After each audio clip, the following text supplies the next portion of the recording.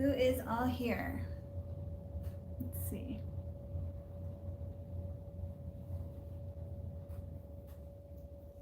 Anyone here? Anyone can hear me?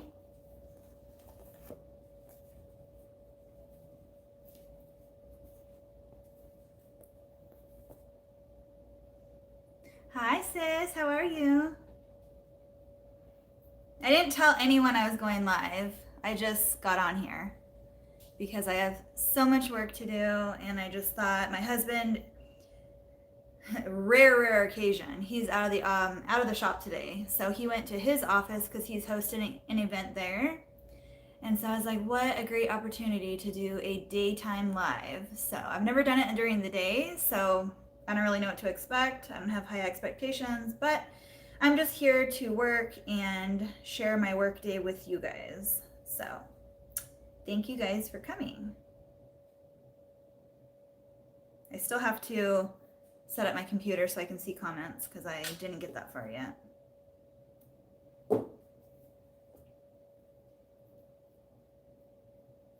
Hi, Kim. Hi, Elizabeth. Hi, Joanne. How are you guys? I felt like I needed to come on because I haven't been on in a while, and I haven't never been on during the day, so I thought that would be pretty fun to do that. I'm gonna grab my computer.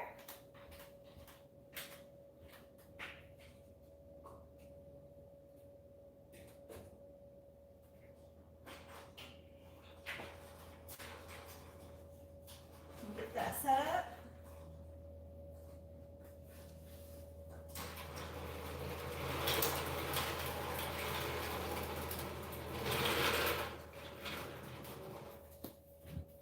I want to see who's on here.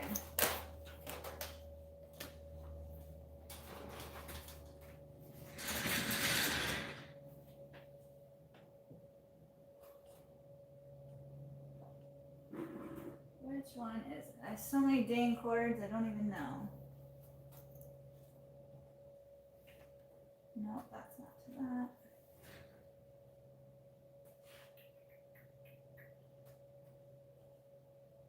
Where did I put it last?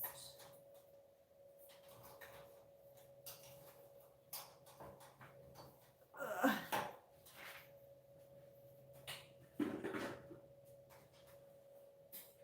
Oh, I see. I tucked it in the corner. You guys, I'm still waiting on my machine. I haven't got it yet.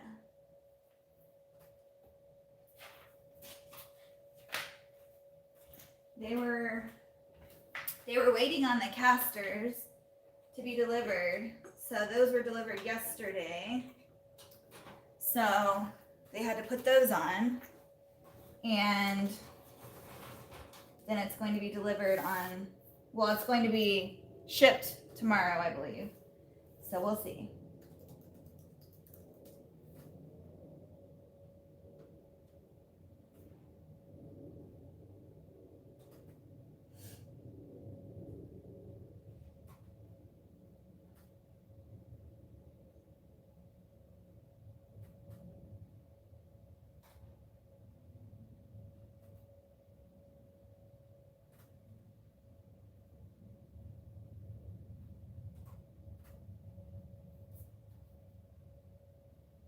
Who's here? I miss you guys.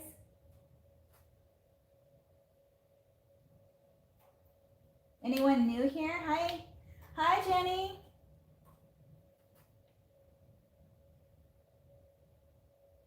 Yay, Kay, you made it. So I just wanted to hop on today because my husband's not in the shop, and so I have it to myself today, nice and quiet. So I figured I could do a live and talk with you guys while I work because I have so many orders to get done, and I just thought that would be fun to do that with you guys.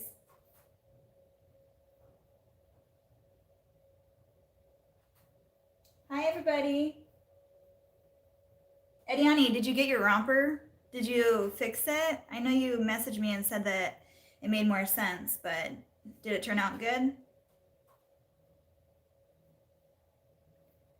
I was so tired last night. I sewed all my pads that needed to get out, and now I'm just tucking in the strings. So just kind of easing in.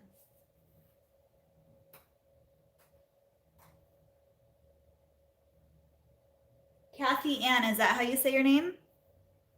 That's such a beautiful name.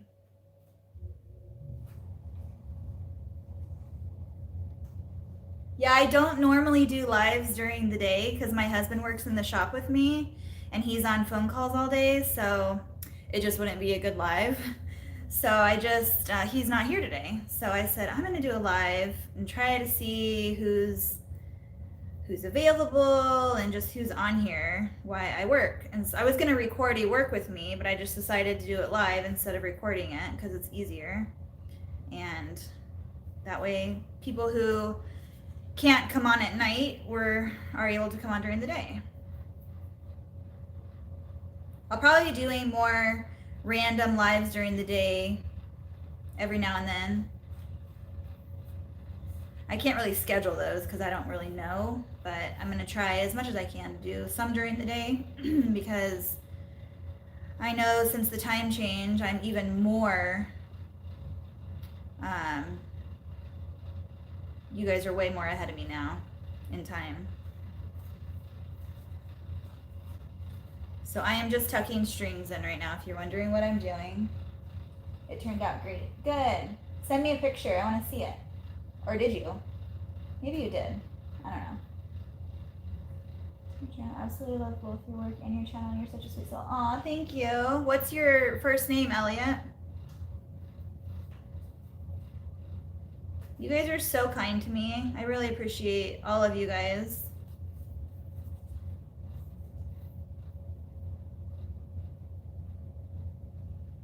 Janine, is that how you say it?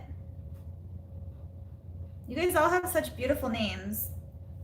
I know I say it over and over again, but I think that's like one of my favorite parts about my job is seeing all the different names that everybody has and just how creative people are with naming their children. I love it. I'm gonna have to send you a picture of it on my son. It fits him kind of big. I made the wrong size, but yeah, it was so much easier the way you showed me. Yeah, so if you guys ever have any questions on patterns that you've bought or like are confused or anything, just reach out to me and message me or email me, however you want to get a hold of me. I'm always here to help as much as I can. I mean, I'm self-taught, so whatever knowledge I have, I'll absolutely share that with you guys. But like Ediani had gotten a pattern of a romper and the directions were confusing her, and so she reached out to me and asked me if I could help her. Turn that off, sorry.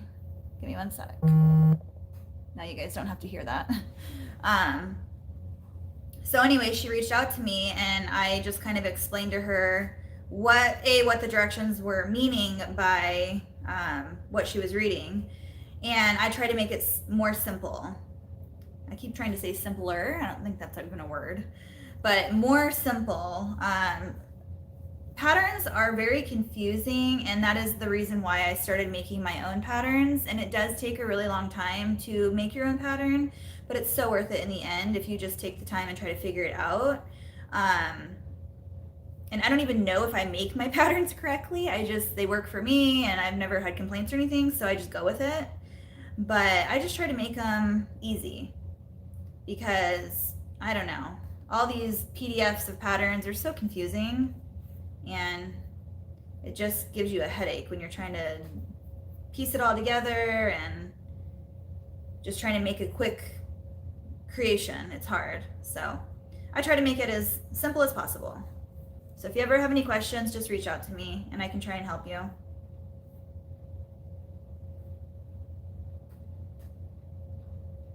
Hi, Sarah. Thank you.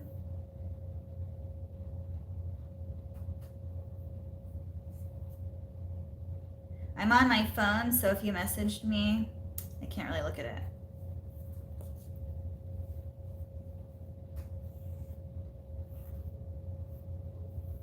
What are you guys working on today? Are you working or are you just watching?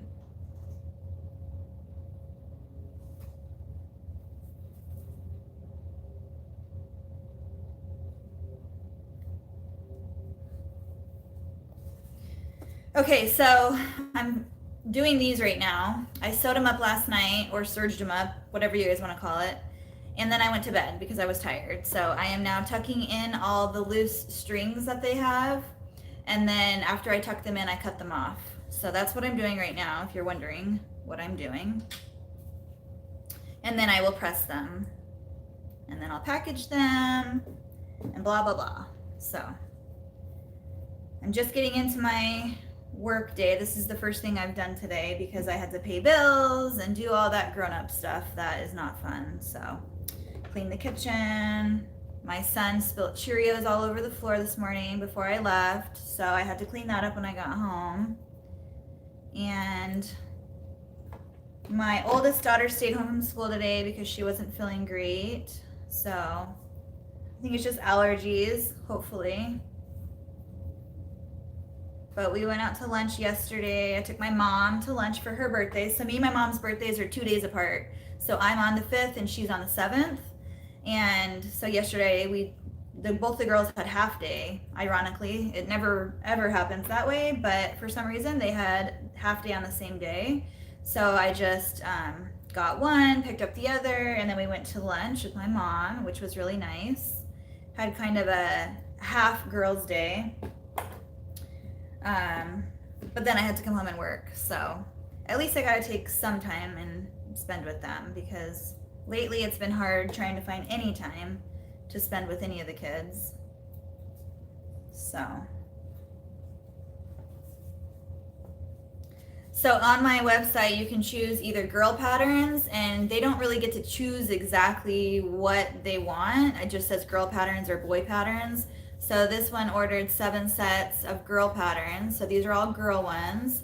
And then these are just the scraps that I keep from cutting out my patterns. So every time you see me putting a scrap to the side, it's for these. And then these are the boy ones. They wanted boys. So these are the boy ones. So the carrots are kind of just a gender neutral. So whoever, I mean, I've given it to the girl ones too.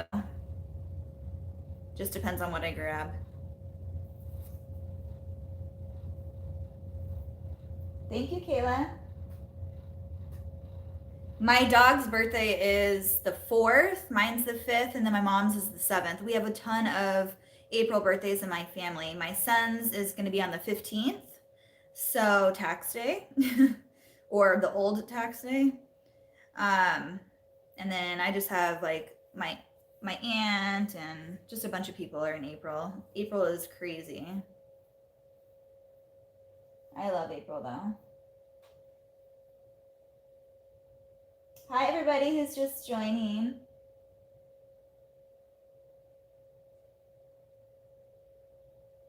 Yeah, so Shar, when you have a girl print or a boy print, I just feel like it's easier instead of having them like in your drop down, instead of putting every single print on there, it's just easier if you put girl print, boy print, or neutral. So I have like solids if they just want solid colors. I have like a solid, like a off-white or a gray, or like a I have white, beige, tan, and gray, I think. Are those the 4 solid colors? So in my drop down, I have the choice of a girl print, a boy print, or solids. And they don't get to choose or be specific on what they want. They just get those options, which makes it easier for me because like, what if I didn't have that scrap of that print that they chose? So I just do it that way and it makes life so much easier. And no one's ever said anything, or, you know, they've never even messaged me and said, can I get this or that? They just go with it. Because in my description, I say, these are my scrap fabrics, and I try to do minimal waste as possible because it's really nice organic fabric. So whatever option you choose is going to be what you know, like, you're going to get a variety of prints is what I'm trying to say. So they don't get to choose and be specific in that sense, but they can choose girl or boy or solids. So it just makes it easier.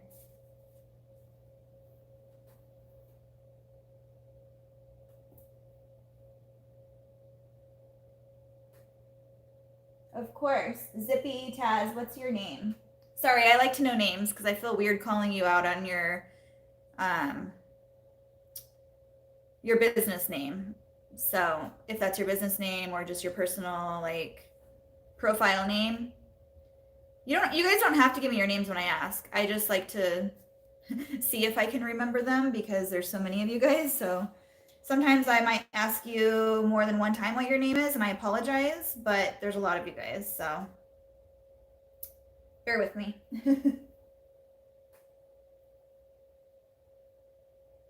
Yes, family and birthdays are all around the same time. Oh, wow, that's crazy.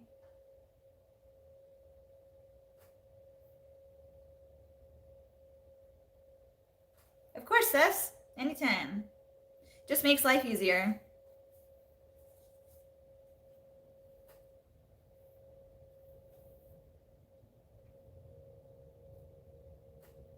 Aw. Sarah, I love that you go to your parents all the time. I never go to mine. Well, my dad lives like over an hour from me, so it's not just like a short drive. And my mom lives, you know, she lives about 45 minutes away from me, so it's still not close. It's closer, but not really. So I don't really get to see them very often. My dad's coming over tomorrow with my grandma and my whole dad's like side of the family. They're in town. They just got here yesterday, so they're gonna come over tomorrow, and I'm gonna have an early day while they're here. They get here at like 2:30, and then 2:30 my time, obviously. And then we're gonna hang out and have lunch, early dinner, and then I'll probably have to come back to work at night.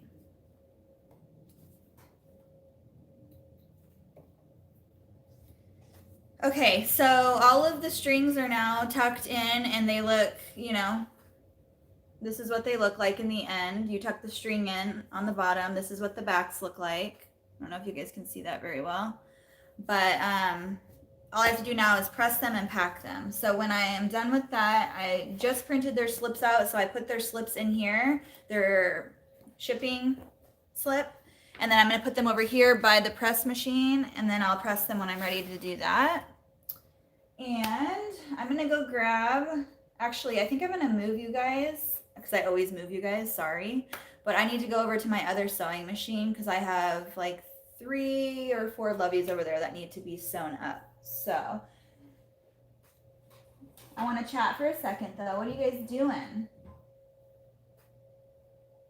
Hi Deborah, hi Debbie, hi Cindy, hi Sandra. Nice. I'm so happy to attend this one. Congratulations on your birthday, Amber. Thank you so much. Yeah, Sandra, I just decided to pop on today because nobody's in the shop with me. My husband went to his office. He's hosting an event there today. So I have the space to myself, which is a miracle. And all of my kids are in school right now. You're going to hear the garage door open shortly because my youngest gets out of school at 11:15. So she'll be leaving in about 20 minutes or so. So if you hear the garage open, that's why.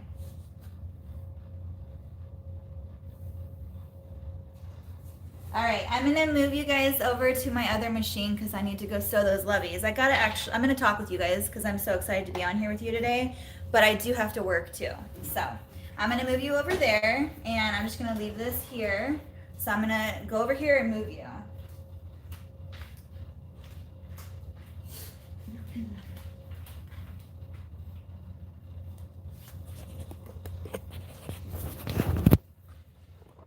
Okay, so I'm going to take you over here. I'm just going to put you guys right here. So let me see if you guys can see this really well.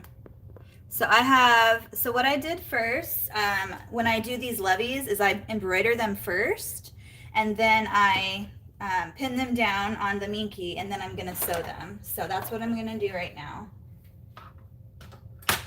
This is my blanket machine, if you guys are all wondering. And somebody asked, a few people asked me about this table. It is a Sew Steady table, and I love it because I can just lay my blankets like flat on here, and they just, you know, you just sew them really nicely on the table. And then this is how I do, like I just lay my blankets like this on the table when I'm working, and then I just reach back reach back and grab the next one whenever I'm ready for it. So then I just keep going. I don't have to get up and get down. Hi, everybody. And then I have some embroidery to do too. So we have a busy day. Okay. Get situated. Yeah, I love this sewing table. You can order it from, where did I get it off of? I think just Sew Steady. Go to their website and you can have it made to fit your sewing machine, which one you want it on. I use this one for all my blankets. So that is why I had the table made for this specific machine. It's sitting up on a desk, so that is why I'm higher. But then you just, it puts, you put it on here, and I got the big one because I do big blankets. You don't have to get the big one. You can get whatever size you want. But I think this one is like 36 by 24 or 32 by 24, something like that. And it comes with this like, I don't know if you can see it, this table right here. And you can, this drawer, I mean, it comes out and I put my tags in here. I don't like to put too much clutter in there because then I get overwhelmed. If you guys know me, I have containers for everything. So, but yeah, it's nice. I just did a tutorial on my Lovey and I wanted to show you guys what I meant when I said I do opposite sides when I embroider versus not embroidering. So this one's embroidered. So my tag for my toy or ring or whatever you're putting on is up in the top corner. So I always go opposite with my embroidery. Now, when I leave my hole to pull the Lovey through, I leave that opposite of the name because I don't want my tag to go right here where my name is. So now I'm putting my opening on the other side. When I do not have a name embroidered on the blanket, I just leave my opening on this side opposite of the tag up in the corner. Or I don't know what you guys want to call this. I call it a tag, but then sometimes it gets confusing because I have a tag down here. I don't know. I just call that a tag. I don't know what else to call it. Another question you guys had was, do I have a sewing machine that allows to sew with needles? The answer is no. I just do that because personal preference. Like, I know the consequences if my needle hits my pin. That's on me. That's my deal. So you guys are not supposed to sew with needles or you're not supposed to sew over your needle. So take it for what it's worth. If you want to do it, do it. If you don't, then don't. I do it because it's easy for me to get through a bunch of sewing throughout the day super fast. But I do know that if I hit a needle, obviously I'm going to break a needle on my machine or whatever's going to happen. But I do buy these very, very fine needles. I get them at Joann's and they are ultra fine pins. So I have never ever once, I don't want to jinx myself, but I've never once hit a needle. That is why I sew with them in, because I've never had an issue with hitting the needle. So if you want to do that, I suggest getting the ultra, ultra fine needles, and they work the best with sewing. I saw somebody comment with my name highlighted. If you guys have a question, just highlight my name. That way I can see, where do you get your organization containers? I need to organize. What containers, Sarah?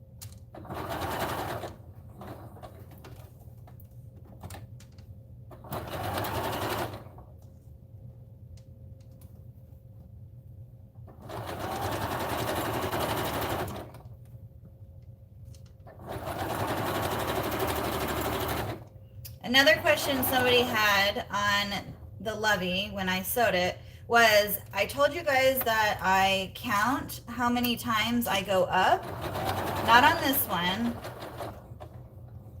but on this curve right here, the very tip of the tag, which what I call it. I count how many stitches go up and how many stitches go down. I don't count it on these ones, just the point, because you want that point to be exactly even on both sides. And I do that on the wrong side and when I top stitch. So when I top stitch it, I also do that. Somebody had that question. I'm really, really bad right now about going and answering everybody's questions on the videos. I just haven't managed my time very good lately because I've been really busy. So I'm trying. I get as many questions as I can answered, but I apologize if you've had a question and I haven't answered it.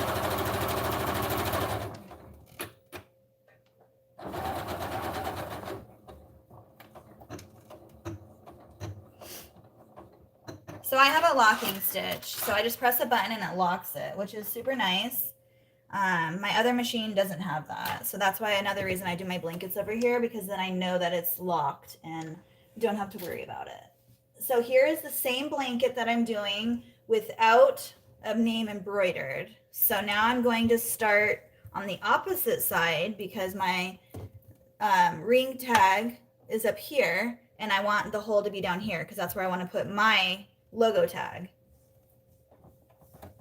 So you just have to pay attention to where you're putting that tag. Did I miss the question? Let's see. Where did you get your fur for your lovey? I get all of my faux fur from fabric.com.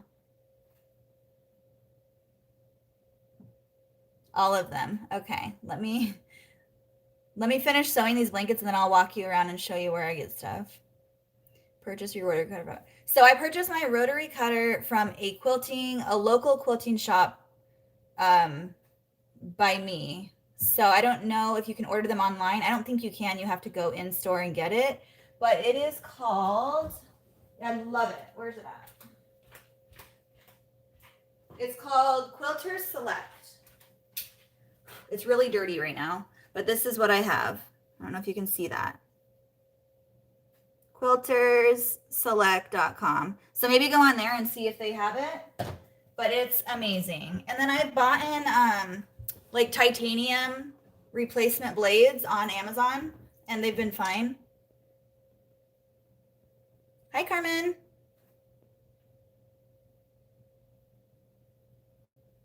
So the white, I'll show you when I flip it inside out, but this is Minky from Spoonflower. The back, the black right here, that's faux fur. And I get that at fabric.com.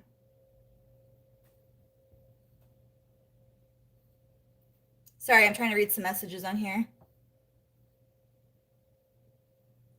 Okay.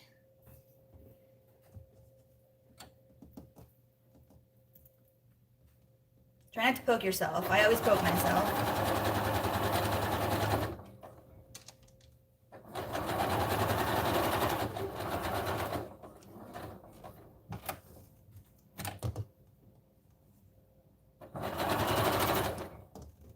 Just get it started.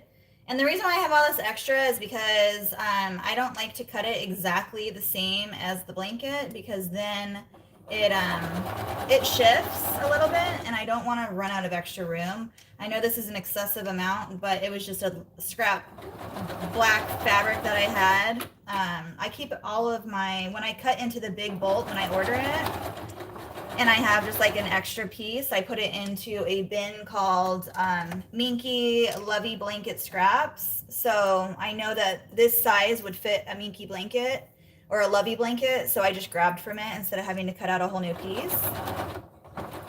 And so what I'll do with this now is keep this extra piece right here and use it for, I don't know, whatever, an applique project, or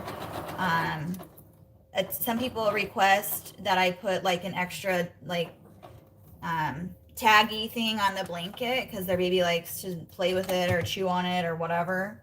I wouldn't want them to chew on this fur, but some people request to have extra minky hanging on the blanket. So if they request that, that's why I keep these, because then it'll match the blanket I'm doing and have it.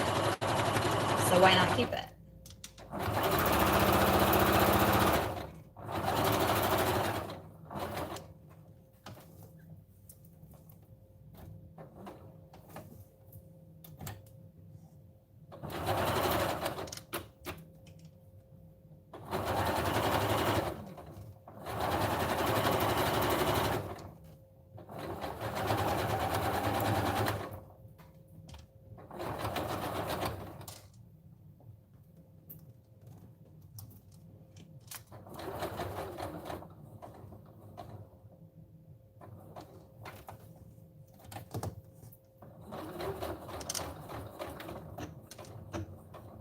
I always go up 8 stitches from the corner. I don't know why I do that. I just do. No reason. So now I'm done with that one. Done with that one. And now I'm onto this one. And this one doesn't have a name either. So I'm going to do it the same way I did the last one.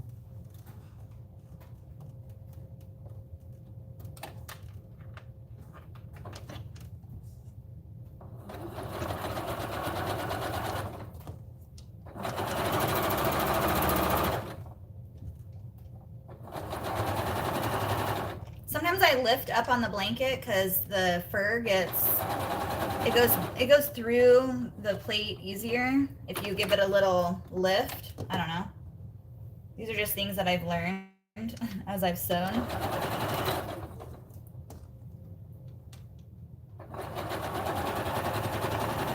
And going this way is on the stretch, so I just pull it a little bit. Otherwise, if I don't, it'll get bunched up like that. So I just give it a little tug, not a ton, just a little bit to where it's straight.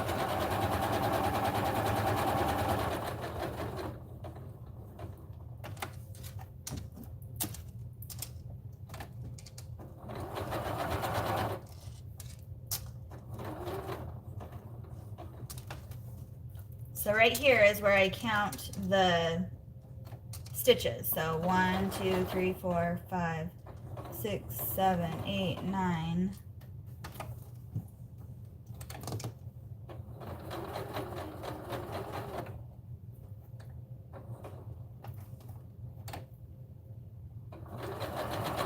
And then down.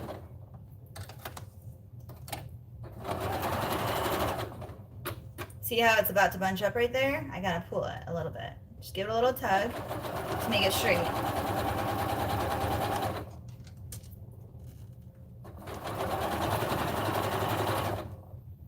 Get my hair out of the way. Always in the way.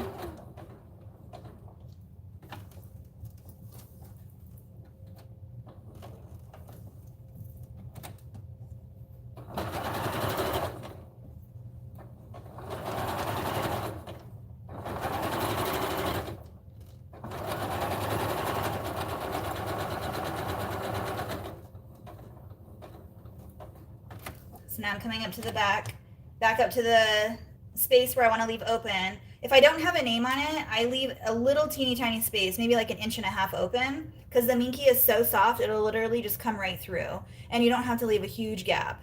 When I have a name embroidered, that's a different story. I leave it, I think I said in the tutorial, or the last video I posted, I leave it like twice as big, because you don't want to crinkle the name up as you're trying to pull it out, because it's just fresh off the embroidery machine. You want to keep those stitches nice and flat. You don't want to crinkle them up.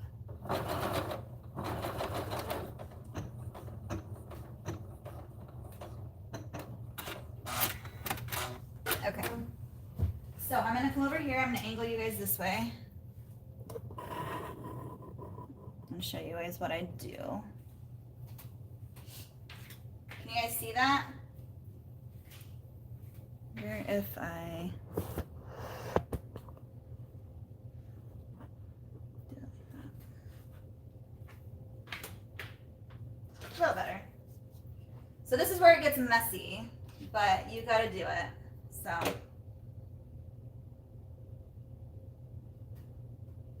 Hopefully I'm not missing a bunch of questions because I haven't been able to look at the comments. Whoever's on here, if you know my answers, just go ahead and answer for me. Thank you, thank you. By the way, I wanted to take the time to say that I appreciate each and every one of you, and you know, I love you guys. You guys are so kind. All your comments, they don't go unseen. I read them all.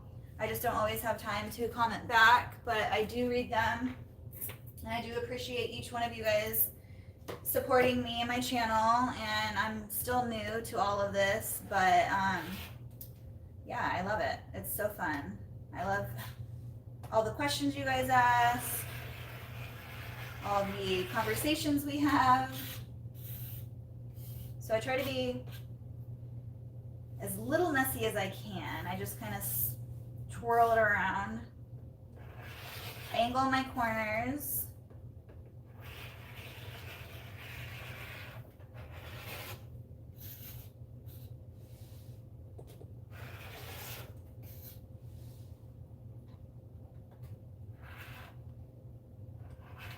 Now this is the piece I'll keep. I won't keep all the other because it's too messy.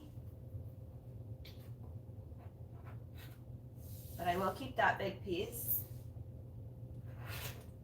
The reason I angle my corners at a 45-degree angle is because when you go to flip it right side out, it just looks nicer. This is where I put my tag. So I leave a little bit of fabric on here because Minky tends to,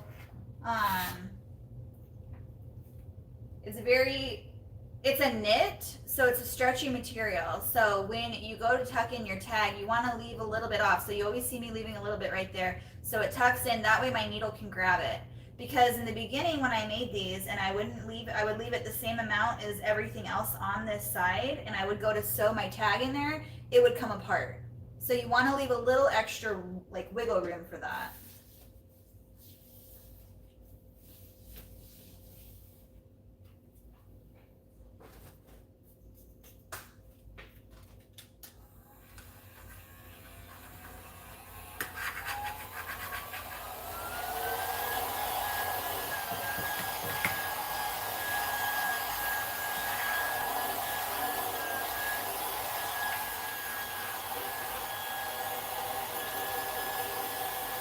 I like to get all the hair. You probably can't hear me, so I'll tell you in a minute, in a second.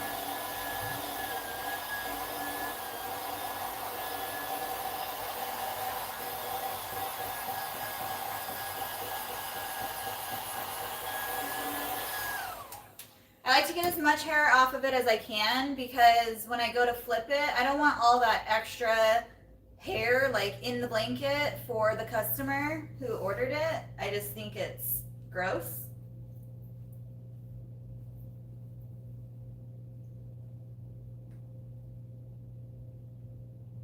So I always grab it by the opposite corner and I flip the tag in and then pull it out. So see, this one I only left literally probably less than 1.5 inches opening, and it's just going to come right through that thing because it's so soft, it just flies right through the opening. So you don't have to leave a giant opening.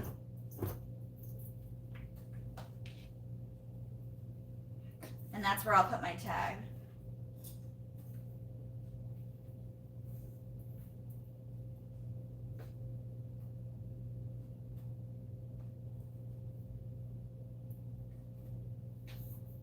And then just poking out the corners.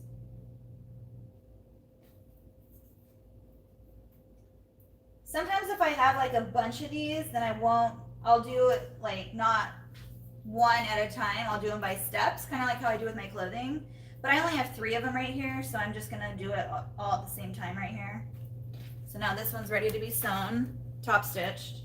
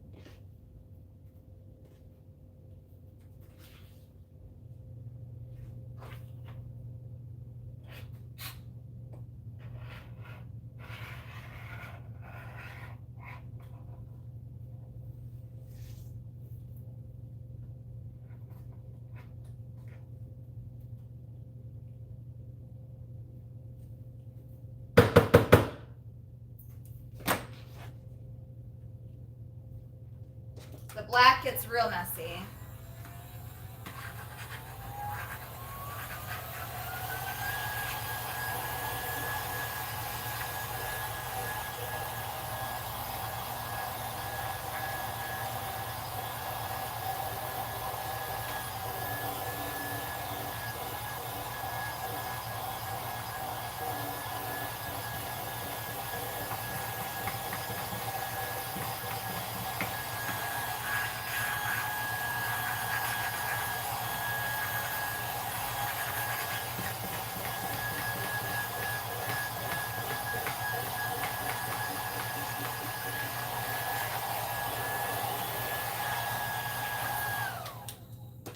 So I usually empty it out after every couple because it's the small vacuum, so you have to empty it. The black gets so messy, so I try to clean it.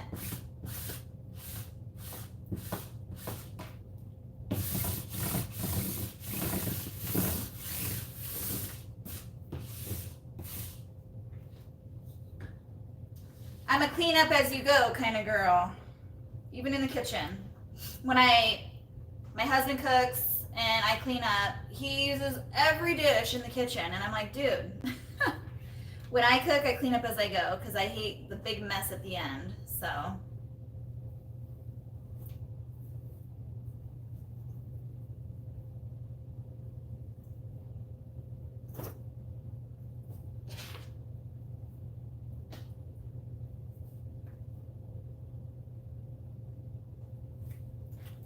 Let's see.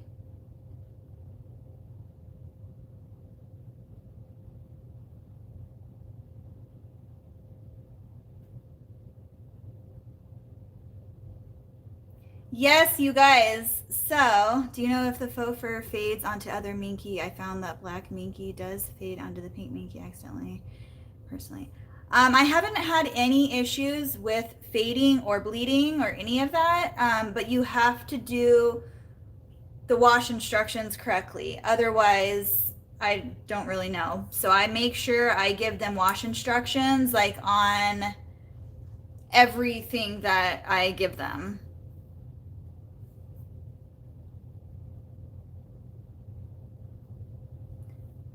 Sorry, I'm just reading some of these messages. Hi, Amber, do you have...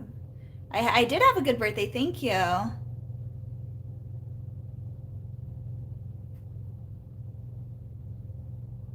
Yeah, Leslie or Lindsay, was it Leslie? I think that answered that. I haven't had any issues with bleeding, but it's, again, you have to buy like good fabric, I guess. I haven't ever bought in minky fabric, the faux fur, from any other company besides fabric.com. And I haven't had any issues. So I'm a kind of person that if I find something, I like it and it works, I stick with it. I don't like to try a bunch of other stuff. If it works for me, I stick with it. Carolyn, my table, we handmade this table, my husband and I, and it is about 6 feet by 8 feet. So it fits 2 of these 3-yard,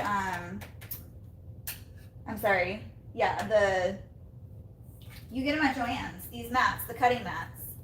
So 1 yard, there's 4 of them, and they're all together as a square. And then I have extra room on the end over here to put other stuff. So it's 6 feet by 8 feet, basically.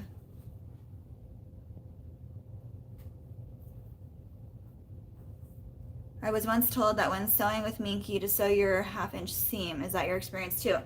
So honestly, with this, I use the 1/4 of an inch because I like to save as much of the fabric as I can because my minkies are already kind of small. They're 11 by 13. So I use a 1/4 of an inch seam allowance. Again, that comes with practice. When I first started, I needed more room, but now I just use a 1/4 of an inch. I asked you tons of questions on that live and the class was great. Aw, good. I hope that I helped you with the questions you asked.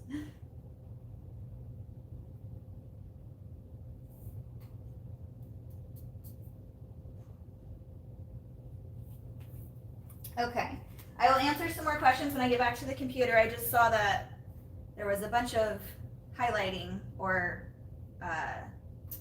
capital letters going on.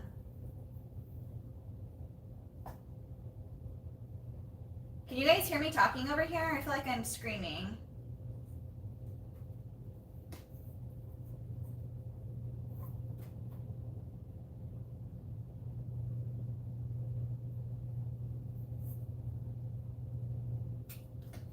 And if you guys haven't given this video a thumbs up, I would really appreciate that. It helps me get seen by more people every time you comment, like, thumbs up, all that good stuff.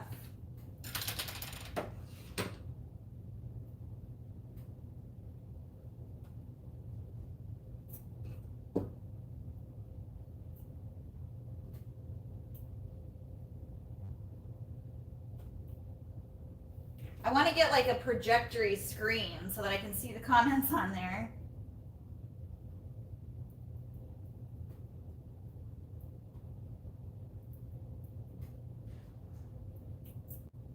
You guys are going to hear the garage open.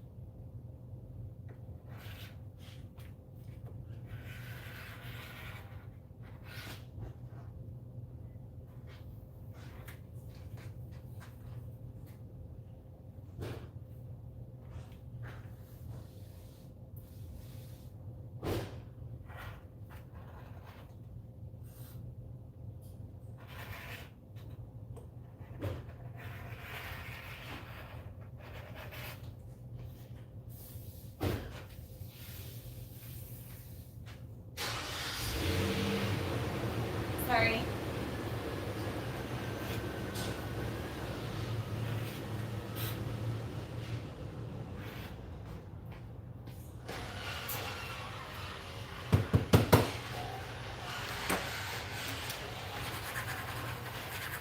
That is kind of, I guess, the con of working from home, is you get to hear all the background noises when I am doing a live. So I apologize. You're going to hear it again in probably 15 minutes when they come back. So hopefully it's not distracting.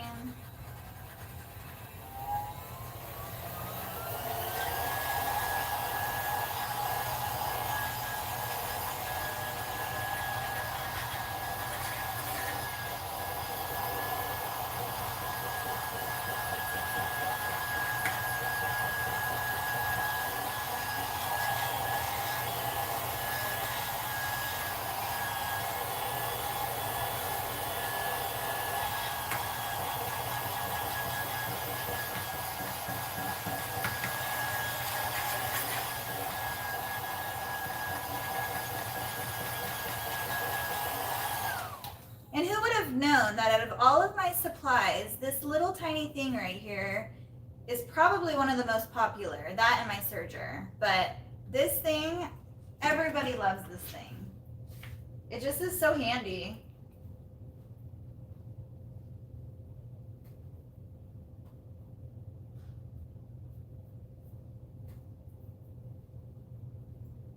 So I try to be careful, or more careful, with the name when I pull it, because I don't want it to get all wrinkled. So I try to pull it out nicely.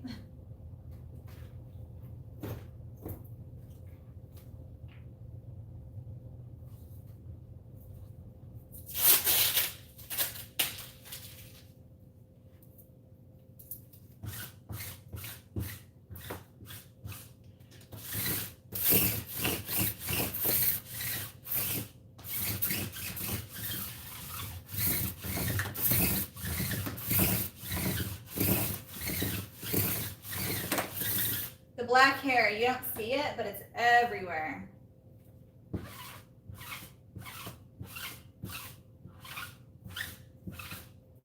And I work with this on like a daily basis, and I hate the fur, but I love the blankets. So you take the good with the bad.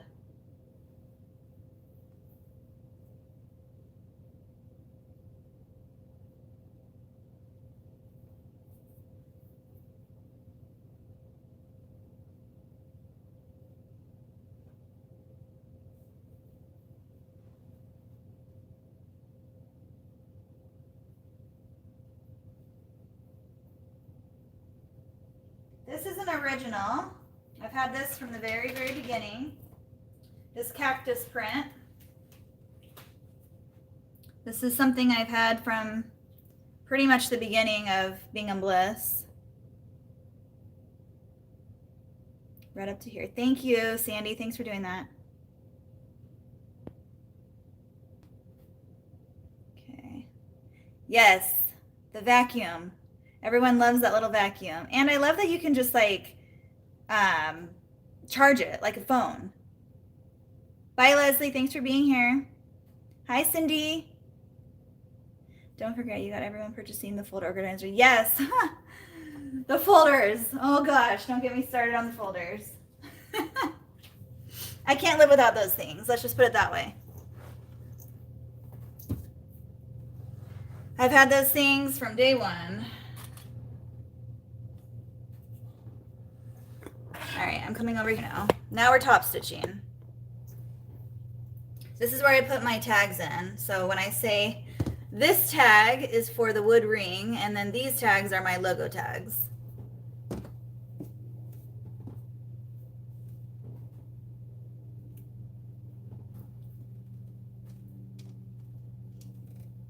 So I stick it in there. I just put a little clip to hold it until I get down there.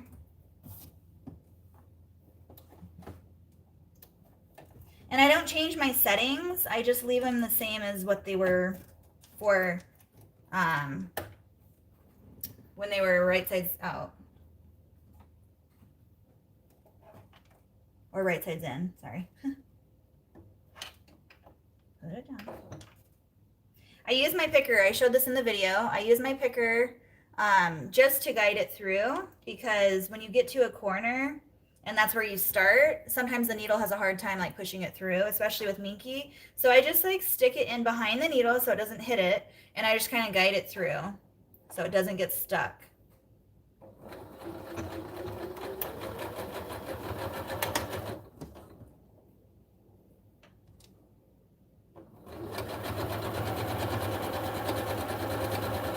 And I think a part of my video, I meant to take the music off, and I guess I didn't. And there's no way to like really go back and edit that. But what I was trying to say is on all 4 sides, I always make sure the fur is out the way I like it on all sides. You don't want one side to have no fur and then the other side to have fur, because that will look weird. So make sure you're doing it even around all sides.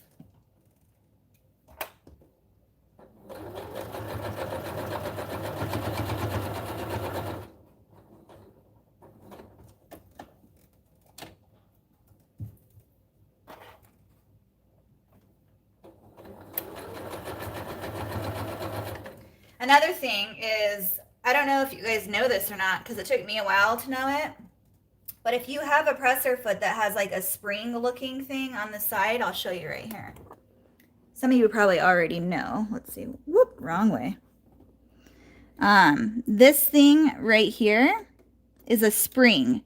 If you push it in, it will level out your foot. So whenever you see me pushing that spring in, it's because it is on a hump, so it's going to go up like this. When you push that spring, it levels out your foot, and so then it guides nicely.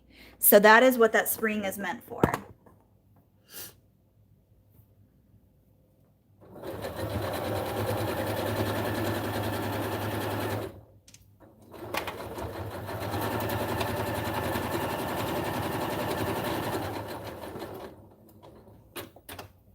So I use that spring every time I come to a corner. So I don't know if you can see it from there, but it's lifted up right here. Now if I push down on the front of it and push my spring in, now it's level, and it's gonna so much nicer when it's level. And it won't get stuck. Essentially, I don't have to use my pick when I do that, level it out, but I do it anyway just because I don't want to take the chance of it not going through right. At any cost, I don't like to puncture my fabrics because I hate when they leave holes or if anything happens to it. I don't want to not be able to sell that. Because quite frankly, I don't have the time to remake everything.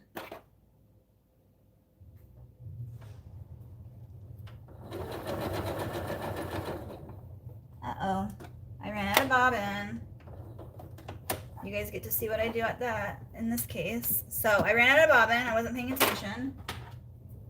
So what I do is I just cut it off where it ended.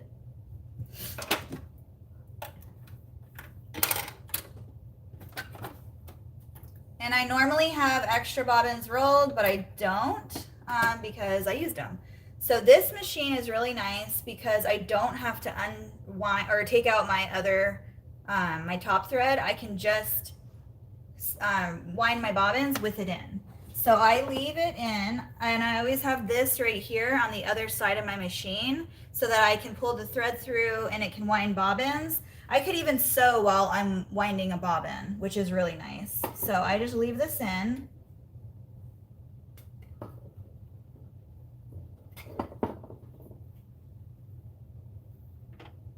And you just do it like you normally would any other machine to wind a bobbin.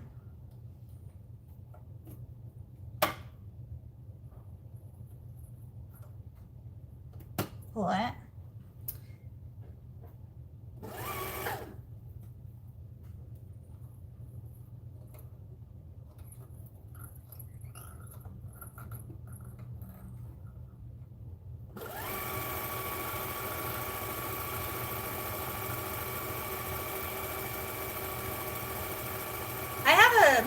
Another like automatic winder that came with my 10 needle, which is really nice, but this is just easy, just as easy as that.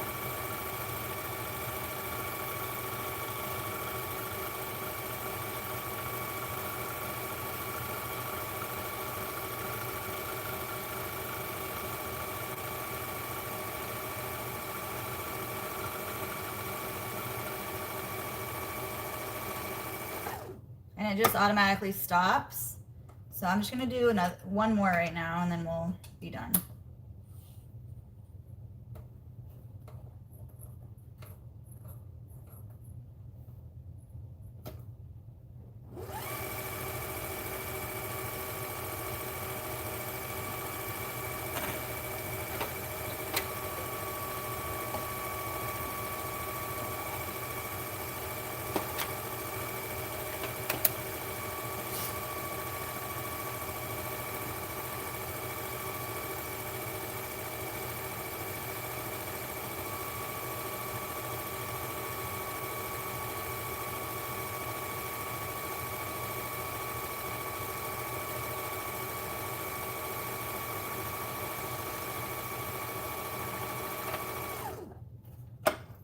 So when I'm done winding, I just make sure I cut like these little pieces off right here because it didn't wind that piece.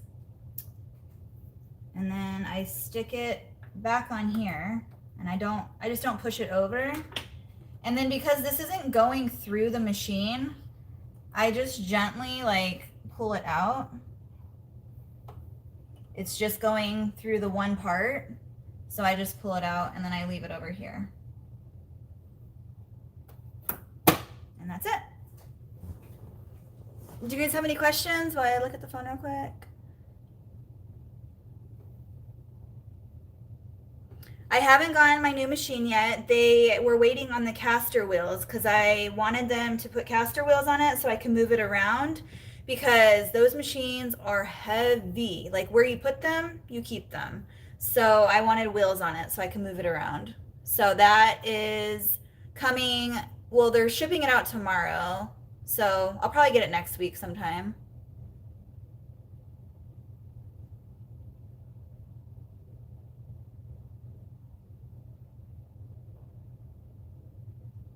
Yeah, she made a video with the folders.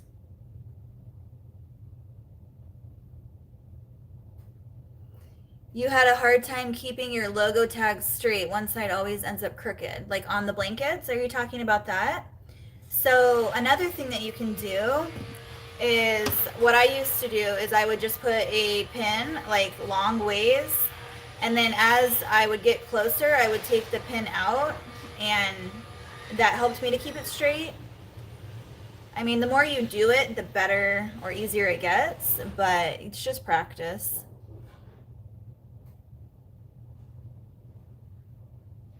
Can you show the turn opening after it's sewn shut? Yeah, so like I just sewed it.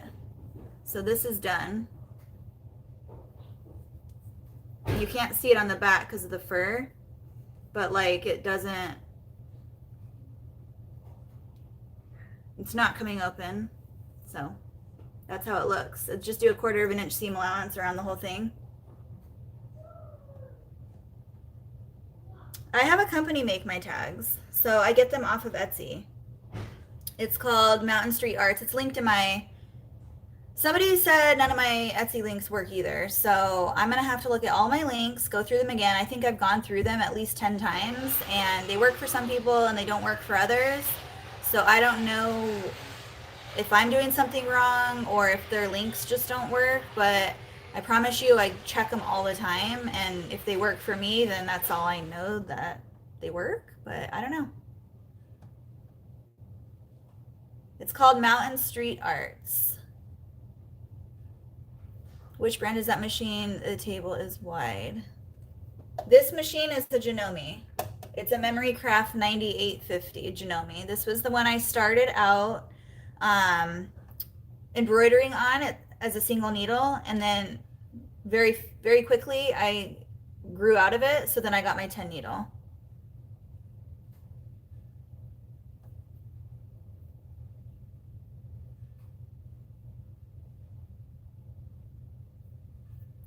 Yeah, you can get this table from Sew Steady. Go to their website and you can order it to any machine that you have, and it's acrylic, so it's not glass, and they make it to fit your machine. Joanna, I'm just working on Etsy orders. I have 3 levies that need to go out today. I was working on nursing pads. I have so many orders to cut, so we're probably going to work on that next. A lot going on, so I just kind of wanted to do a live work with me instead of filming a work with me video. So I know this probably looks weird when I'm scrolling up on my phone trying to look at comments. Okay, so my bobbin went out, so now I refilled it, and I always like to double check it, so I put my foot down and I just go down and up just to make sure that it caught it. And then I pull the thread up and grab it.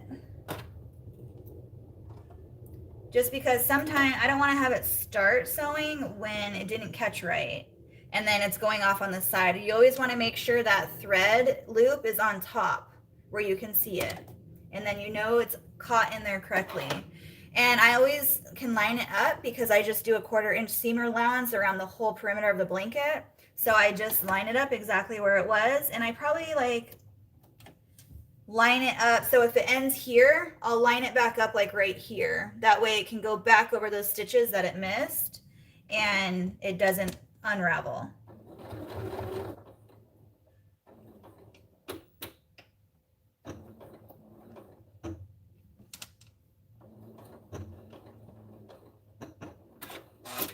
I don't know why it just did that. That's weird. I'm going to go back over that because something just really weird happened.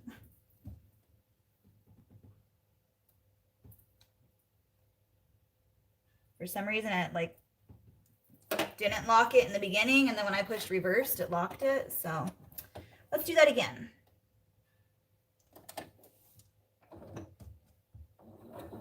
There we go.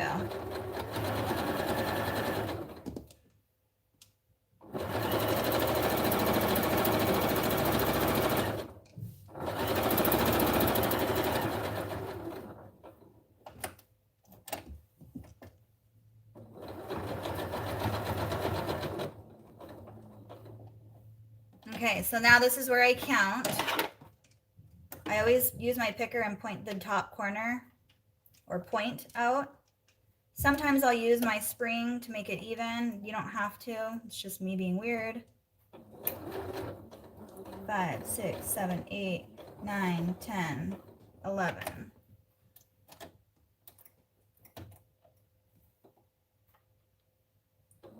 One, 2, 3, 4, 5, 6, 7, 8, 9, 10, 11. Okay.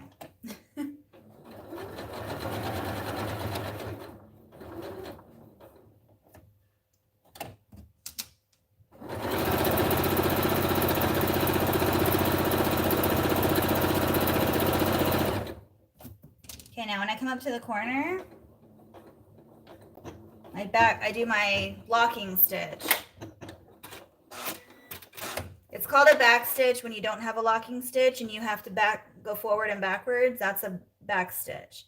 But this machine has a locking stitch, so it just goes up and down. Like as it's going up and down, it's looping around the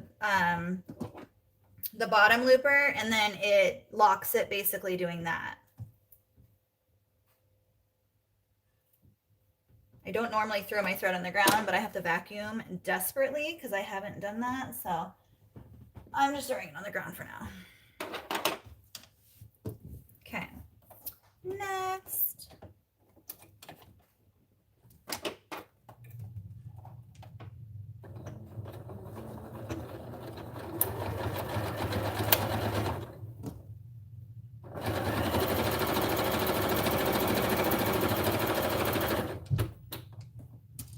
So this is where my tag goes. So I just make sure that my little bit that I left out is tucked in. And then I grab one of my tags and tuck it in there. And then I just hold it tight.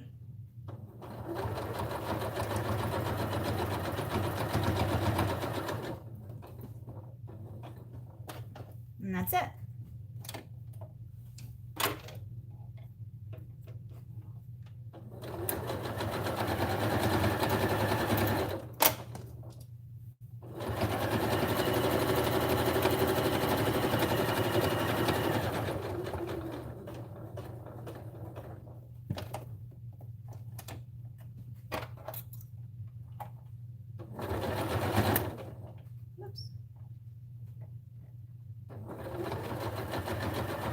See how sometimes you have to give it a little push, otherwise it gets stuck in there. And if you notice it's getting stuck and you keep going, it's just going to jam. So don't do that. Just make sure you stop and like take care of the situation.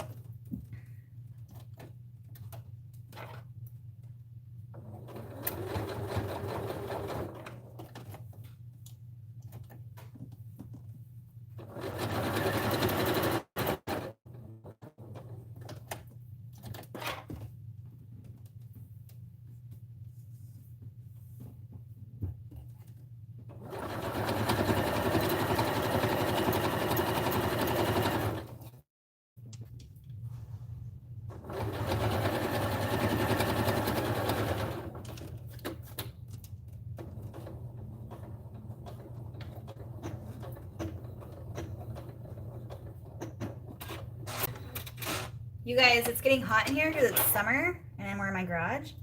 But I'm going to be able to try out I got a fan. my uncle is an electrician, and he installed a fan in here for me. I don't know if you guys can see it. Where is it? Up there.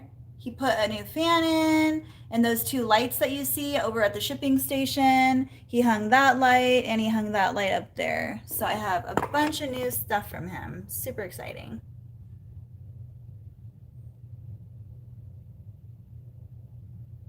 Okay. Hi everyone who's just joining. Just working today. What did you say? Let's see. Her clothing, she has 1 tag with the size and the other with her logo on it. Yeah, for my clothing, I put the size tags on next to my logo tag, and I'll show you guys that in a minute when I go back over there. So, Kay's Creations. What's your first name? I think I feel like I've asked you 1,000 times, but maybe not. My son was born with a genetic disorder. It could be genetic, or one of his genes might have mutated. They don't know, because all of us are fine and we've never had an issue. So anyway, long story short, he was born with neurofibromatosis 1, and it's just basically where the passion of my business came from.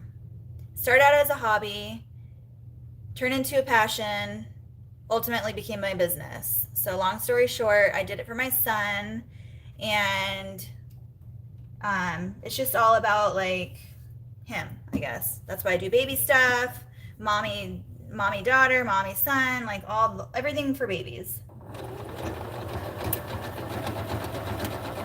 I thought about getting into like mom shirts and sayings and stuff like that, but I'm good with what I'm doing and I don't need all that.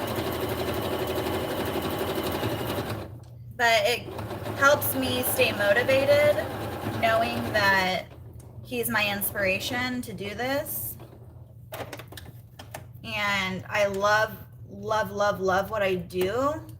I know doing it for him helps me with that passion of loving what I do, but ultimately, just like any other job, you have to actually like what you're doing. And I just love sewing, and I love embroidery. I love all of it, but just knowing that he's the reason behind all of it helps keep me motivated. And when I have like an overload, I try not to stress, because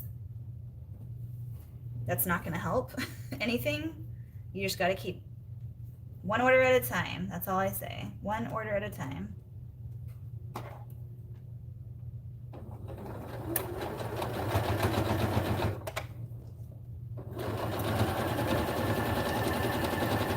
So I'll show you my tag in a second, but on the front side is my logo, and on the back side it says NF, or Cure NF, with a heart.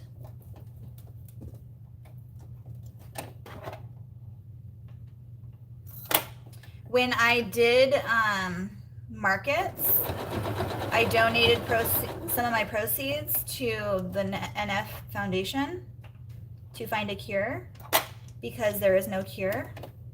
And my plan is, once I relaunch my website, which I was hoping to do on my birthday, but that didn't happen again, I want to start donating again a percentage of my sales to the foundation. So it just keeps you motivated, and you know you're doing it for good, something good. And it's not about me. It's my business is about him, and about just loving what you do for a living.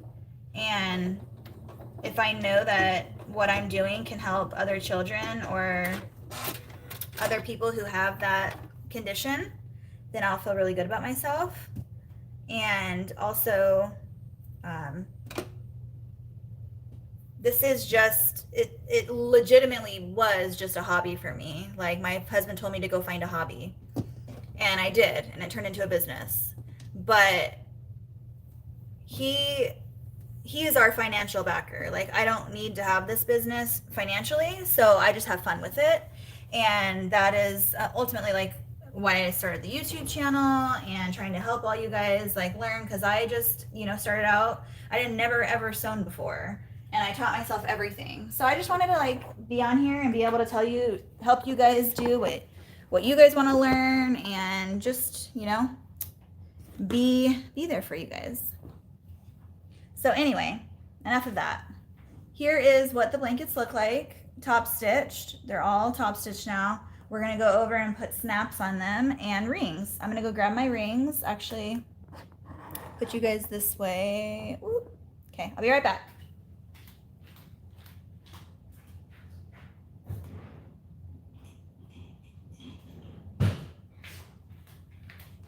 So I get these rings off of Etsy as well. She's linked in my description if it works.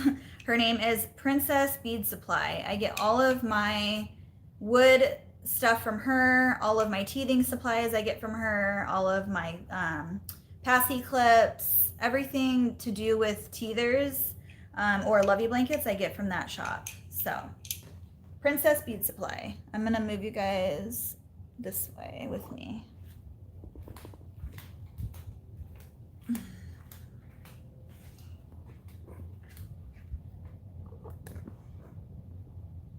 Okay, it's nice and cool over here. So I don't even poke this with, or I don't pre-poke it because it's a minky, so it literally just goes right through it. So I need black, black, and black.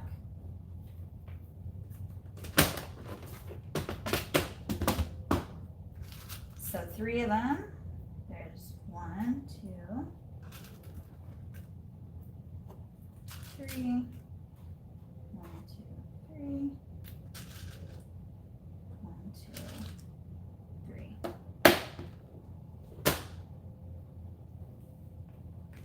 So I literally just poke it through. I don't measure. I just know, because I made so many of them, where it goes, and I never measure anything. I probably should, but I don't.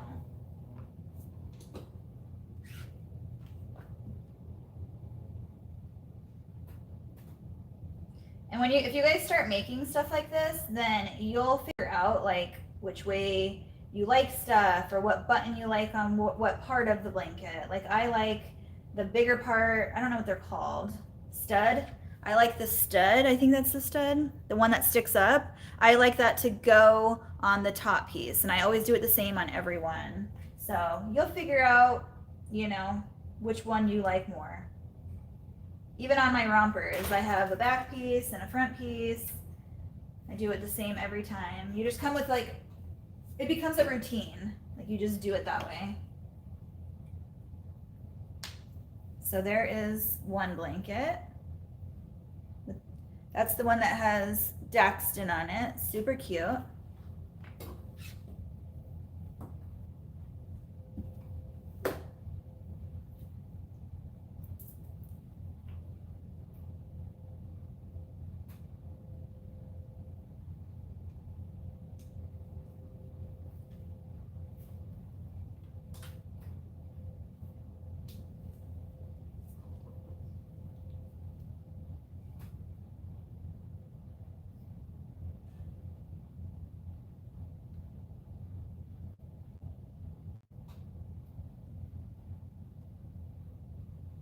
You got to really hold it on this fur, because you'll lose it.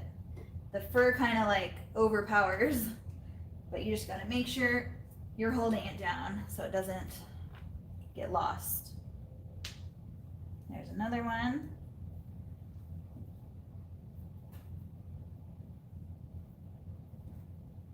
And I just fold them up until I get them over to the shipping station.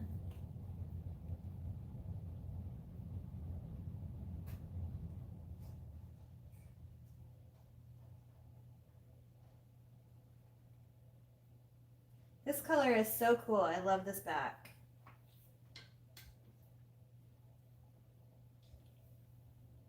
It's like it almost looks like a lion or something. It's like so amazing, all the colors in it. And I just think it looks so cool with the bears.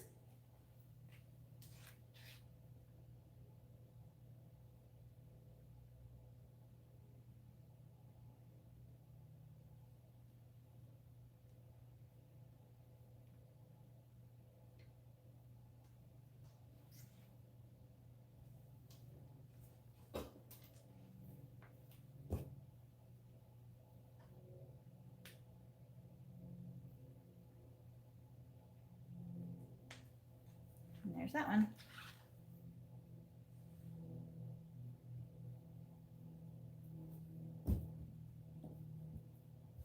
I'm loving these white mats.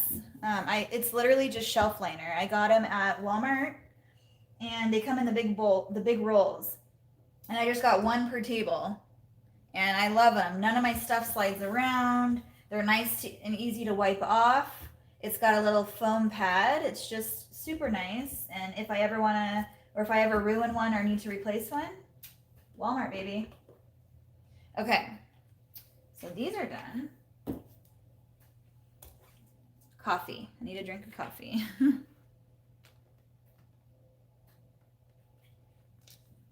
All right, I'm gonna sit down and chat with you guys for a minute. If you have any questions, now's the time to ask. Let's see here. Do you have a video how you set up your serger? I don't have any like, sorry, you guys probably don't want to see the top of my head. I don't have any like tutorials on the machines themselves. I just have tutorials on how to make things. So if you guys want more tutorials on the technical part of things, then let me know. And I can make that happen.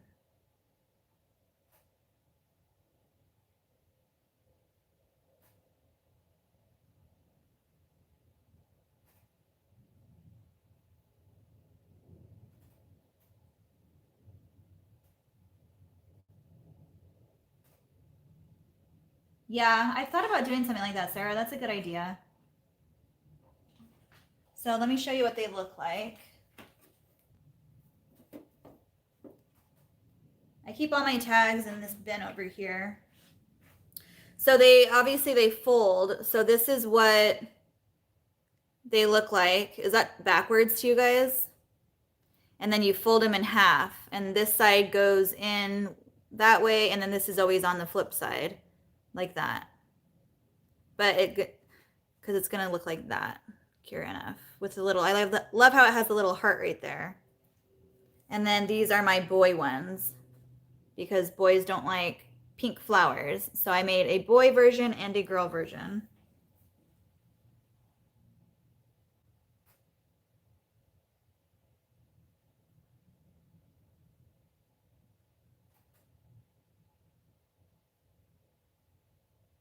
The pull fabric on nursing pads, I'm not sure. Let me look.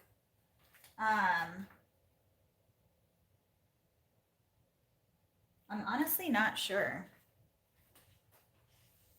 I'll have to look that up and get back to you, because I don't really know off the top of my head.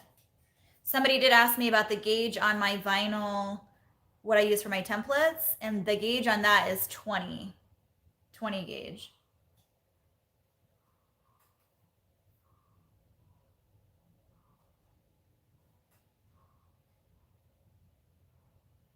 The tags don't ship to Canada.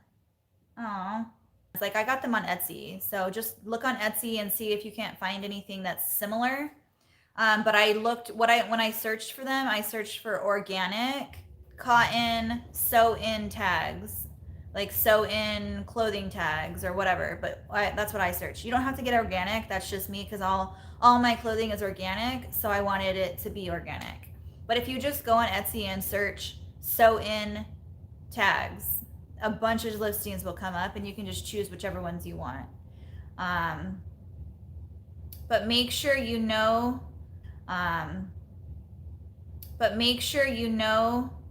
what size you want, because when I first got mine, they were like an inch big. So they were big, and I do all baby clothes, and I didn't want a giant tag on the back of their neck. So I asked her if she could cut them down. And so now they're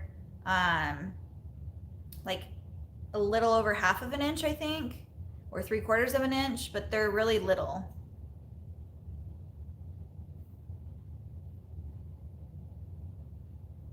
Am I buffering?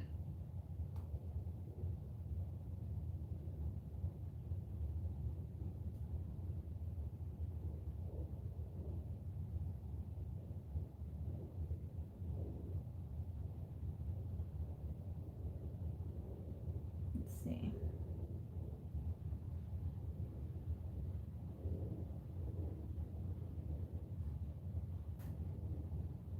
Okay, is that better?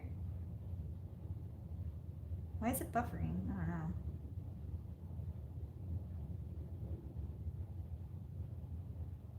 Okay. I just refreshed on here, so maybe try to refresh if it's buffering. Okay, so I need to get my embroidery machine going. So I hope it's not too loud for you guys. It wasn't too loud last time and I was on my phone. I'm gonna be on my phone again because that's what you guys are on right now. But I have 5 of the same shirt that needs to go out. So I've already made them on the computer and saved them on the USB, but I need to start them. But we need to get all the fabric out and do all that prep work. So I'm gonna work on that. And they're all the same design. They're all either a 3 or a 4 Spider-Man shirt. So I'm gonna work on those. And then I need to cut too. So while those are going, I'll probably be cutting fabric. So I'm going to move my computer over there. I'm going to turn you guys around. If you guys have any questions, highlight my name or whatever you want to do to get my attention. And I'll keep looking at the computer every now and then. So if I don't answer your question, when I'm at the computer, ask me or ask one of the ladies on here and they probably will know. Okay. So let me get situated. What do I want to do? I might want to put you guys on my tripod like I did last time. Give me 1 second.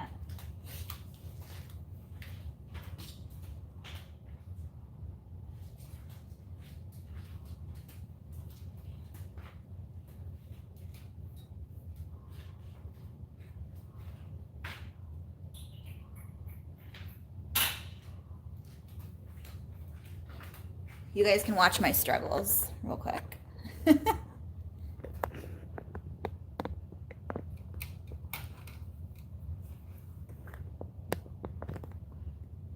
I'm gonna go find something to put you guys on.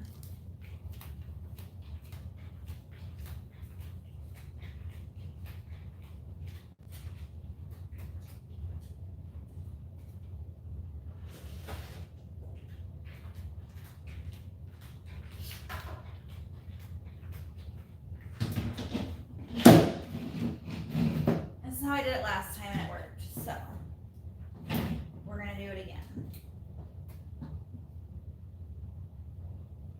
You guys get to see the behind the scenes of being in bliss. So I'm going to take you off here very gently and move you over here.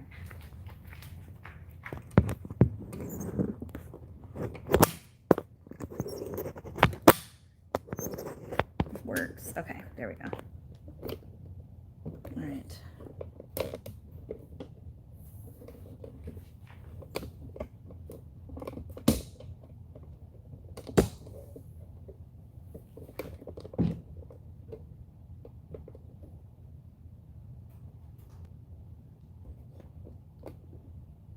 Trying, guys. Hold on.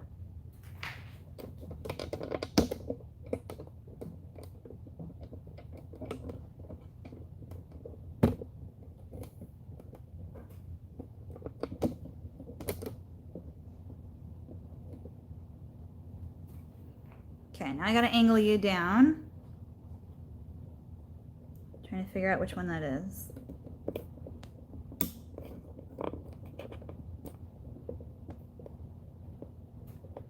Oh, I know why. Huh. I gotta go this way.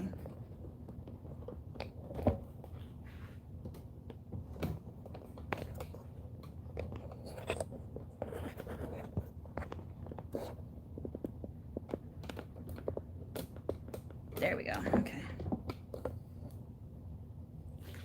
Now I can angle you.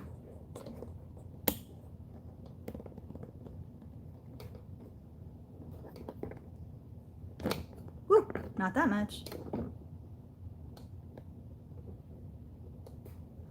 Okay, there we go.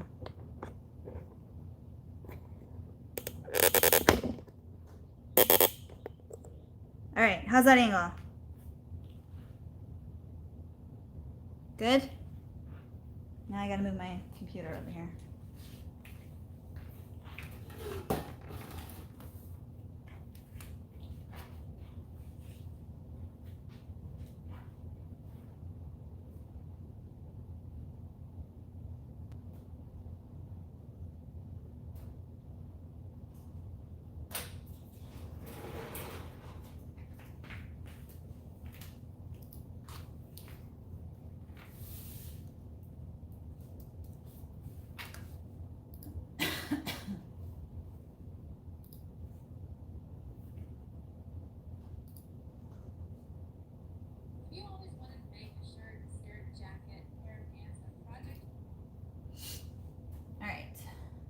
Have you guys up?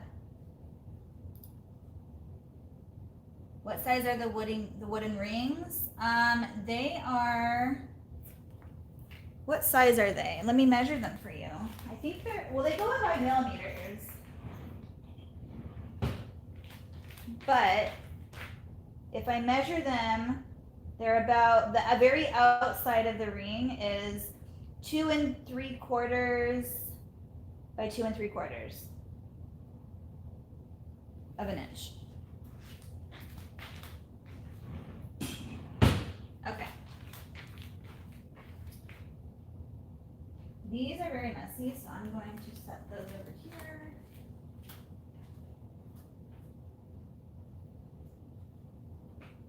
And how's that angle, guys? Is it okay?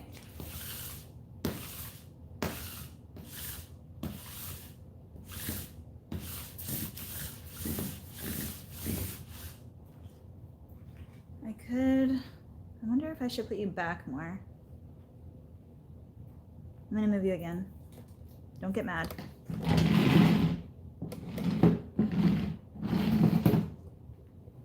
Putting you back here so you can see more of what I'm doing everywhere.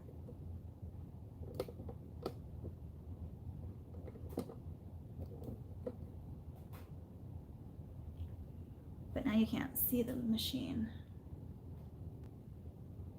Ah, I hate this part.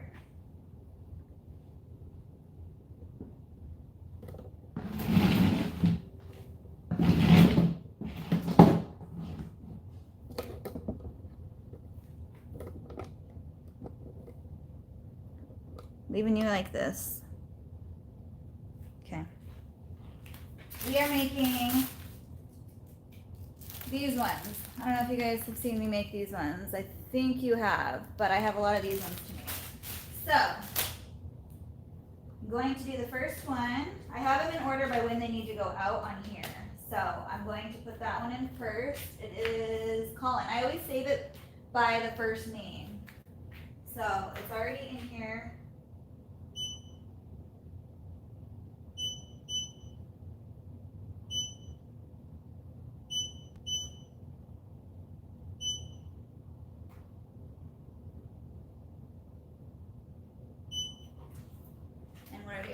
I always save them all at the same time. So Colin, Milo, Milo 4. Okay. Benji.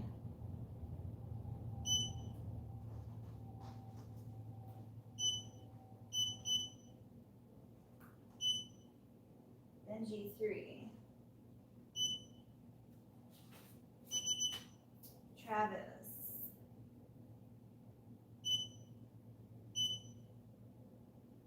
Five.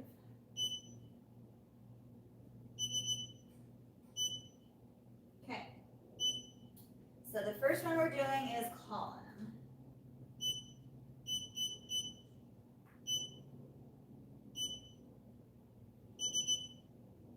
So I had it set to my fast frames because I was doing blankets.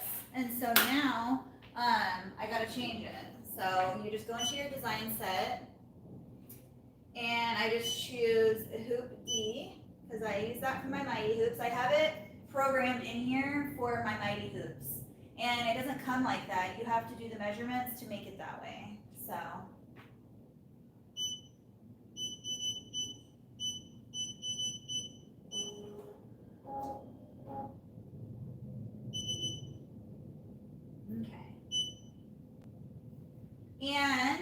another thing I do is, so I always print these out the very first time I do it. I always print them out, and this is the design that I will be working on. I'm doing a 4 right now, but I'm just pulling this out to show you. And then I always write down what color I used on here. And that is how I do it on the computer, because every name is different, so it doesn't save each name because you're always going to have a different name. So now I got to find my 4 Spider-Man because it's different. It's number 4, not number 3.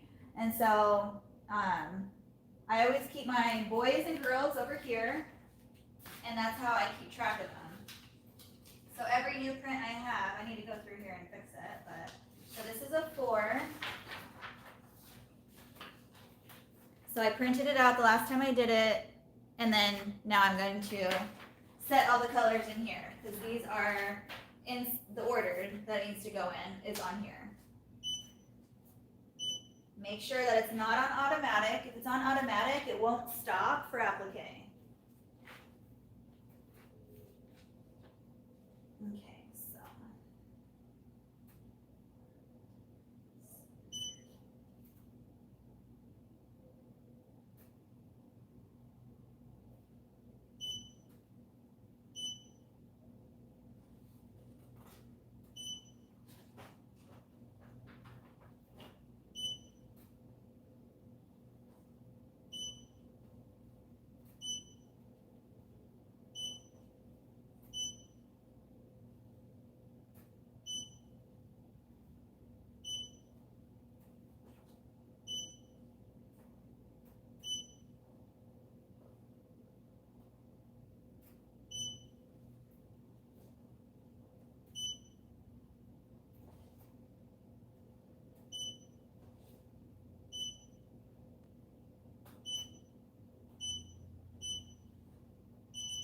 Okay, so there's that. Now I gotta clean it.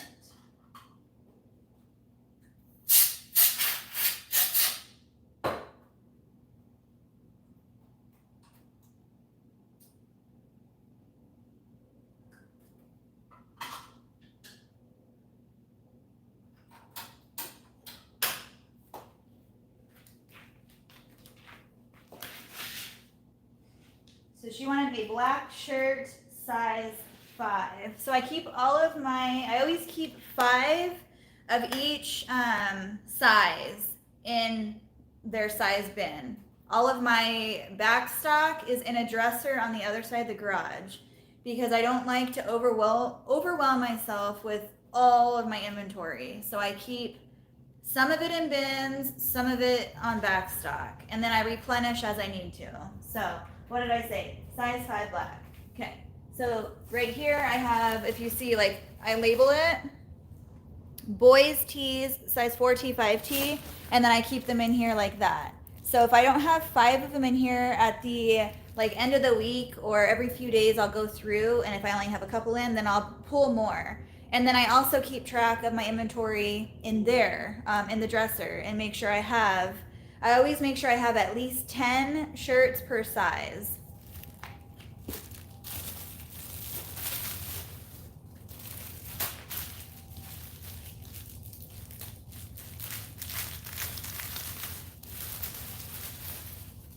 And then what I do to know that I'm working on this order, I take their invoice, I don't want to show you their address, but I take their invoice and I put it inside of their shirt bag, because I reuse these bags. So I'm going to stick this inside of their bag, and that's how I know that this shirt went with this invoice. And that's what I'm working on right there.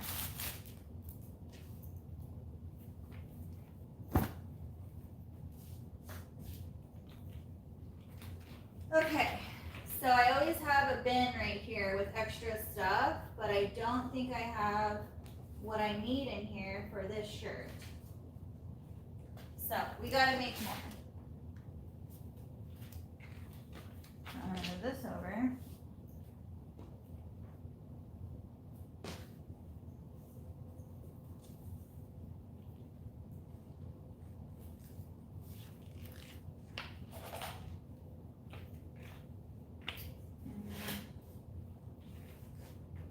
So this fabric is, I call it directional.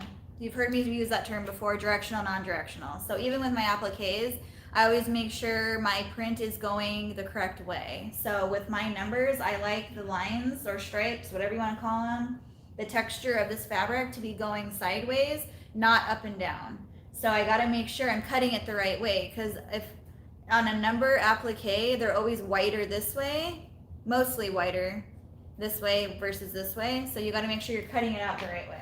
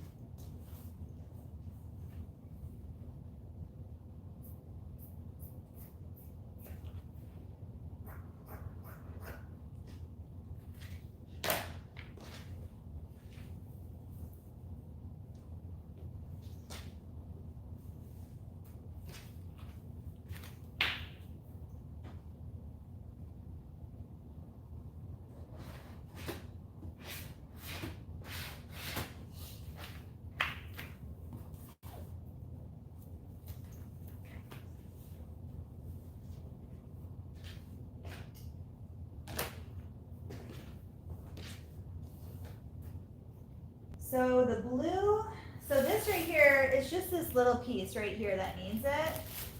So I don't need a bunch.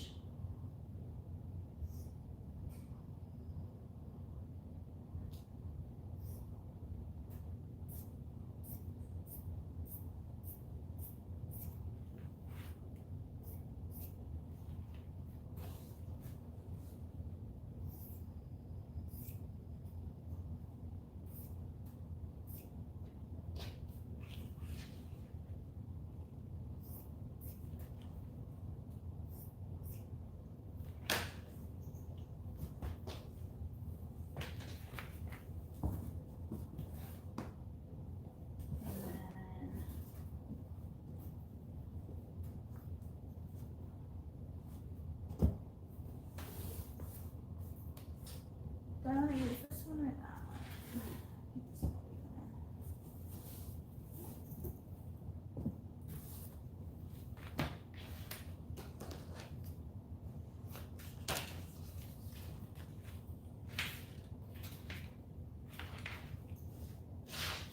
Now the red uses more. It's the whole body right here that needs to be done. So a little bit more.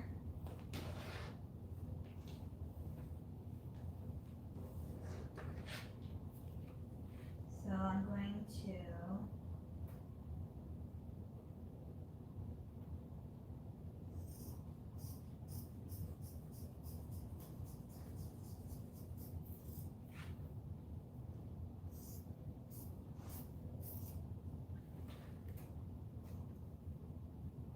do it like that.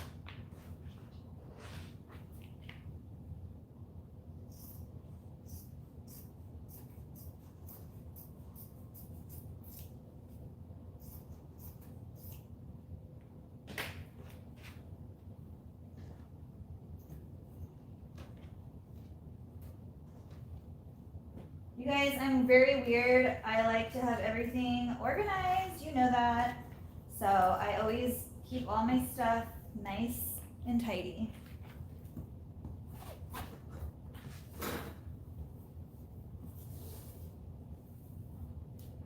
My son is trying to sneak in the back door right now. This is, I work in my garage, and that's the back door to the outside. I'm trying to whisper so he doesn't hear me, but I can hear him trying to get in right now.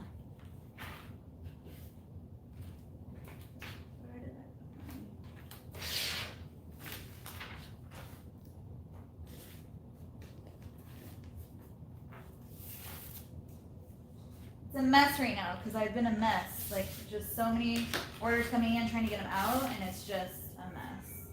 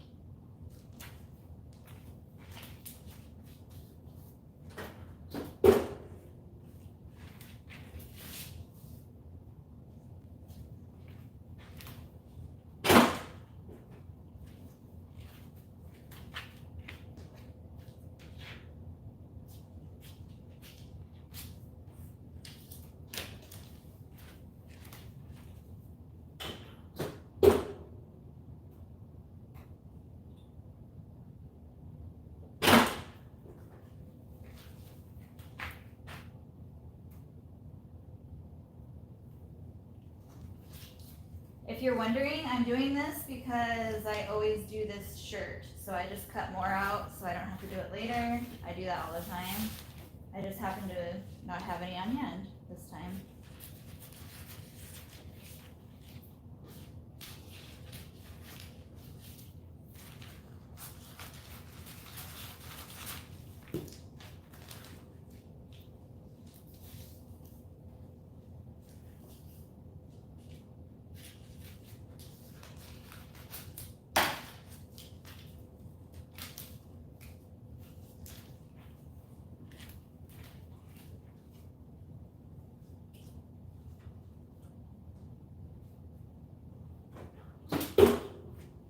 You guys see me over here? Yeah. Oh, I had a question. How's the lighting? Because I got all new lighting put in here. He put 2 big lights up here. He hung this light over here. I know you can't see it, but all of my lighting is done. So, how's the lighting? Now my next thing is to work on audio, because my audio is ridiculous.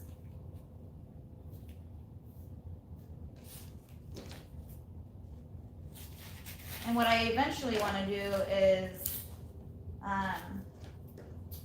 just get like mounted cameras for each station so that I can go from station to station without having to like move you guys around with me everywhere I go.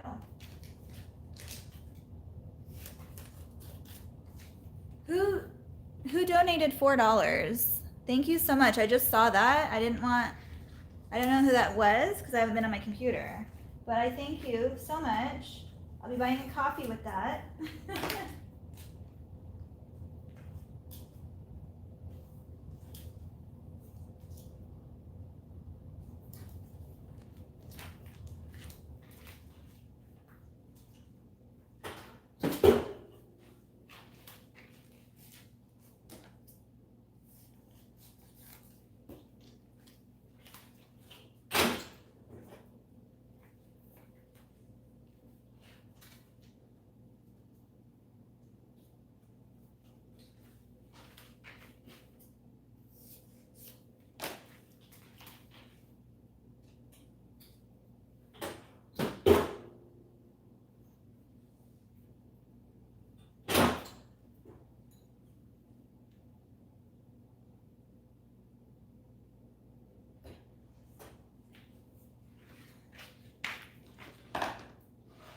Puzzle pieces.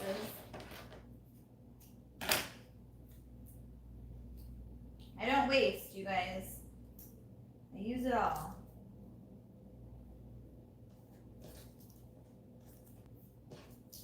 I know it seems crazy, but you'll thank yourself when you run out that day and you're like, oh, I can use these pieces.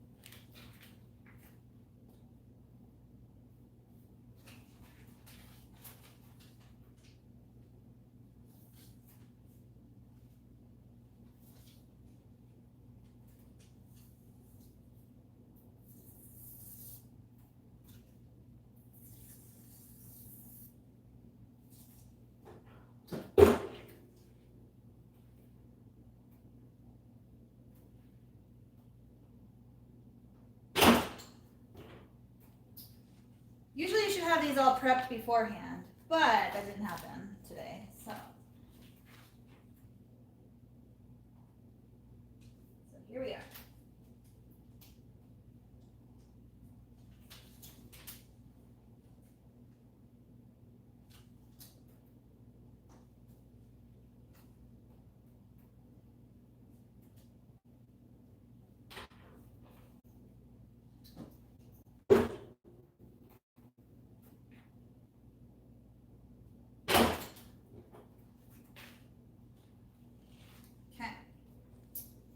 I think we're good on that. I'm not gonna save those.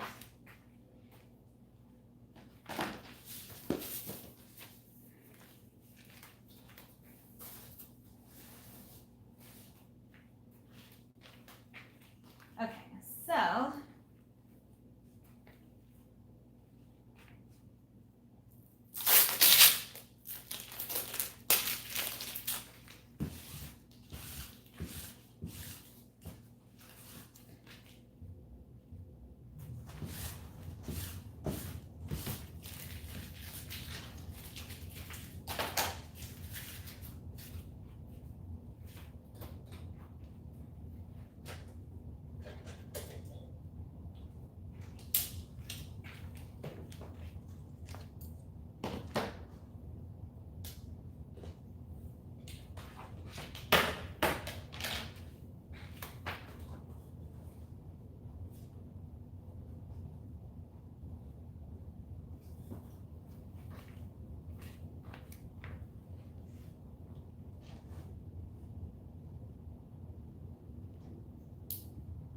I mark my center points on here.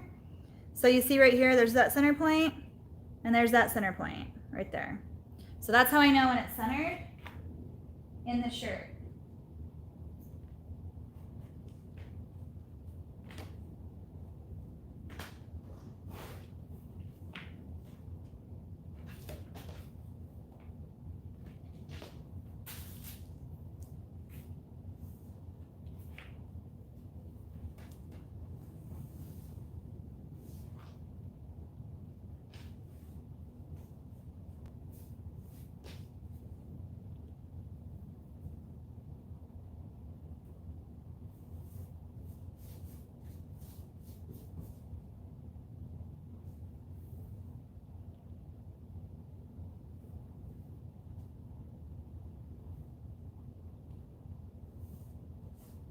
You guys, I'm still super new to embroidery, so I take my time.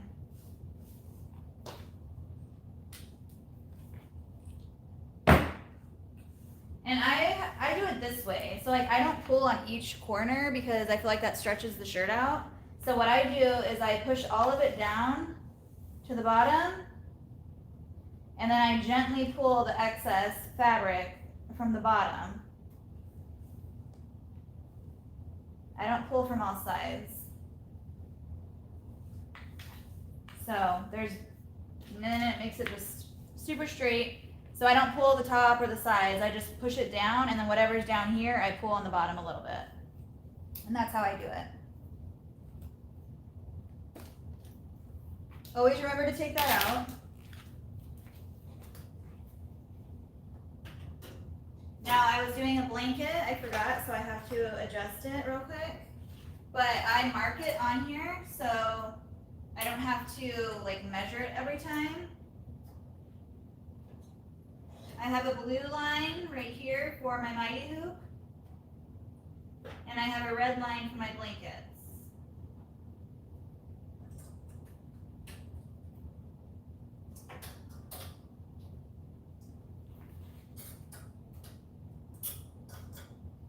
Just make sure everything's tight.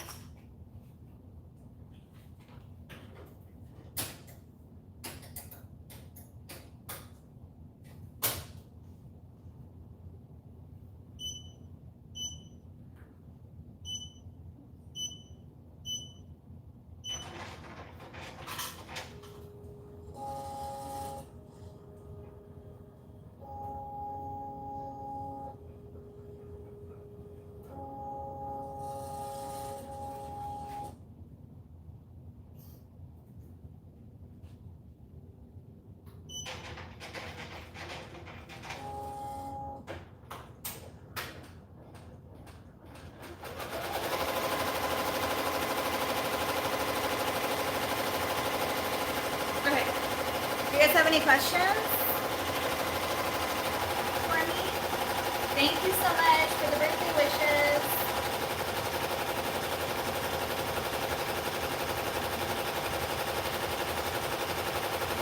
I'm just behind you on my computer. Okay,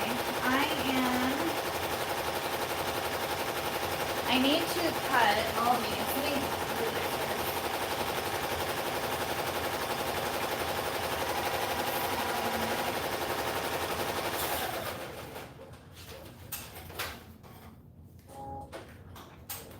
I always like to clean my heat press after I do the heat and bond.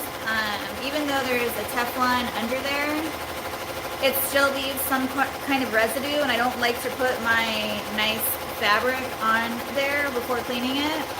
So I don't want to sit there and clean it right now while I'm on a live, but I just put another Teflon sheet over it to protect it. And then after I'm done later tonight, I have like dehydrated alcohol that I'll use on a microfiber cloth and just kind of wash it. And then I also use my Cricut scraper and just scrape it all off. Every day I do that at the end of the day so that it's nice and clean. Hopefully you guys can hear me. Is that too loud?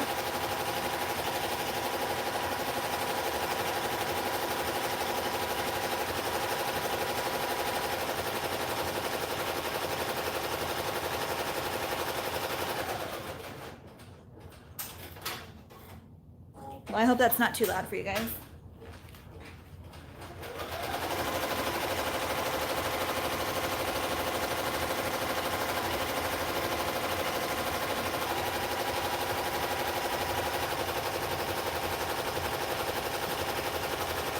I just press them for like 5 seconds, maybe.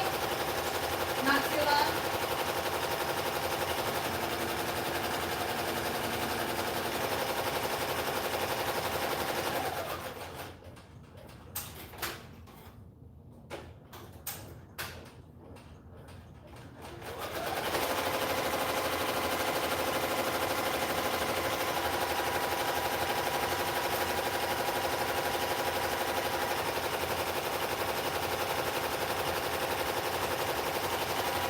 See how they lay like super flat now? I'll show you.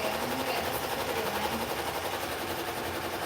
So after I press them, they literally just lay nice and flat. Like they're not all like, after sewing them, they kind of get bumpy. So if you just give them a good press, like not too much, because they have that pull fabric in there and you don't want to heat that. So just do it slightly and then it just comes out super nice. Those are the edges. You can barely tell where I tucked it in right here, so that's where I overlapped it. And then the back of it, there's a piece of hair on it, or fur from the blanket. And then right here is where it tucked in. So nice and round edges all the way around.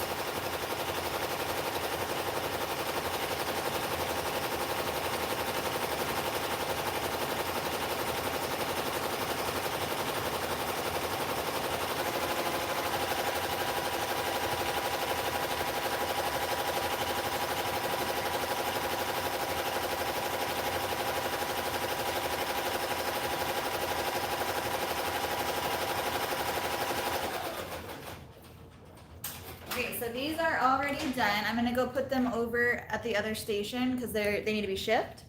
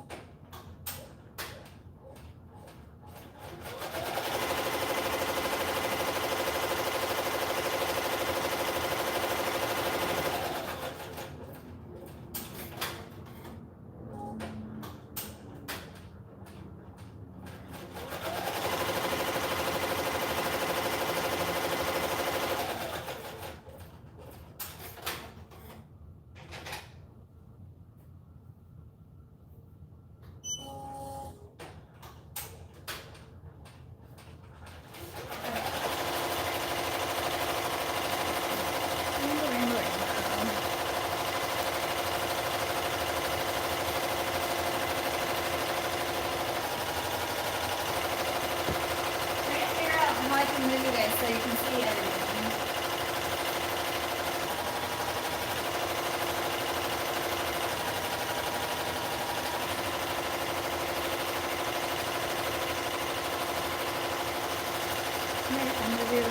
I'm gonna move you guys one more time. Sorry. Putting you back here. So that you'll be able to see everything.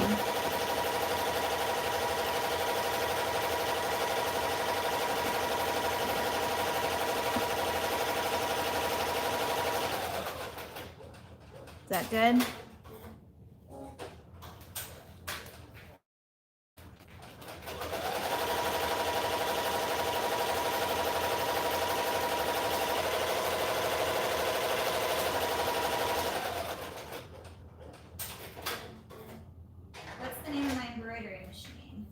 So my embroidery machine is a FAF 10 needle. It's a Platinum MM1000. I just learned yesterday that I don't think they have them or sell them anymore, which is a bummer because I absolutely love my machine. But I am doing some research for you guys to see which one is similar and good. As good as mine. So yeah. I haven't had it for very long. I've only had it since about November, I think, somewhere towards the end of the year. I can't remember exactly when I got it, but it hasn't been very long. So I'm pretty new to embroidery. I'm still learning things along the way. Just like everything else, I'm still learning things every day about sewing. But yeah, you just kind of learn as you go.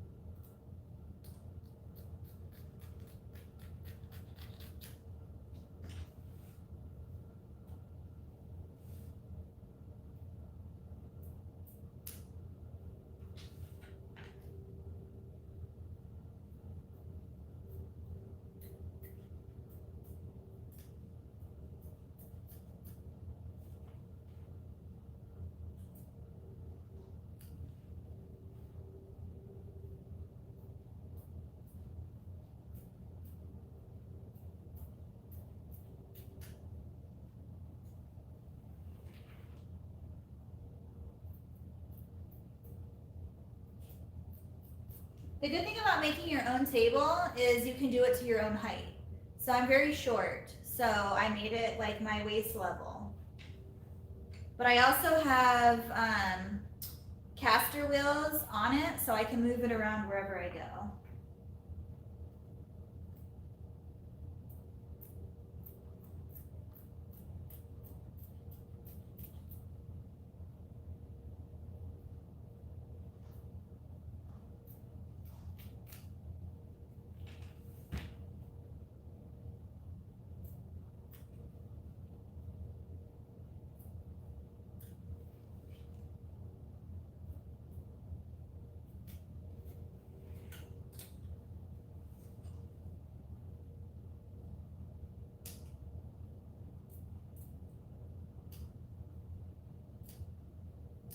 They're tricky when they have it in the middle like that. You just have to be careful not to cut your shirt.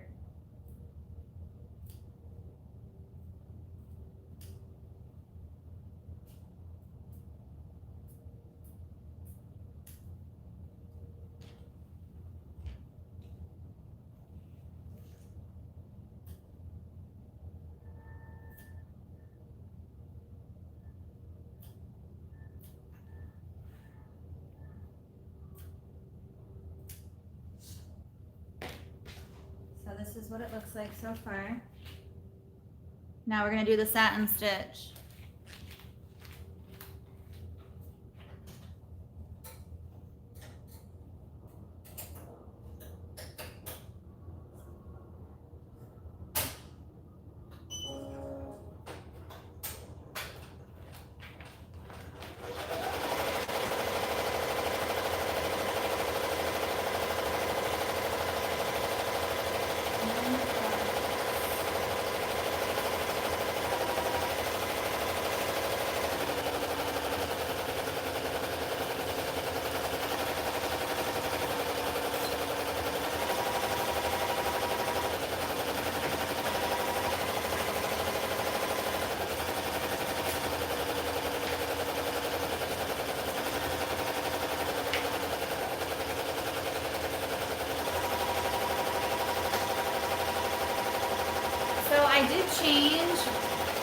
Again, I make my own patterns. So last night I decided to try.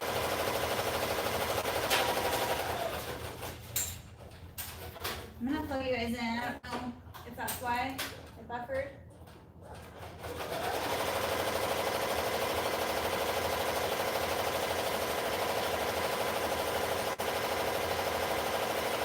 I don't know if that's gonna reach.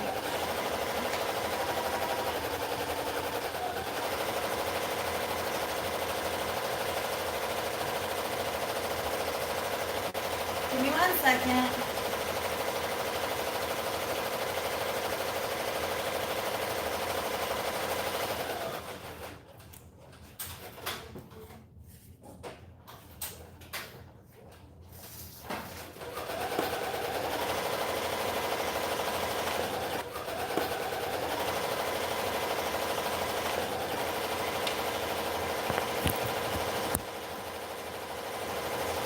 Okay.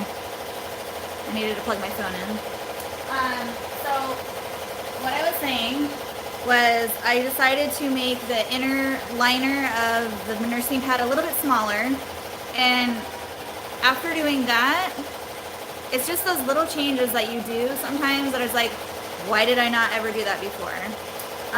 It sewed so much better and crisper around the edges because there wasn't 3 thick layers like trying to serge. And so having the middle layer just shy of the front and back layer, it just sewed so much nicer. So just doing tweaks like that sometimes will help your pattern look nicer.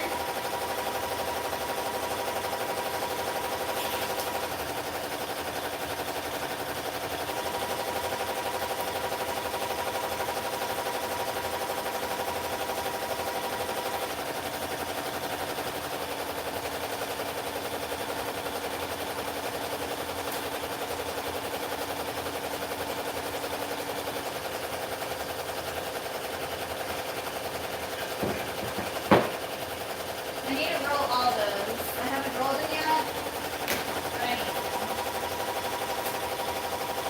Taking up space on my table.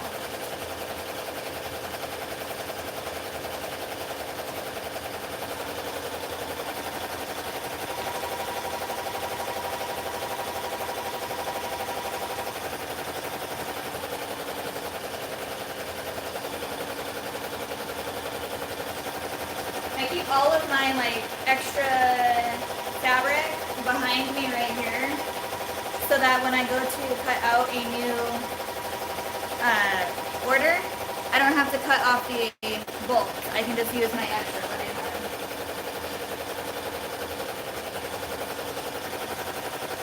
If it fits.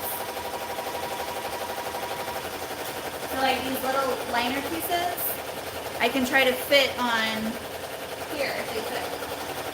So like this one won't fit, but this one will.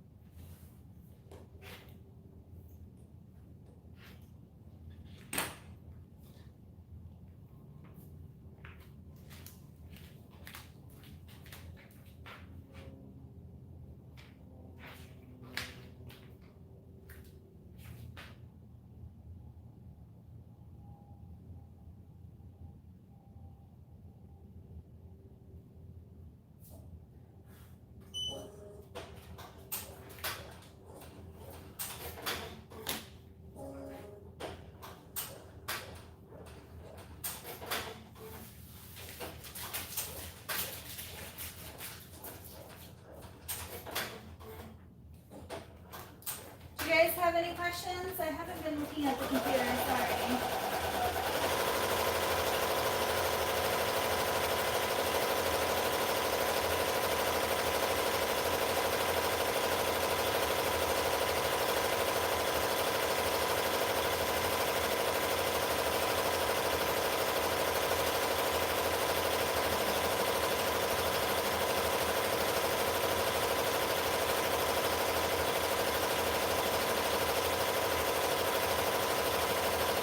I'm just reading the comments, you guys. Sorry. Over here, behind you.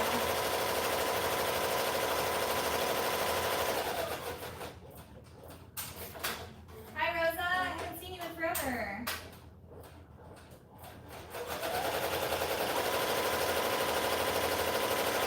Okay.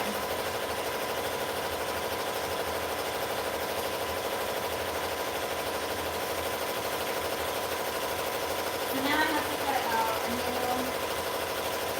piece.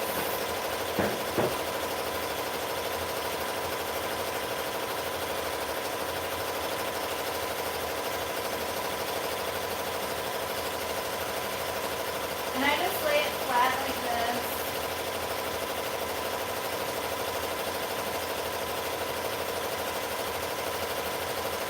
The bottom part is always, or the back is always bigger.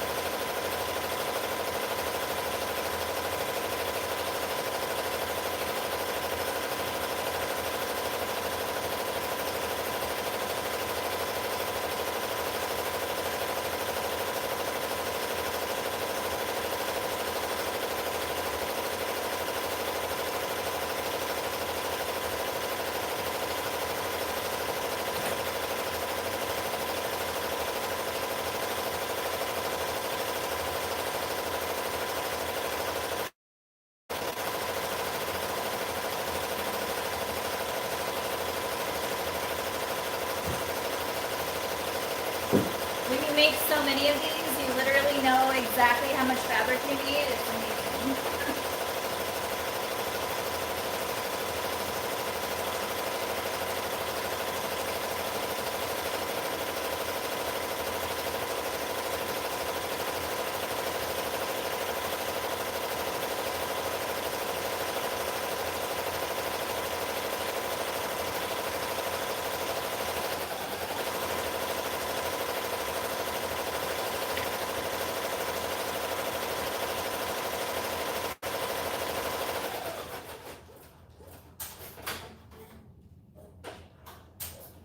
So this is where I leave this template, and if I can make it, if this fits on here, then I save it, and that's what I use for my nursing pads. So I'll save that piece, put it there.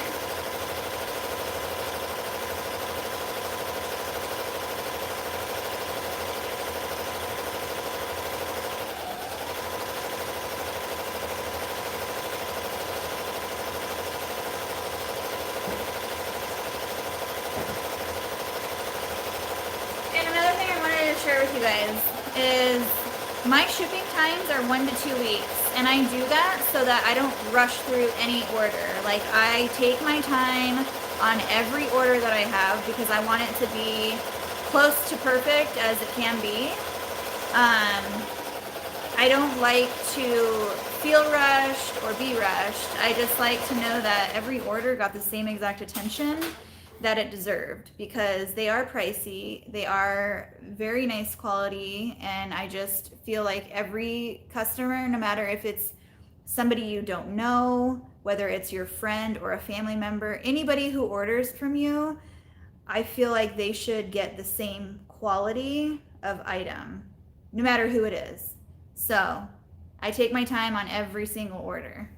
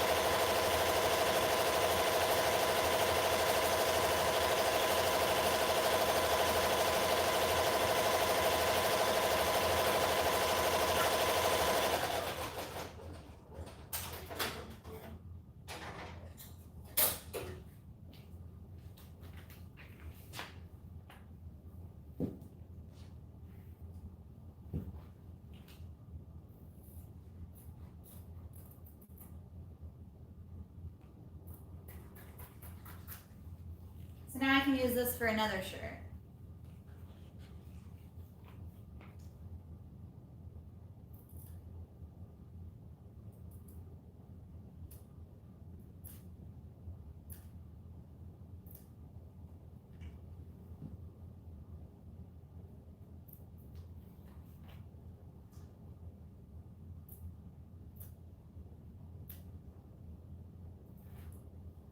You guys working? What are you doing?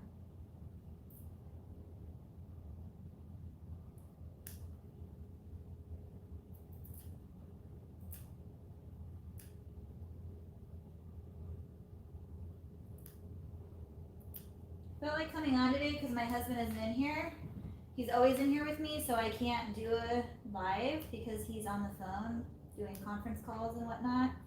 So today was perfect because he's back at his office hosting some luncheon with a thing that a group that he gets with every month with a bunch of like CEOs of the company. It's called VOBBINS, and he hosted that today. So I said, what a great opportunity for me to do a live because I never get to do a daytime live. So I just decided to pop on. I didn't tell anybody that I was doing it. I just got on.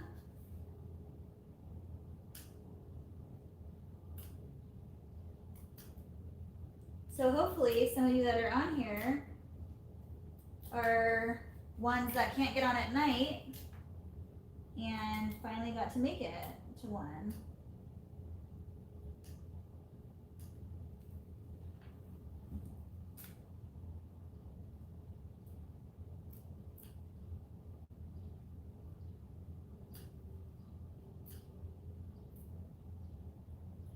My time changed.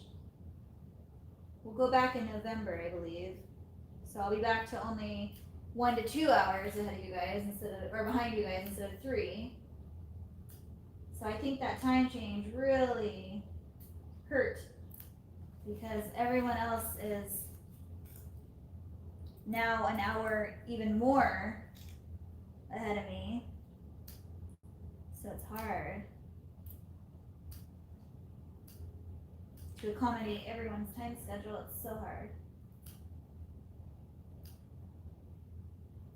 And I haven't been able to do as many videos because I've been busy. So I apologize about that. I don't think I can keep any of that.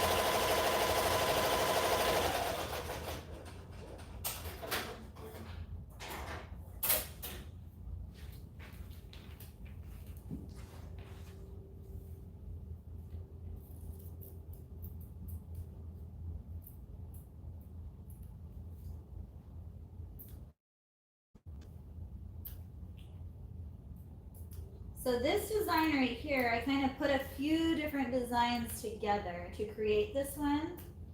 So I got the baby Spider-Man, and then I got the webs from a different one, and I added something else on here, I can't remember. But I put a few different ones together just so that it was a little bit different. Not everybody has this one.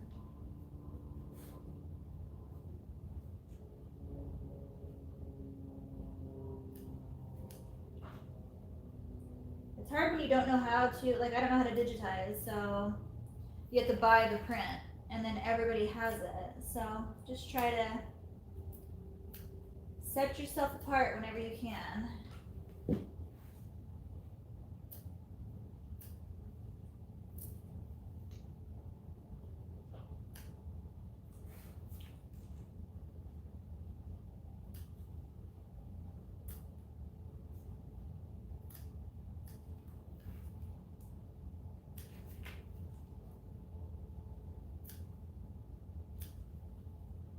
Also, I know you guys know this already about my website. I wanted to tell you guys that I'm planning to launch it. I just have a couple more things to fix on it. Just because you know me, I want everything to be right. And I feel like if I launched it without me being like perfectly happy with it, I don't want you guys seeing that, even though you guys probably wouldn't even notice or anything like that. But that's just me, and I'm just not there yet. And we're just fixing a few things like fonts and some pictures and whatnot. But my turtle print, I've completely finished the lineup of the turtle print. So it will be on there the day that I launch my website. It'll be up for grabs. Super excited. Sarah, I don't know if you're on here, but I couldn't have done it without her. She's the one who did it for me. I don't know if you guys could hear me over there, but I said, Sarah, if you're on here, I couldn't have done it without her. So she's the one who designed and created the turtle print for me. I told her what I wanted and what, like the elements and stuff, and she put it all together. So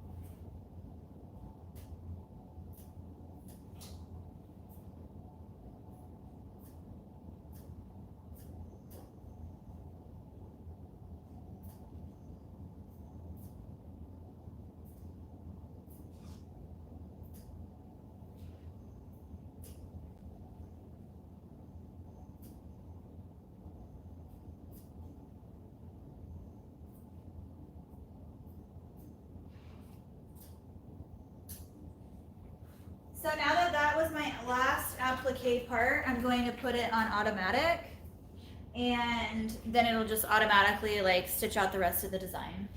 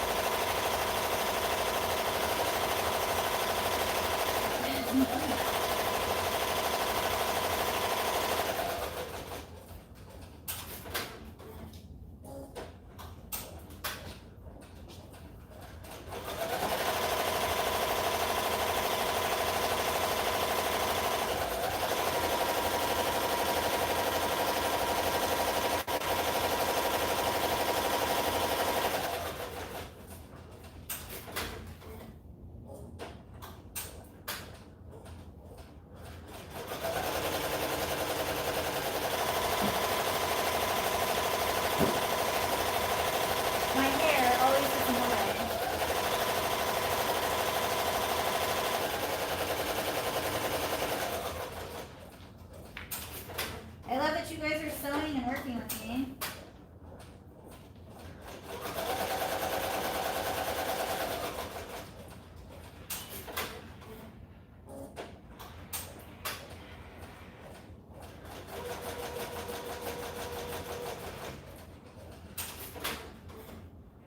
So much nicer doing a live during the day while I'm working. At company.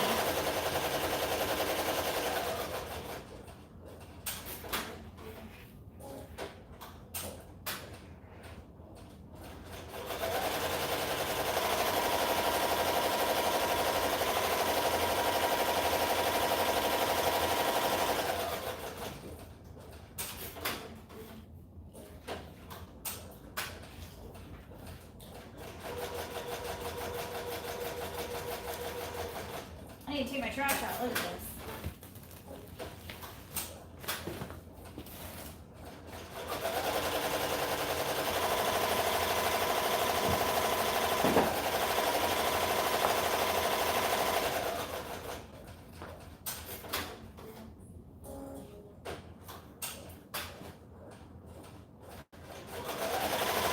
Okay, so while this one is out, I'm going to see what other ones I need to cut of the rainbow, because I like to cut all the same pattern out at the same time.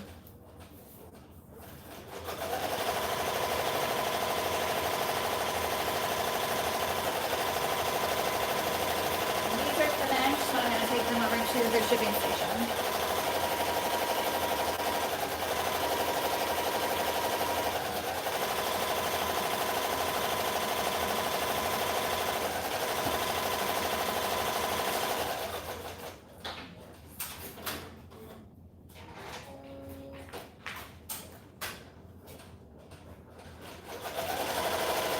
If you haven't seen the turtle print, this is the turtle print.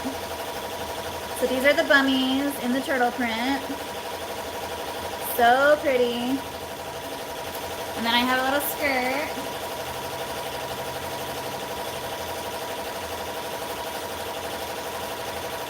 This is my little tiny skirt I did with you guys. So cute with the turtle print. Isn't that so cute? It's my favorite.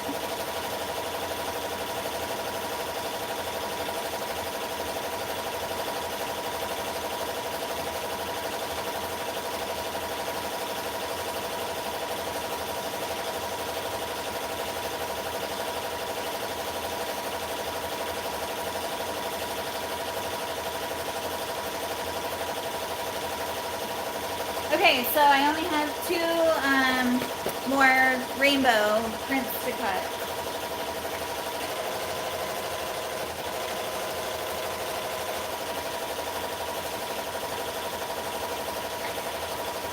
Sandy, good question, Sandy. So they are the same measurements, but they're totally different headbands. So the mom headband is, I'll show you, I have one right here.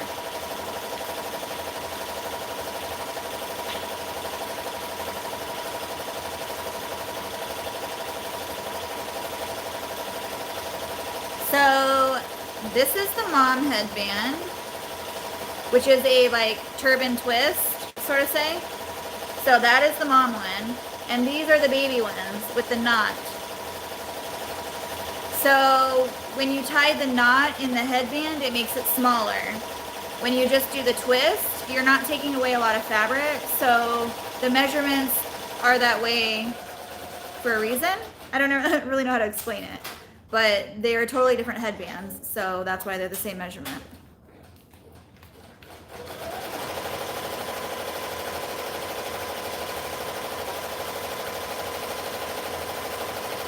And for the measurement of the mom, I just kind of did an average measurement of a head.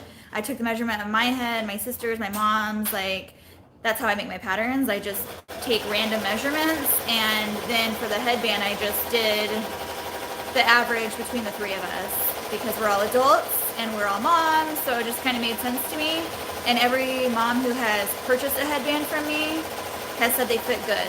So one person said it could have been a little bit smaller, but she has a small head. So I just say in there, like in the description, if you have a smaller or larger head, please let me know and I'll adjust from there. So, but most people haven't said anything and they fit fine.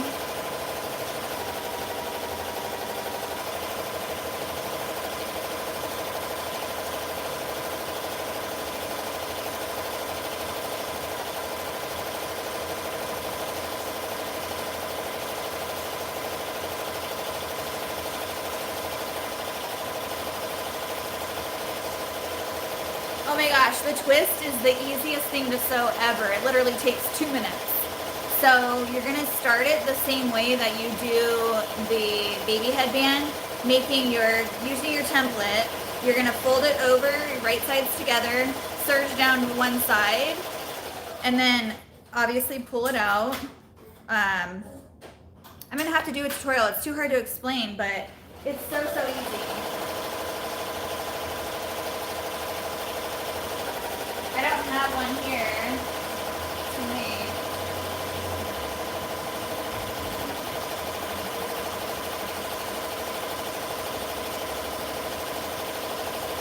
Okay, so here, say this was sewn, okay? Just pretend.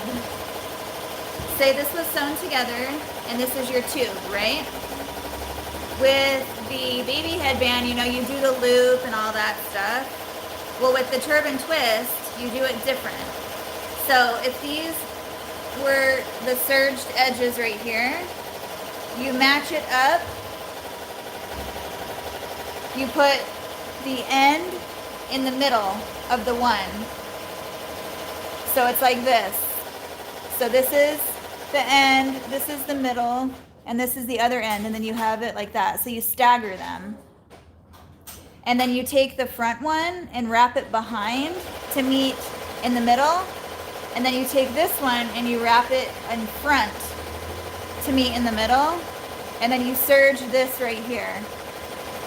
And then when that is serged and you're all done, you bring it out and it becomes a twist like that. Obviously that's not perfect, but just trying to show you without sewing it. So that is how it comes. So super easy. If you want me to do a tutorial on that one, this really short video, then I can do that because they're so simple.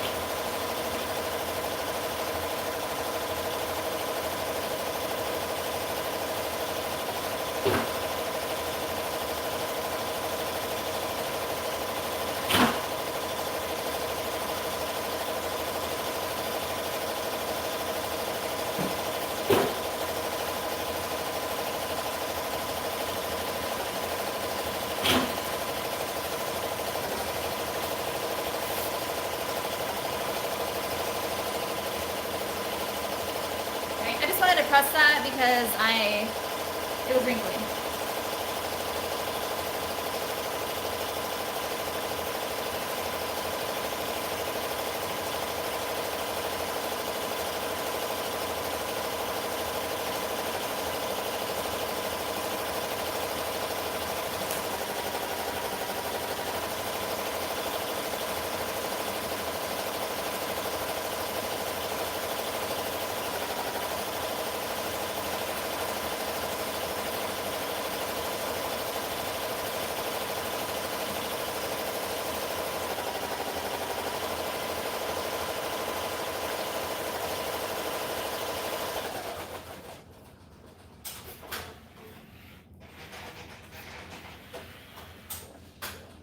I'm just making this even when I got my skirt, and I want it even.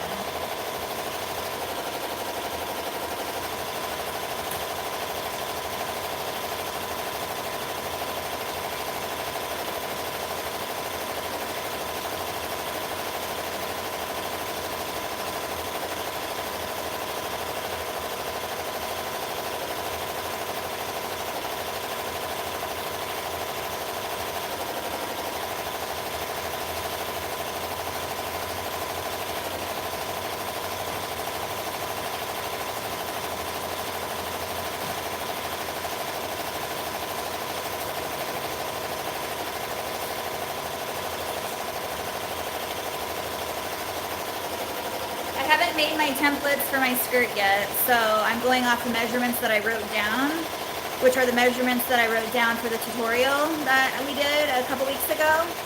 So I haven't made every size in the vinyl yet, so that's why I'm measuring right now. So I'm making a 3 to 4T skirt right now, and it is 21 inches by 16 and a half. So 21 inches.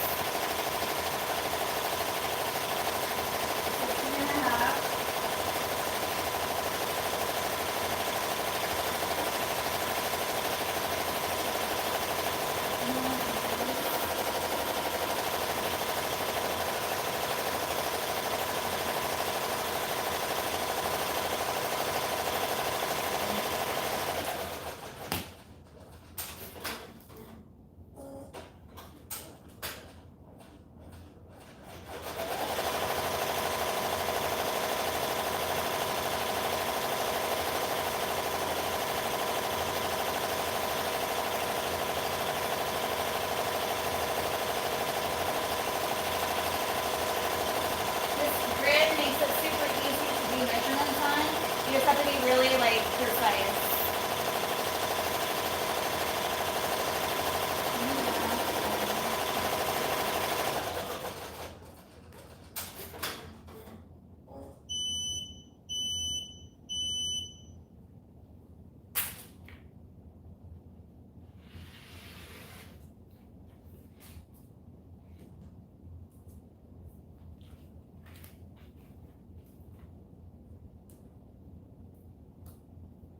And I love this ruler because it has like a lip on it, so it like holds, makes it nice and straight wherever you're at.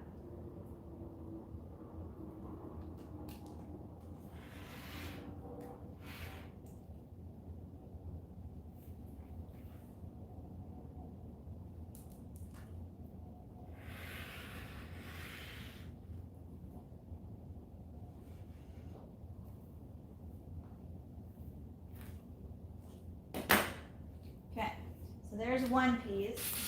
So I was able to get one piece out of there for my skirt, but now I need another one, and I don't think I have enough on here. I definitely don't have enough on here for another piece. So what I'm gonna do is cut it off right here and save this. These can be for like my cuffs or whatever.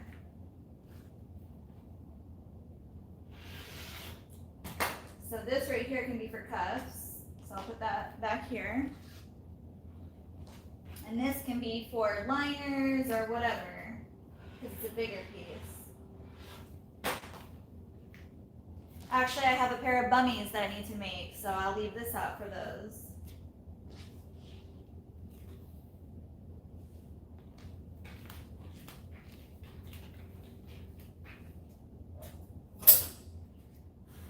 So I just need to cut some strings on here, but this is what it looks like. I don't know if you guys can see that. So I always cut these strings right here and the nose, and then sometimes there's a couple little strings like by the hands, like that one's not supposed to be there. That one's not supposed to be there. It's just where they jump over, but I usually try to pick those out.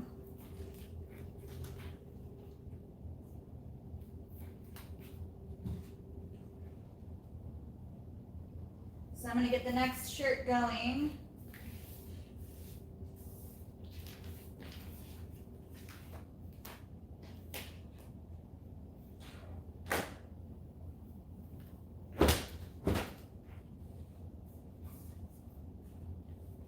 Which is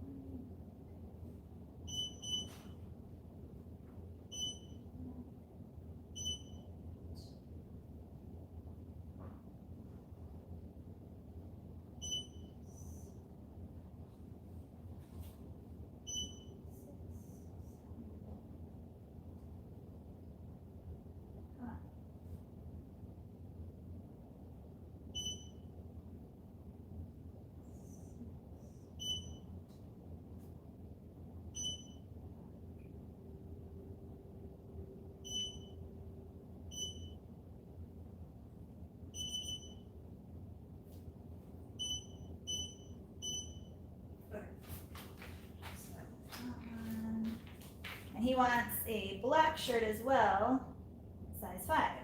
Okay.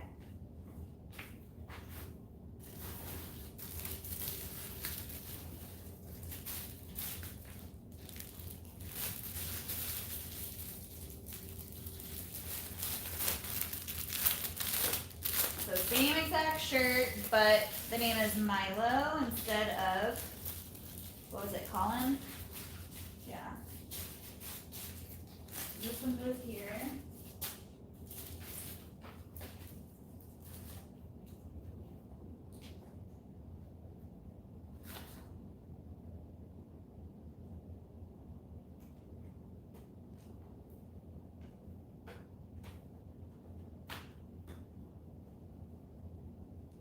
So, I'll show it to you guys. So this is what it looks like before. I haven't cut anything. Obviously, I just unhooped it. So this is what it looks like unhooped. So I like it to be like, I like to hoop my collar so it's not too far down into the chest.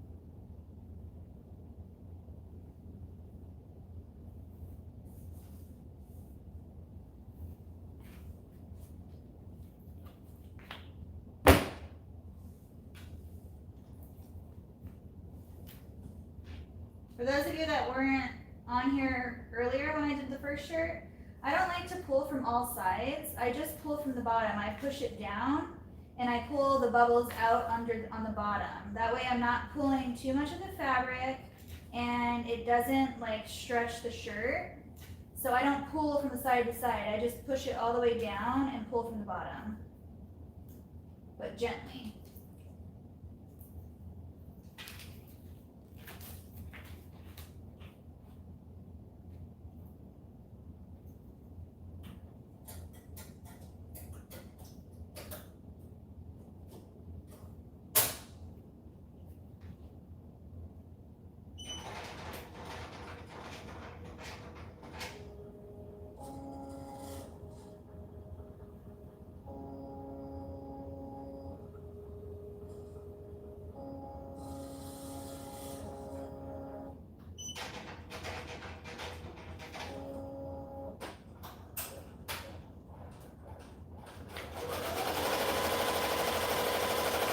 I'm probably going to have to change some needles at some point because I can't remember when I changed them, and I do a lot of these shirts, so we'll see.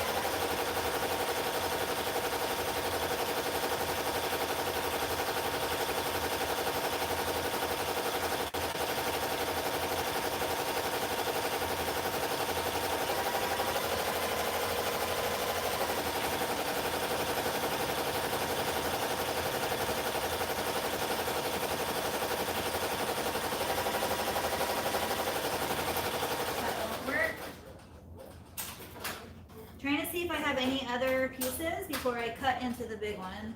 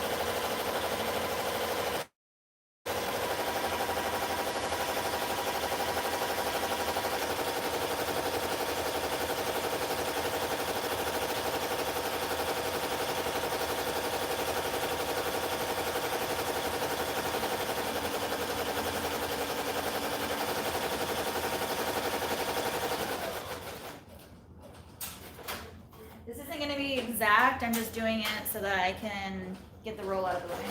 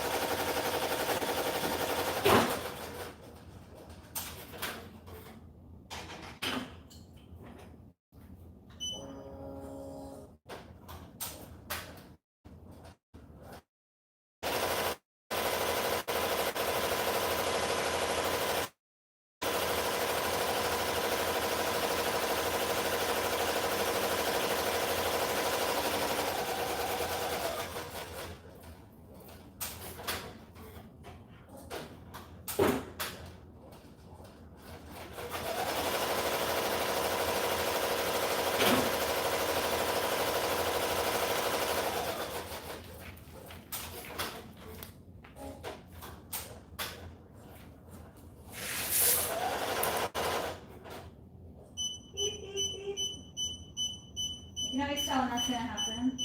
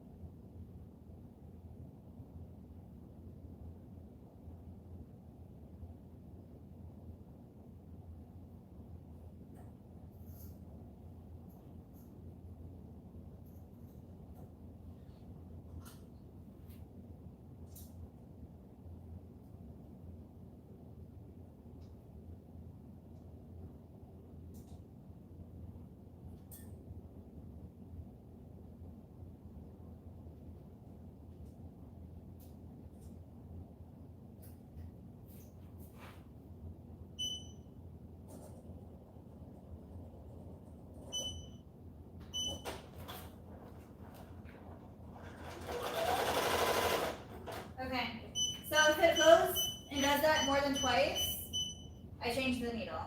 So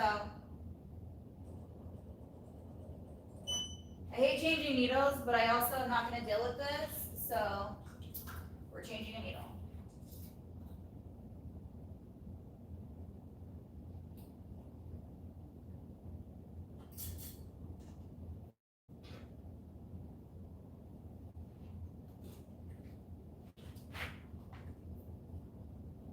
And I have been using the Oregon needles, the 65-9. And the reason why I use the 65-9 is because I feel like they don't make any holes in my shirts like other needles do.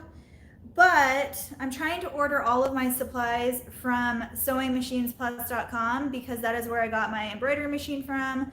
That is where I'm getting my industrial machine from. Well, I already got it. It's on its way. I haven't received it yet. I'm planning on upgrading my SERGER to an industrial shortly. So I want to keep all of my stuff in one spot. They don't offer anything smaller than a 70-10 needle. So I'm going to try these needles and see if I like them. If not, I can just always order these from where I got them, which I think I got them on Amazon or Allstitch. Probably Allstitch, because that's where I get most of my embroidery supplies from.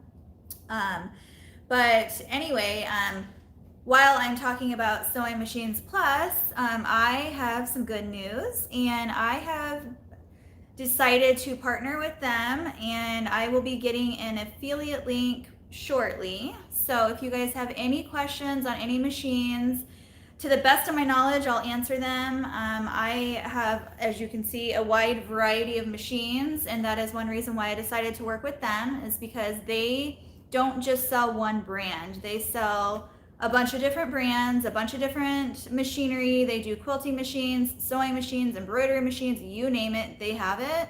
So it's a super amazing opportunity to be able to work with them. They have done nothing but give me great customer service. My salesperson is amazing. She has given me, this machine, and I had never even embroidered in my life. I did not know what I was getting into. I didn't know what was happening. She sold me this machine, and I love it. Like, it is so easy to work with. Like, I couldn't be happier. Same thing is happening with my industrial sewing machine. I've never owned an industrial machine before, so I have no idea what I'm getting into. Like, it's literally like gonna be Christmas Day when this comes, and I'm gonna be the kid opening the present, getting on there and doing trial and error stuff, because I've never ever worked with an industrial machine before. So I'm so excited. But I trusted her because I trusted her with this machine, and I was never let down. And so I decided to trust her again and order the machine that she thought was best for my needs, because she knows what I do, she knows what I make. And so I told her all the the materials I work with and what that machine is going to be used for. So cross your fingers that this is the best machine for me, and I'm excited to show you guys. I was hoping that I was going to get it on my birthday, because that's when I thought the tracking said, but then they were waiting on like caster wheels and whatnot. So anyway, long story short, it should be here hopefully in the next week or so. But Unfortunately, you can't purchase this machine that I have because they don't sell it anymore. But I'm sure there's going to be one similar that I will find out about, and I'll let you guys know. So anyway, if you have any questions, please ask. If I don't know, I'm going to be completely honest with you and tell you I don't know. But my salesperson is amazing, and she knows basically everything. So you can always call them and ask them. They're all super talented and know everything about pretty much every machine. So yeah.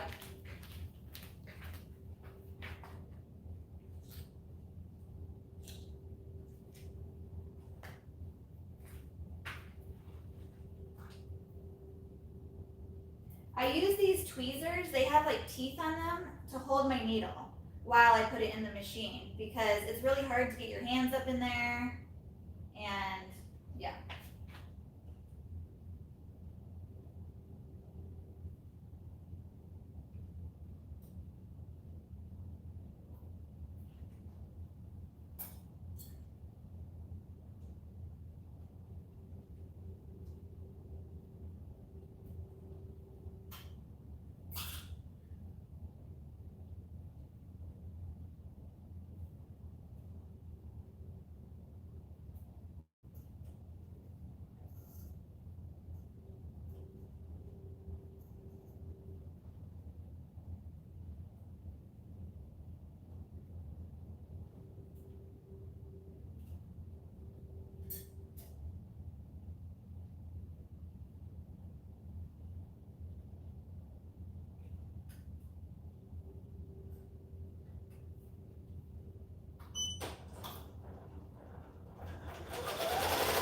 Voila! Sometimes it's just a needle.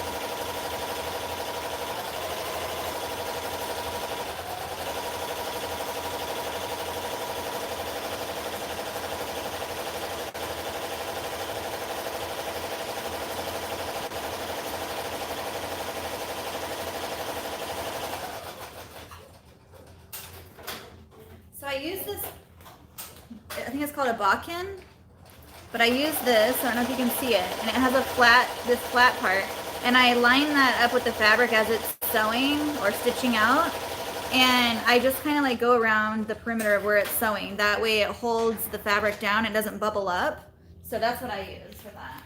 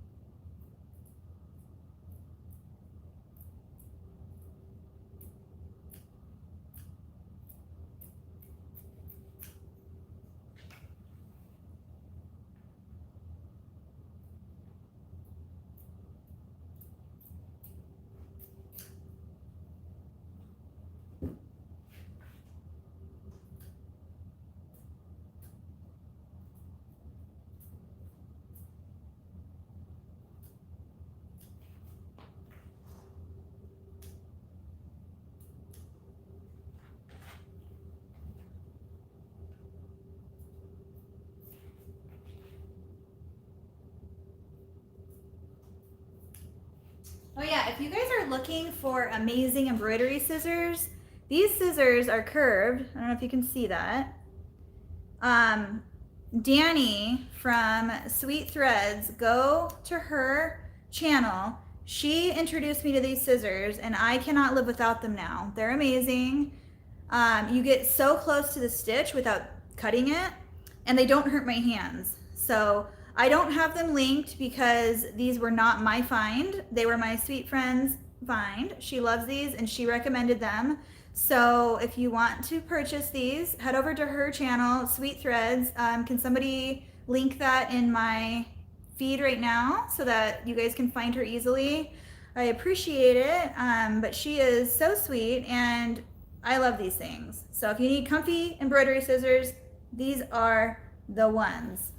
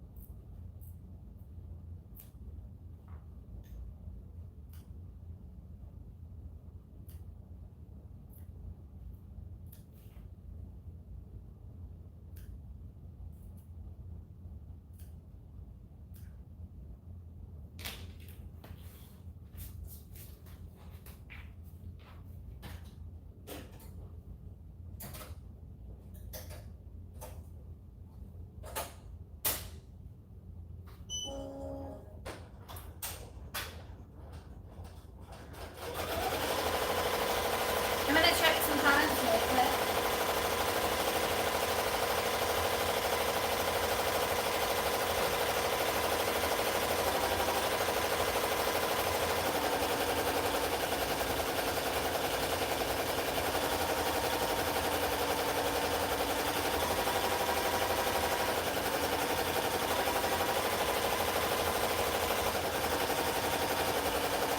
Nancy, go get those scissors. Like, I had to wait, I think 2 weeks because I ordered them on Amazon and she said she got hers like right away. I don't know if you guys had that situation, but when I ordered them, I had to wait like 2 to 3 weeks to get them. But seriously, they're to die for. They're the best embroidery scissors you can find. So Sweet Threads, it's linked in my comments. Go to her channel and purchase them under her link so she can get credit for it.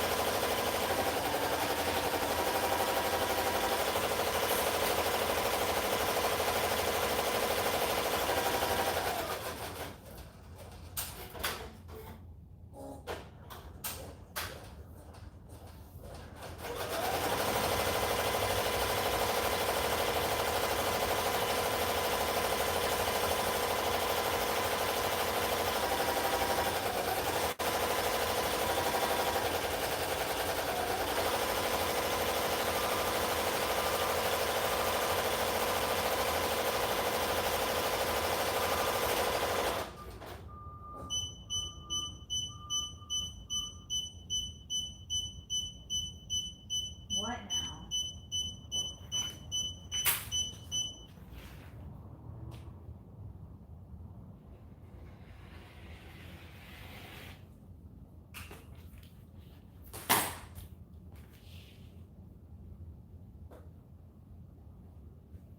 I need to change a needle, I need to change a blade. Like, what is happening?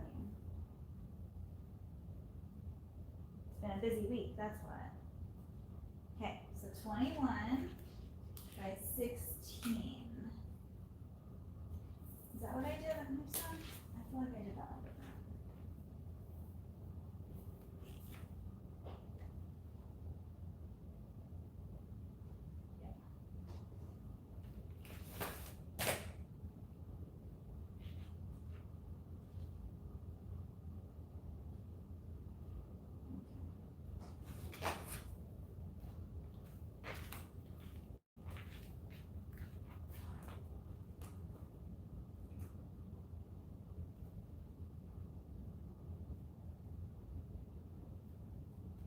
These have to be so precise, otherwise the skirt is lopsided. So, you gotta do it nice and even. And then I know when I did this with you guys, I sewed it first, or serged the sides first. I came up with an easier way. So after I cut them, I then mark the lines on them of how much I want to hem them up. It's easier to do it now, I figured out, while they're separated than it is when they're sewed together. So the next step would be to mark them with your seams, or your hems, whatever you want to call it. So I'm gonna put this away now so I don't lose it. Fix my needle.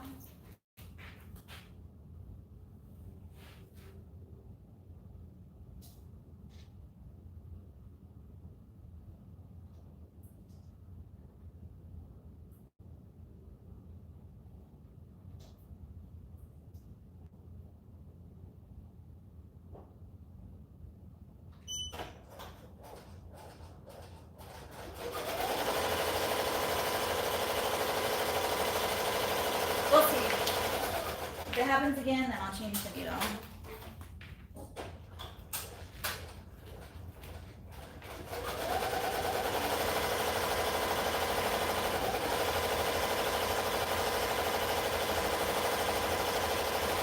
I also made myself a template. So this is a size 3/4, and anything above a size 2, I do a 1.5 inch elastic band for the skirt. So I made myself a 1.5 inch elastic skirt, and this isn't 1.5 inches. This is how big I need to mark from the top down. So this is actually 2.25 inches, and that leaves me room to do my 1/4 inch seam on the top and my 1/4 inch seam on the bottom, with enough room on the inside for my elastic casing. So that is why I made this one. I always make these simple templates for myself so I don't have to measure them out every time. I just grab this and I know that it's meant for the 1.5 inch elastic waistband. I did the same thing for the 1 inch elastic skirt, and this one measures 1 3/4 inches, so that allows for the top and bottom straight stitch as well.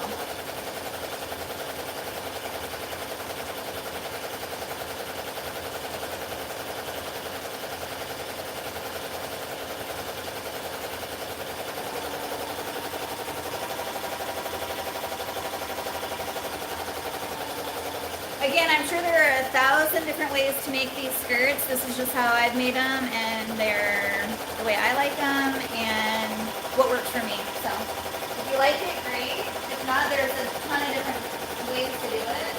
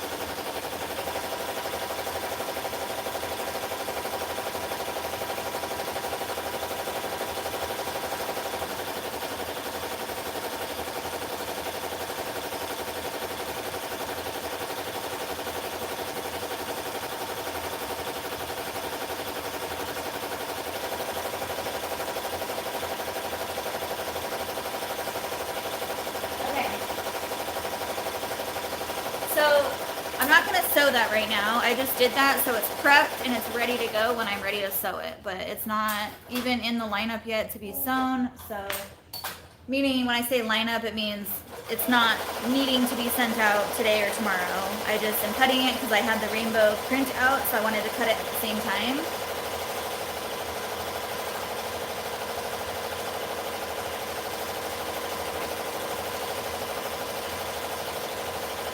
So when I prep it, I mark where I want my hem to go up and where my waistband goes down, and then I use my Wonder Tape and put the tape on. I don't take the tape off yet. I leave it on there until I go to sew it. But it's already going to be on there, and I'm going to fold it up, put it back into its handy dandy pocket. These little things that I use, and then I'm going to put it back over there in their lineup.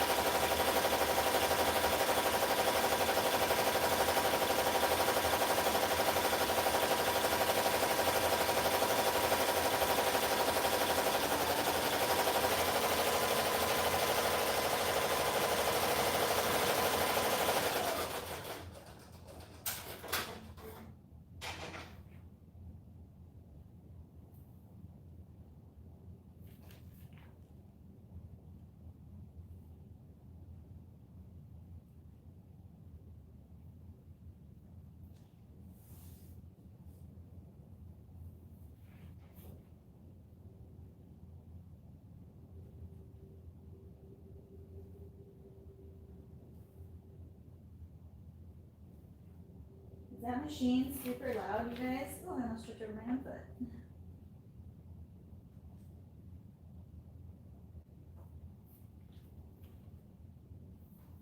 So now that this is already prepped, when I go to sew it, I don't have to sit down and do this. It's just done and it's ready to go. So honestly, the prep work takes the longest, but once you're done with it, it's done. And you can just do the fun part.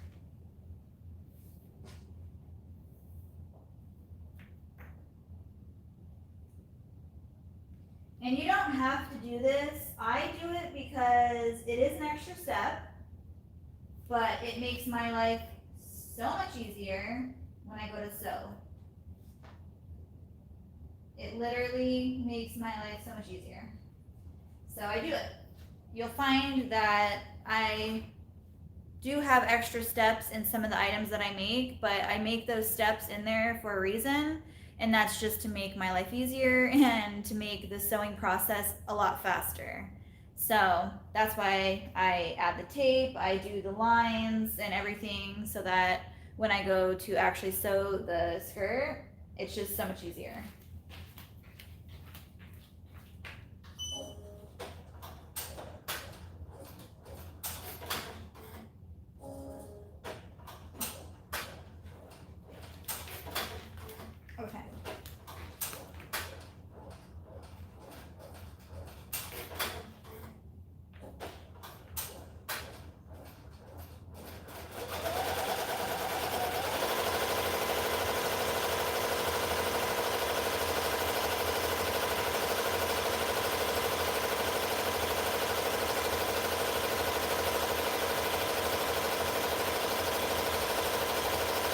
So I fold it and then I put it in here so that it's ready to go when I'm ready to sew it. So this isn't due until April 14th, so I have a little bit more time on it. Some of these other ones are due like right away.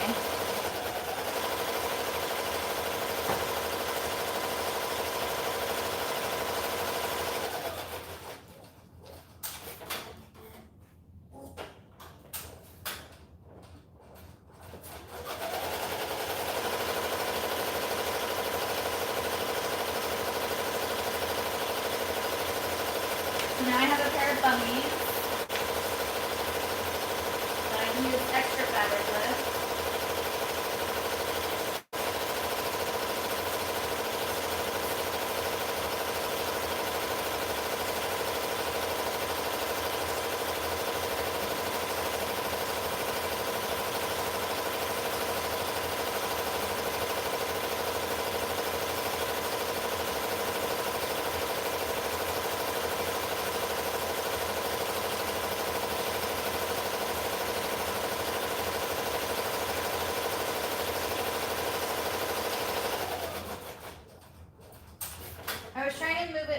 see if that would be big enough, but it's not.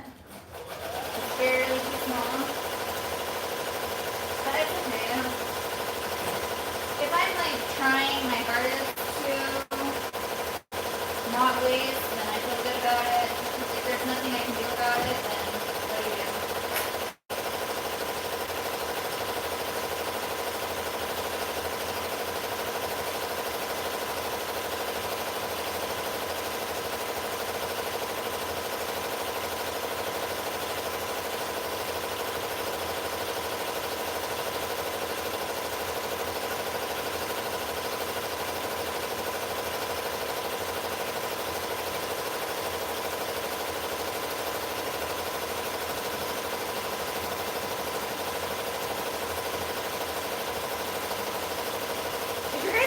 Okay, or do you want me to move you?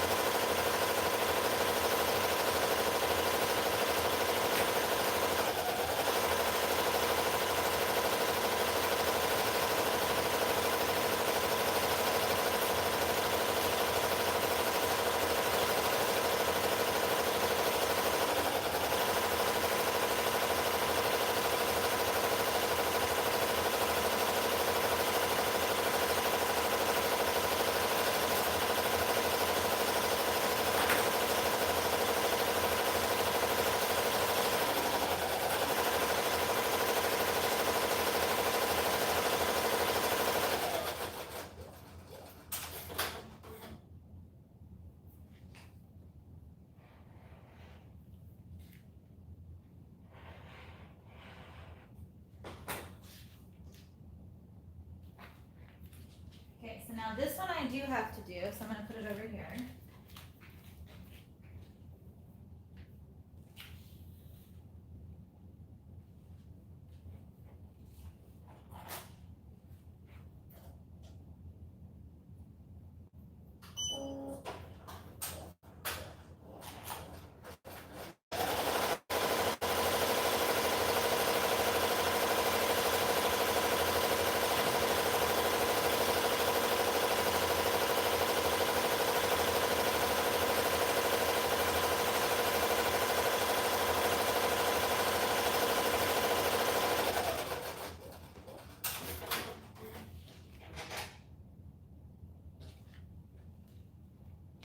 How's the angle? Did you guys answer me on that? I didn't look yet.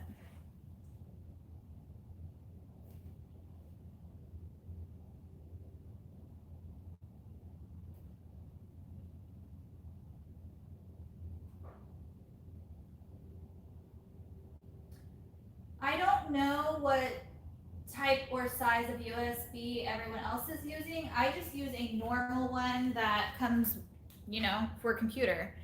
USBs, I think, are all the same size. I'm not so sure. Maybe somebody else is better at answering that than me.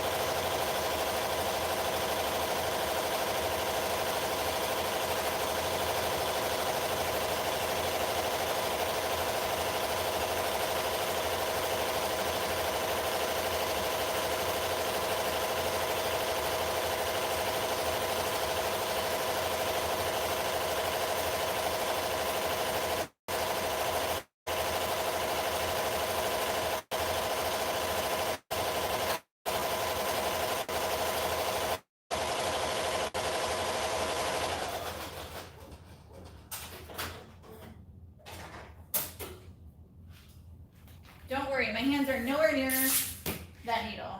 I used that stick that I showed you guys, or bodkin, whatever it's called.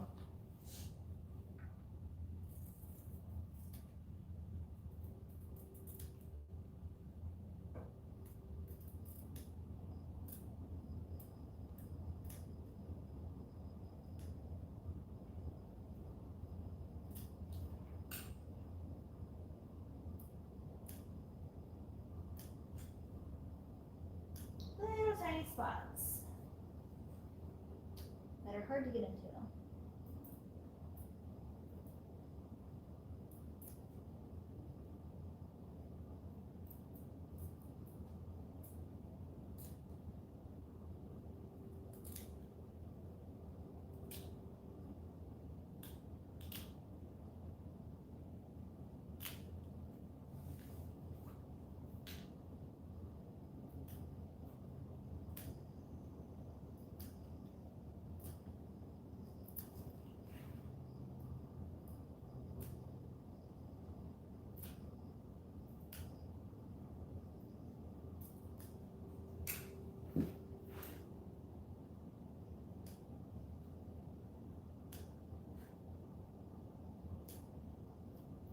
I can't believe it's already 2. That's crazy.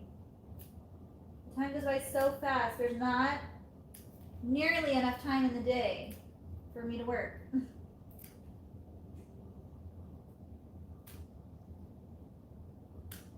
You're gonna hear the garage door open again because she's gonna have to go pick up my other son from school.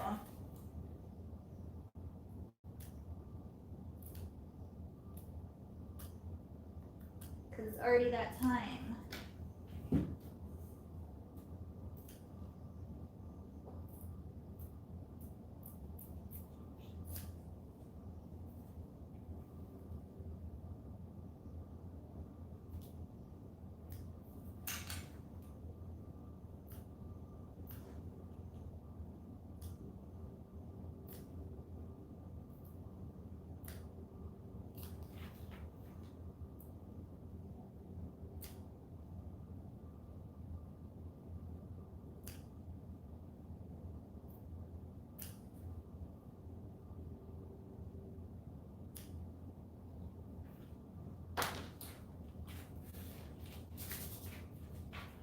Oh, for those of you who don't know what I'm making, this is going to be like a baby Spider-Man. Can you see that?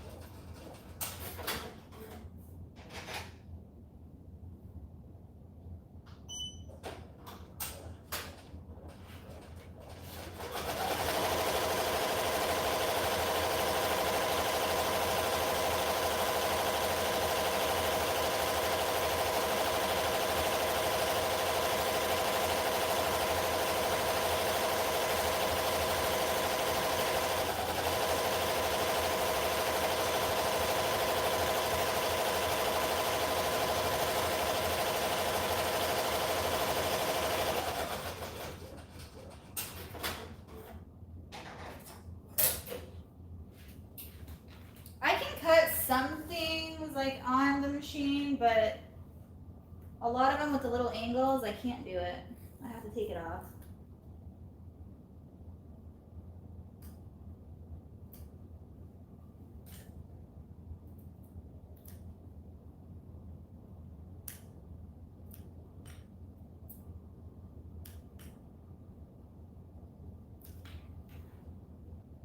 So my husband's taking me out to dinner tonight. He said, I don't want your birthday to pass by without doing anything because we didn't get to go out on my birthday.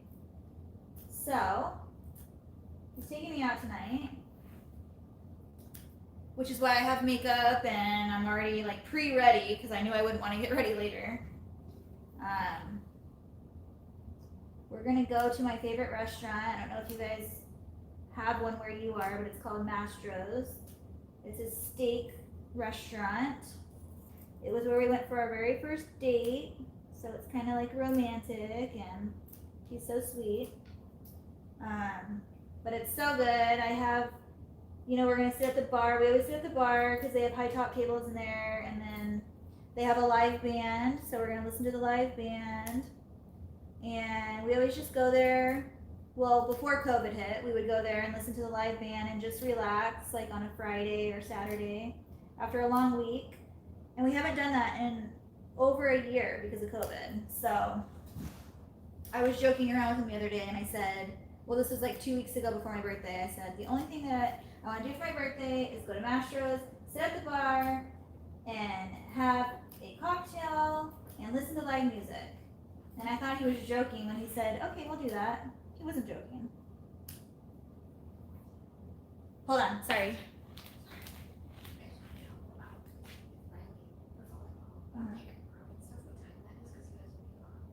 Oh yeah.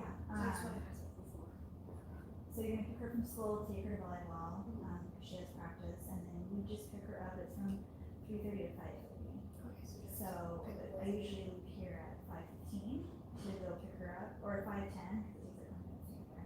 And then where you drop her off, I usually just, as you're pulling around the back, I just park right there on the side, and then I just text her and tell her like I'm here, and she'll know to look for you. And he can either, you guys can all go together, or Taylor can watch him while you go, or yeah, whatever. Yeah, she'll be here, so just tell her you're gonna go pick up Riley to watch the boys for like 45 minutes or something. Okay. And that's fine. Awesome. Thank you. Huh? Do you want not to stay here and watch Andrew? Right now? He can go with you, it's fine. Okay, Is he sleeping? Yeah, Andrew's still sleeping. Okay, yeah, that's fine. Okay. Sorry, that was my babysitter. She had a question.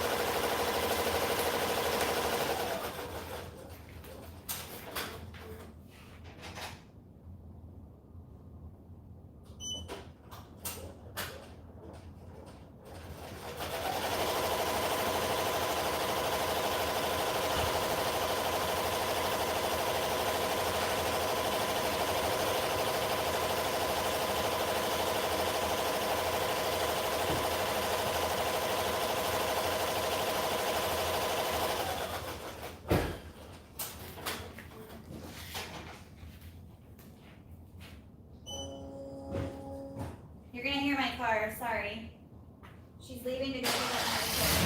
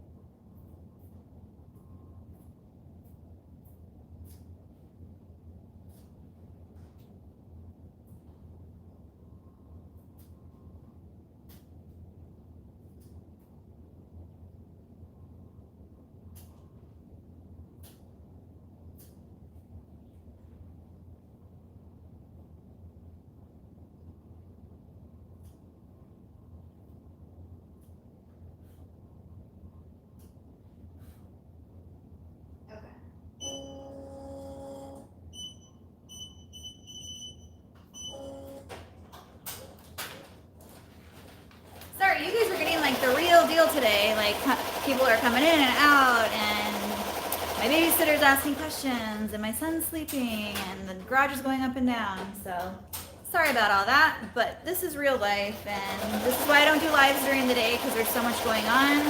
But I thought it would be fun today, so. Anyway, I'm gonna sit at my computer for a second and answer some questions if you guys have any questions for me, or if you just wanna say something and talk for a minute. So I'm gonna angle you over here so you don't have to not look at anything. Just so you can see that I'm over here. And then I'll move you back when I'm done.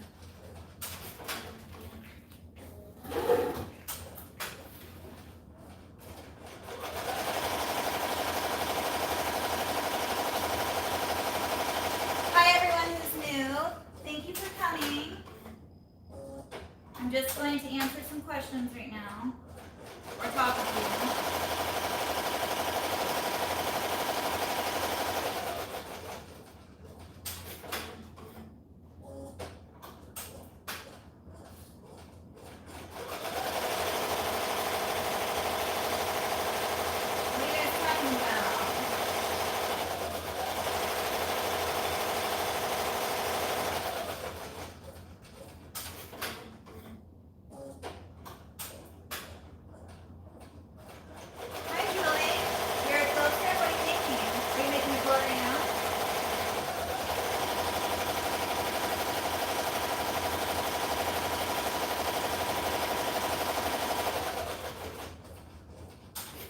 Yes, Mary, I do. I have a link in my description for the pockets.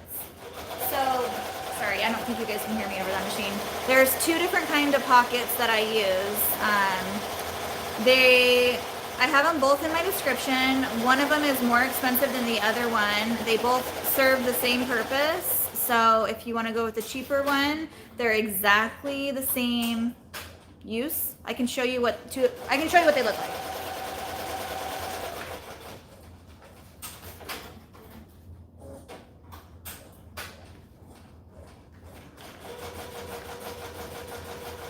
So these are the ones I started out using, which are like, they're thicker and they have like this opening with this flap right here.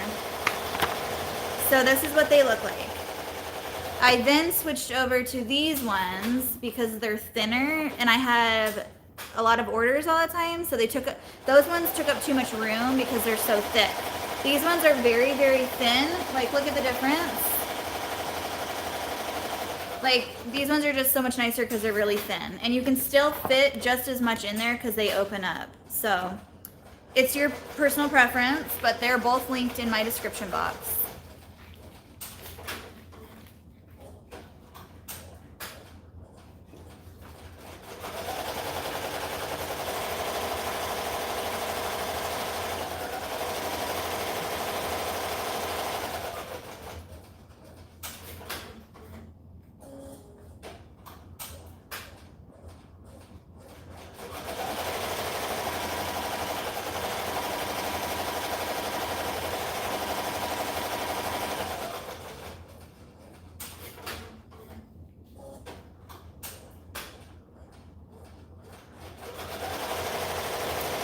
So my SERGER needles, I change them probably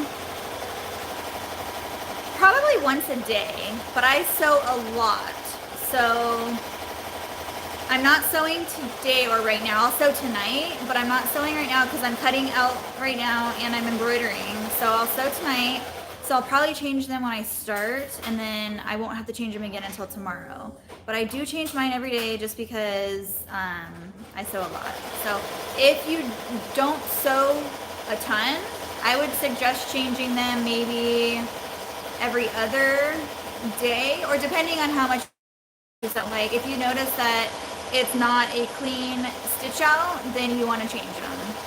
I used to just go by, and this is how I do it with my embroidery machine. I don't change it every time I use it. I kind of wait till it tells me it needs to be changed. I do, they say the 3-part rule, like if the machine stops, try it again. If it stops again, try something else. And if it stops the 3rd time, then change your needle.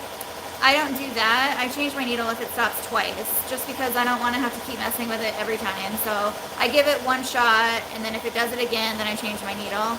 And 99 times out of 100, it's like, it's the needle that needs to be changed. And that's how it is on all sewing machines. It's mainly either the way it's threaded or your needle.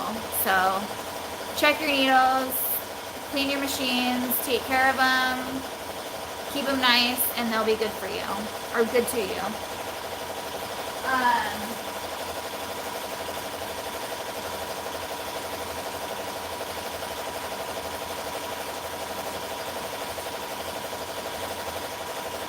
Hi Ness, how are you? So my eye is not great. It's okay today. I have an eye appointment actually tomorrow morning at 7:40 in the morning, so I have to get there pretty early. So I hope everything's good. I don't know, but it's okay. It's okay today. I'm feeling fine. So thank you for asking. Every day is hit or miss, but I'm used to it, so it is what it is.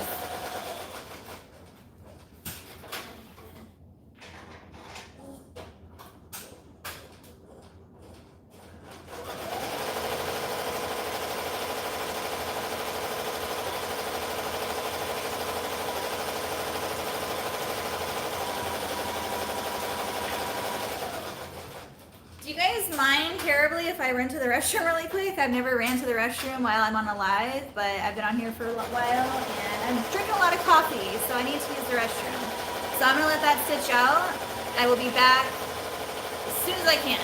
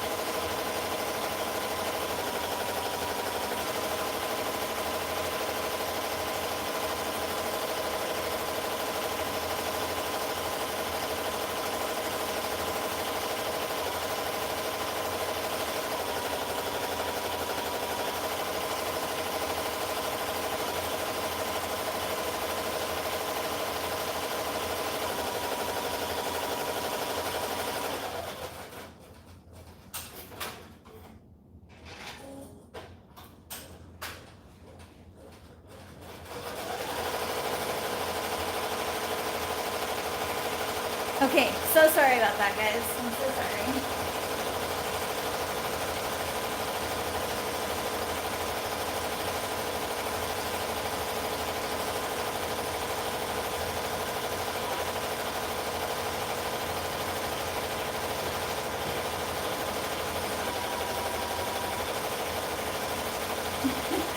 You guys are so funny. Thank you, Ness. Thank you.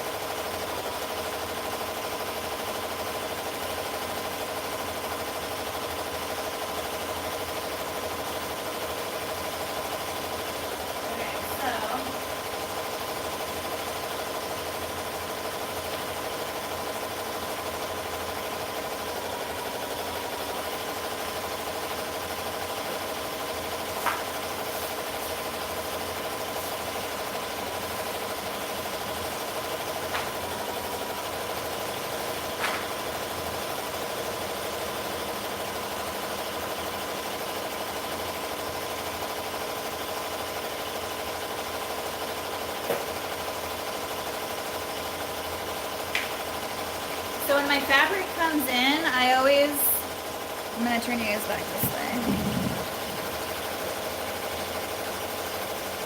That big pile right there, I need to put those on bolts, and I just haven't had time to, so they're sitting on my table, taking up a lot of space.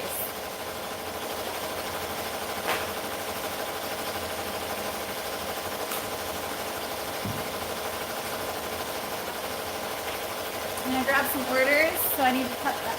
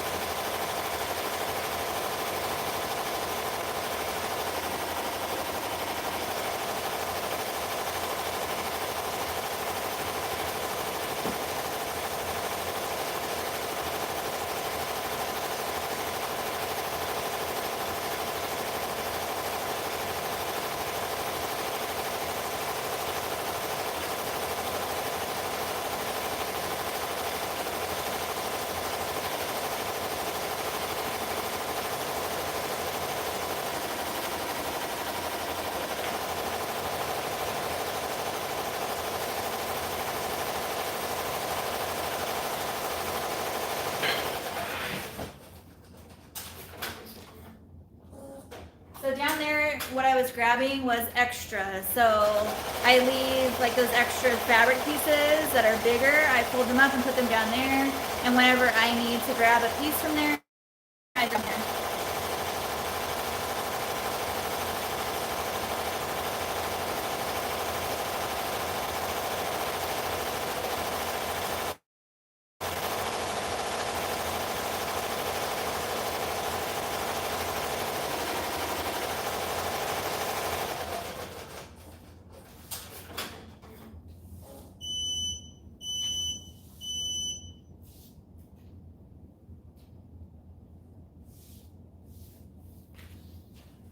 So I think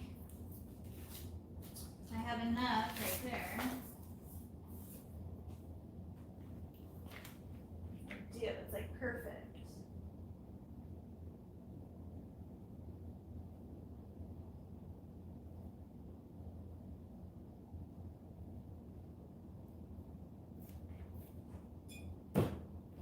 I love when that works out.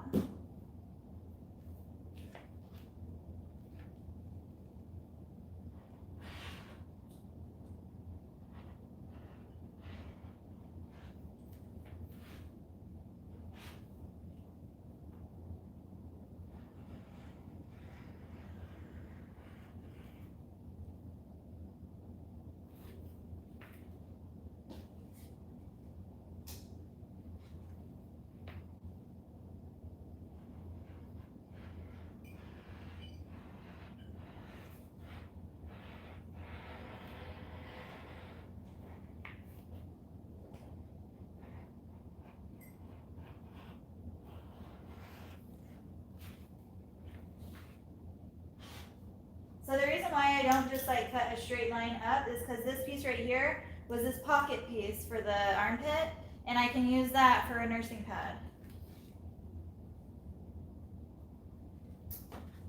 So you gotta be smart about where you're cutting.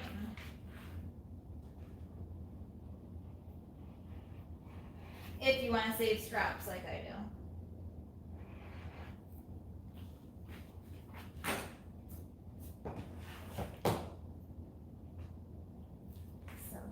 done. Put it behind me.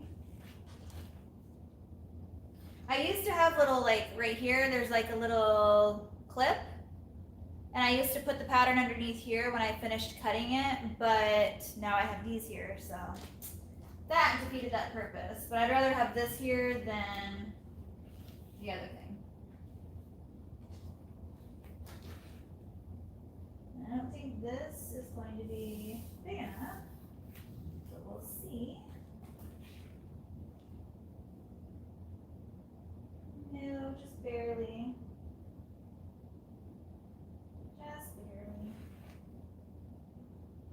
Yeah. That's okay. We can do these ones.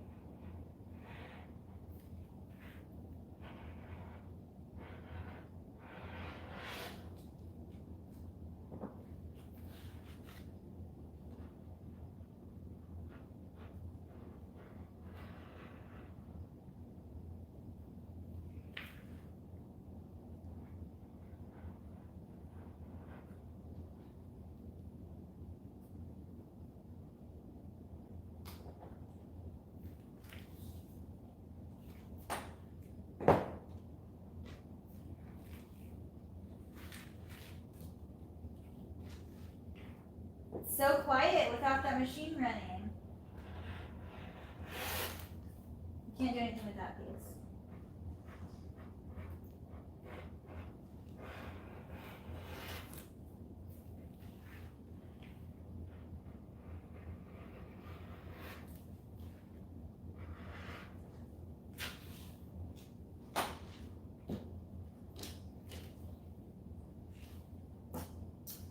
Alright, let's check on this thing.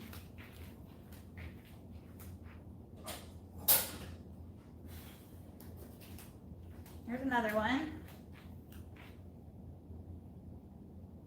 Now I have to do a number 3. So I did 2 number 4s and I have 2 number 3s, I believe. And a 5.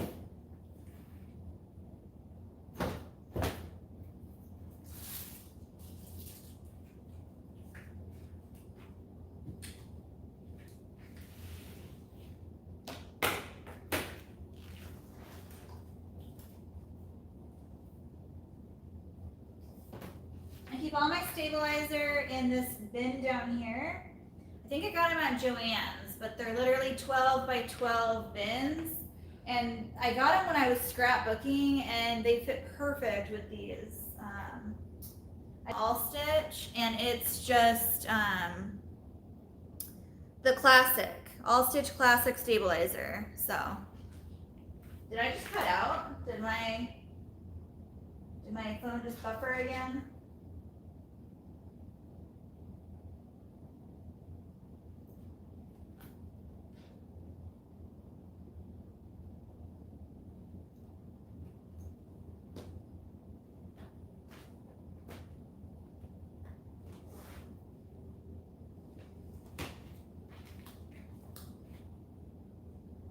Skipped.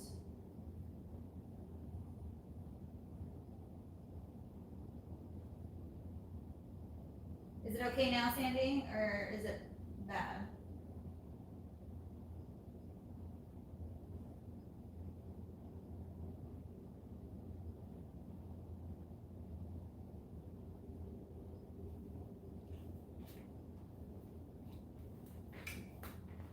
Okay. Alright, so this one is a size 4T black. There's a lot of black shirts. Like, wow. I've never had this many black in a row.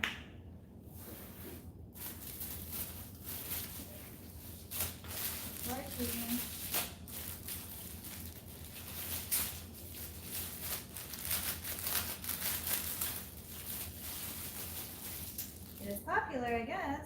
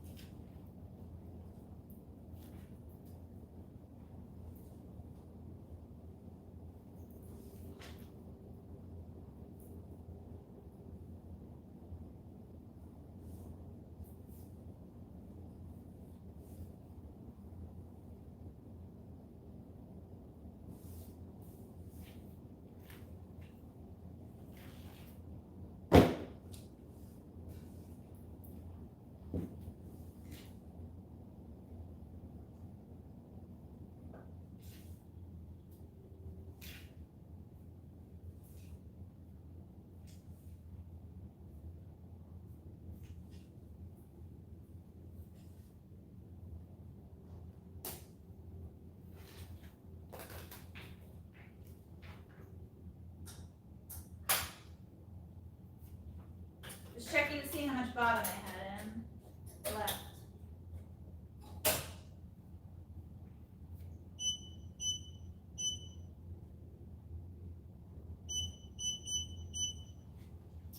Alright, which one is this? Number 3.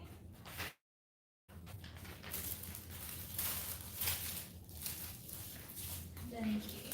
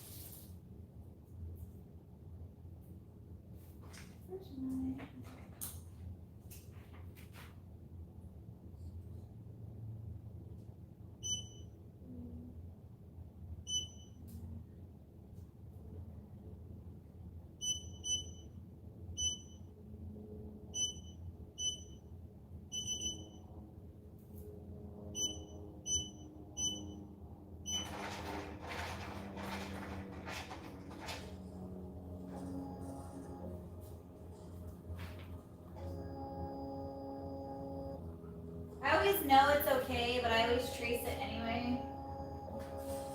It's a psychological thing.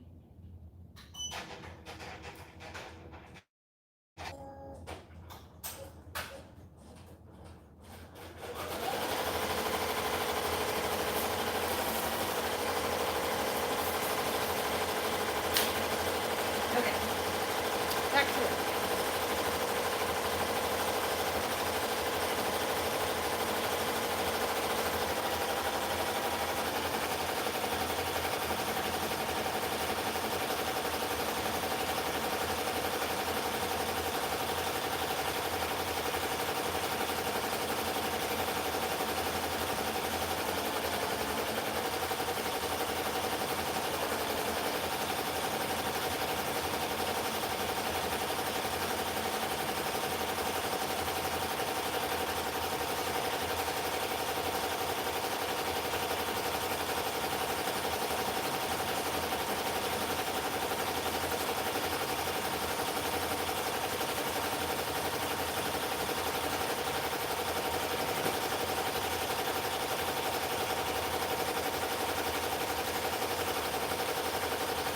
So out of that fabric that I pulled out of the bin, I was able to use everything except for this piece right here, which I'll be able to use again with another romper in this print. I'm just going to put this back down in here. And then I have to cut out the middle. So we're going to do the same thing with these. Let's see if I can get some of it out of that.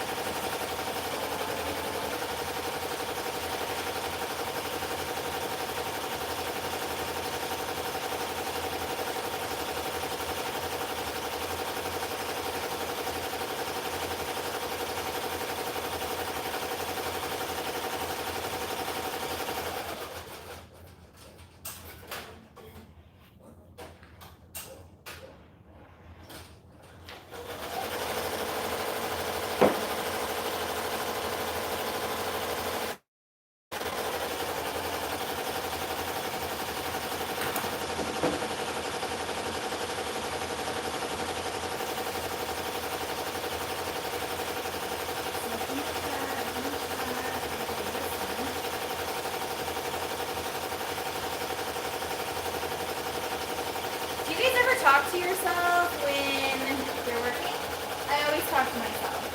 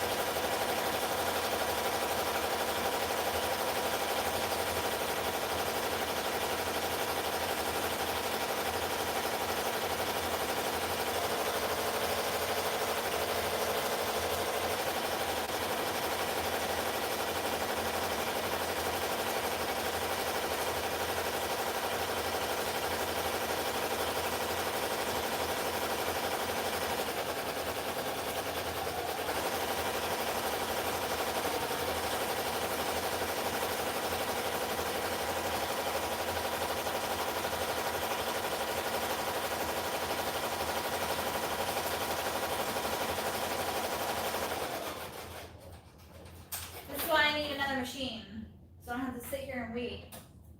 We're doing 2 at a time. But I can't be greedy. I don't even know where I would put another machine. I don't have room for another machine.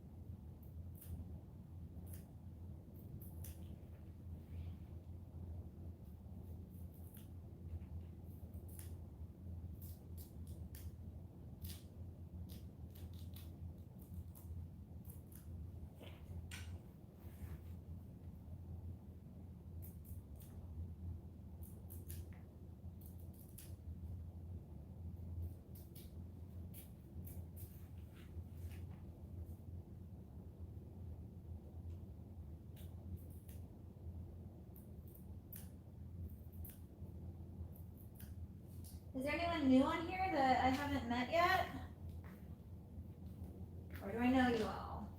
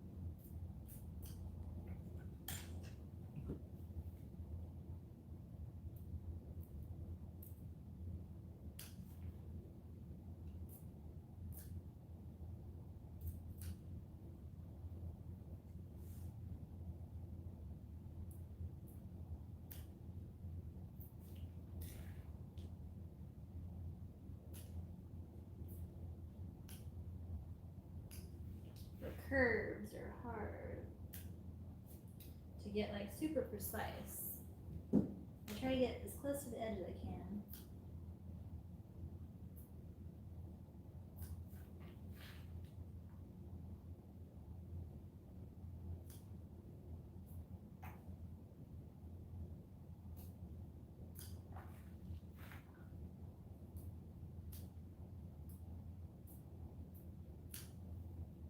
Okay, so this is what the 3 looks like.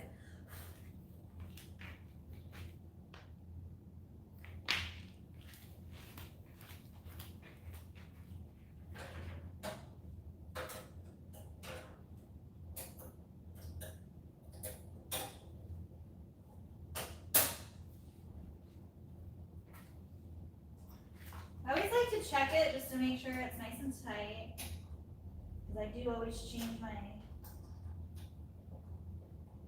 frame out. That's good.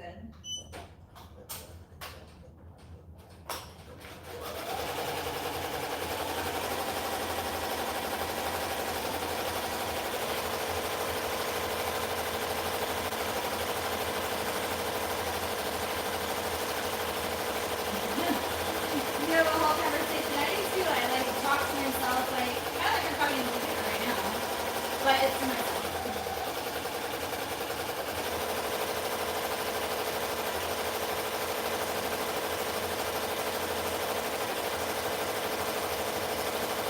Hi Rosaline, I hope I'm saying that right. Welcome to the channel.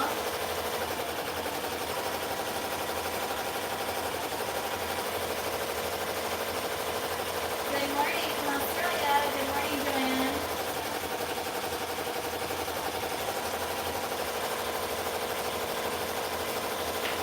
Yes, just keep going. No matter how many shirts you mess up, just keep going. Eventually, like one day, it'll literally just click and you'll be like, ah, aha.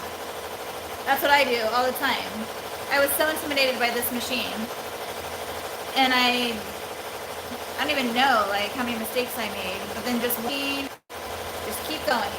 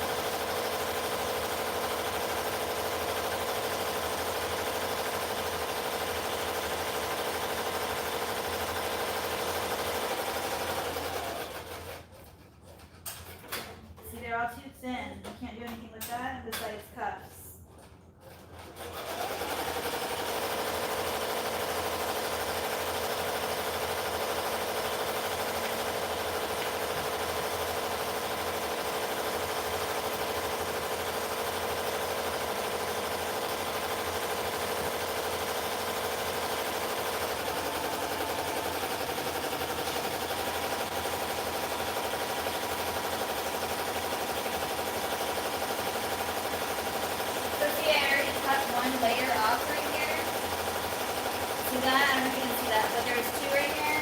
So this one, I cut, which is nice because now I don't have to cut a whole new thing out.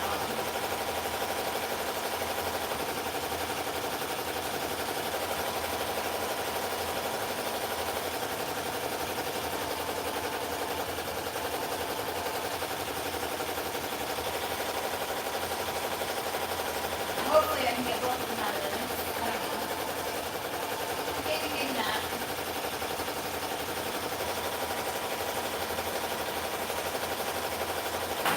It's just that white piece that they put on there.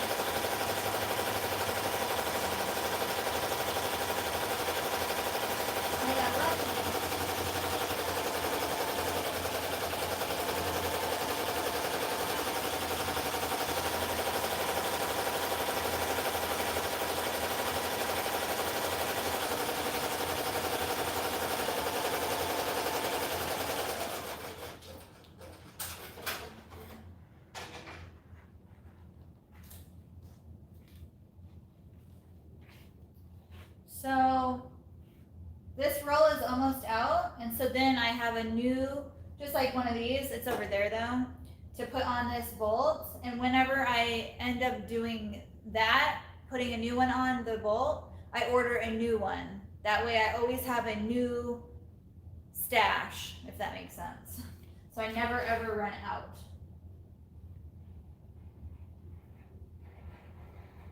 And I do that with my prints that are like all year round. Like this one, I sell it all year round. On prints that like I'm phasing out or putting new ones in or whatnot, then I won't buy a new one every time. But my year-round ones I do.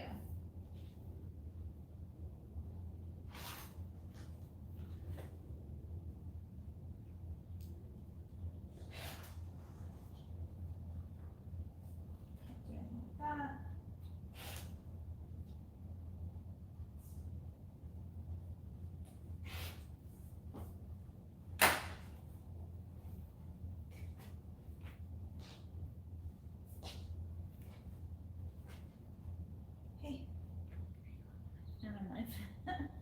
What's up? What are you doing? Okay, you're fine.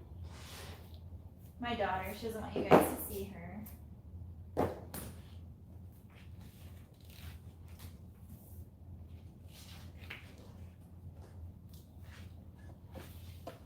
Okay, so this one's done. I have the front piece, the back piece, the front liner, back liner, and the cuffs. So now I just stick it in its thing and put it back over here behind me where I have my slats that I keep my orders in.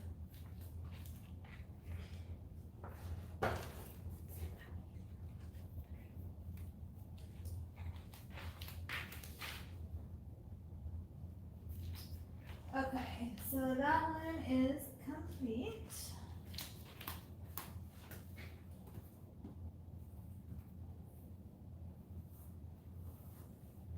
So I bought these really cool, I'm going to show you guys, you can't see them from over here, but I bought these really cool fabric clips. I got them on Amazon. I don't know if you've had them or seen them, but they're just clips, and I use them on my bolts because sometimes the fabric just kind of flies or comes off. So I've been using them on my bolts, and they are amazing.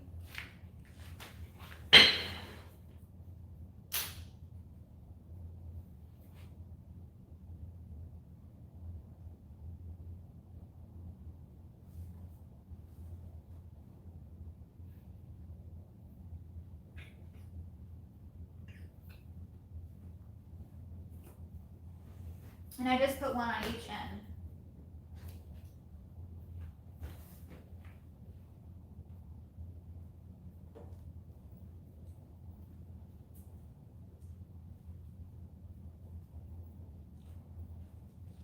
And then it keeps it from like flopping around everywhere.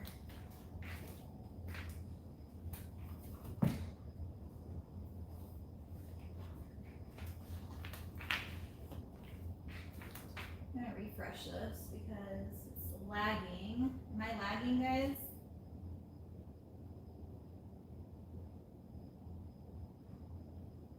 Joanne, I'm cutting out orders right now. So I'm making a birthday shirt on my embroidery machine. I had 5 of the same shirts to make. So I'm making those, and then as those are embroidering out, I'm cutting out my orders.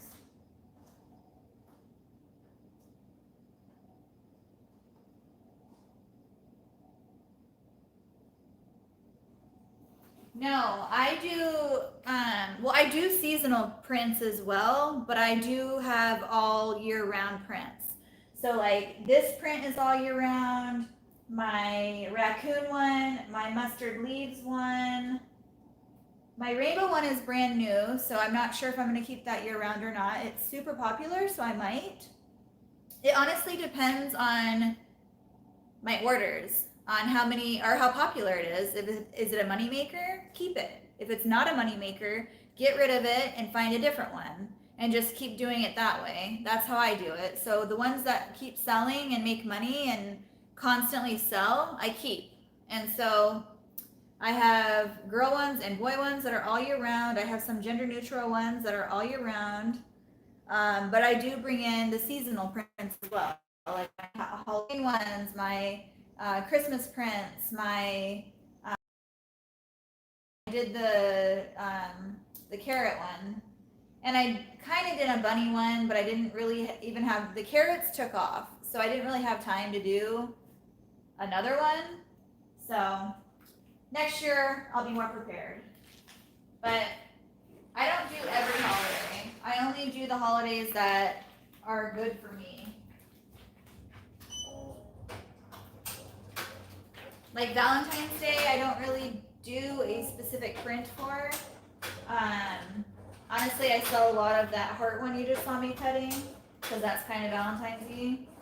But I don't do a bunch of that.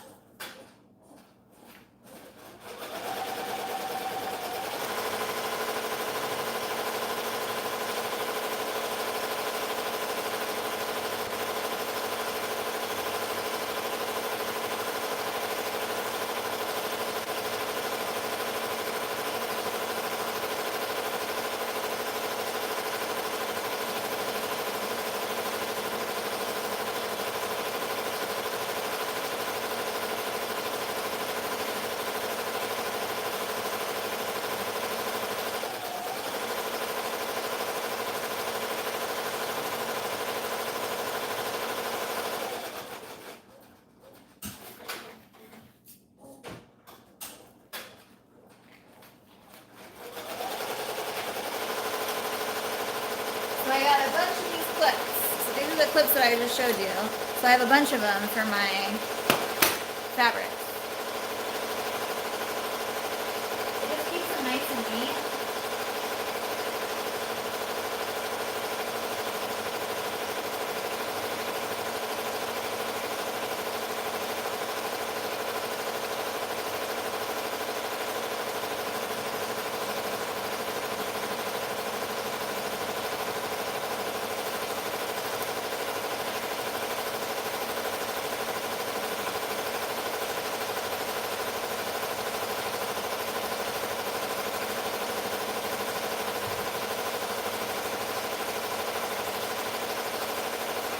I don't do 4th of July.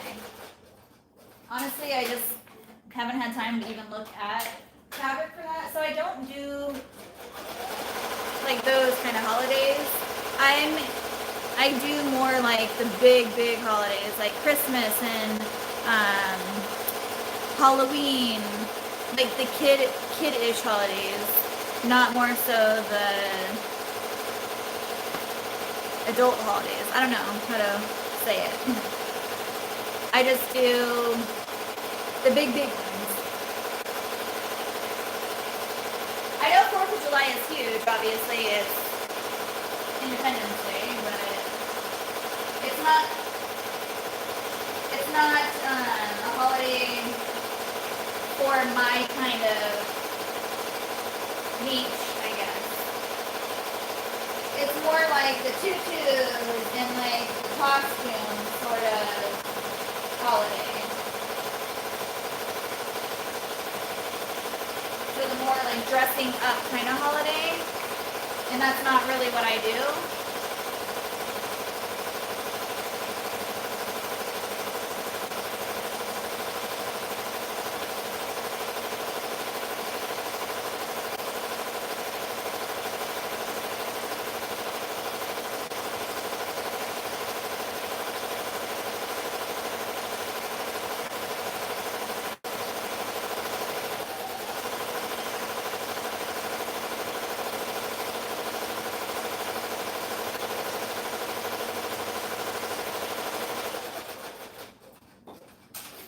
Did that make any sense at all to you guys?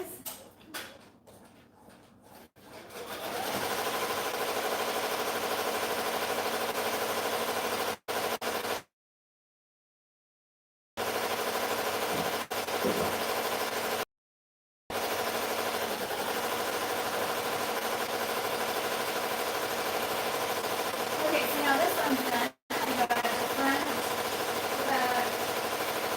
back.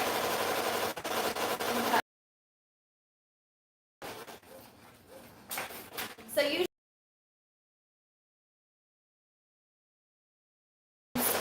takes a long time. So I usually cut one day and then sew one day.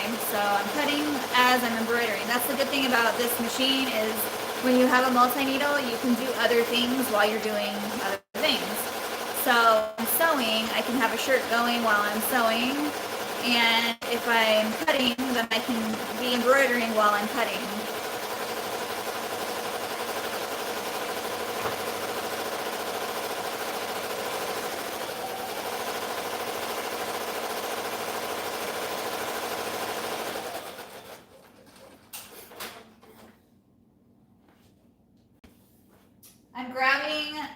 order because the bison material is out. So now I have 2 orders. Rompers. Rompers are super popular for my shop. I don't know why, they just are. And they take the longest to cut out because there's 5 different pieces to them. But I have the bison out. This is a smaller one, so with the pieces in here and with this, I might have to bring it back out, I'm not sure, but I wanted to just go ahead and do that since I already have the bison out. And it is a 3 to 6 month now that I'm working on.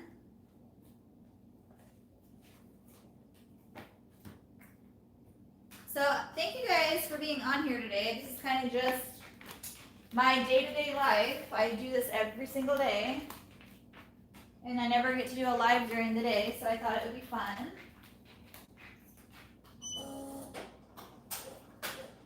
I'm just kind of all over the place every day.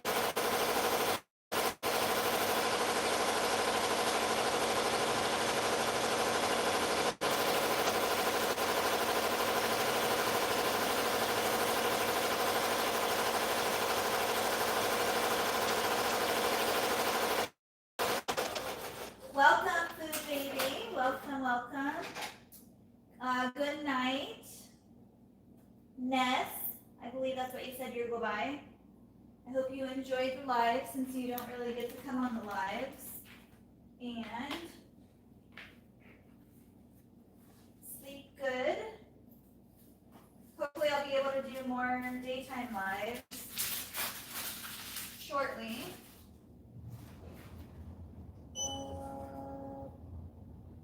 I don't even know who is still on here. If I even have a moderator, I don't know.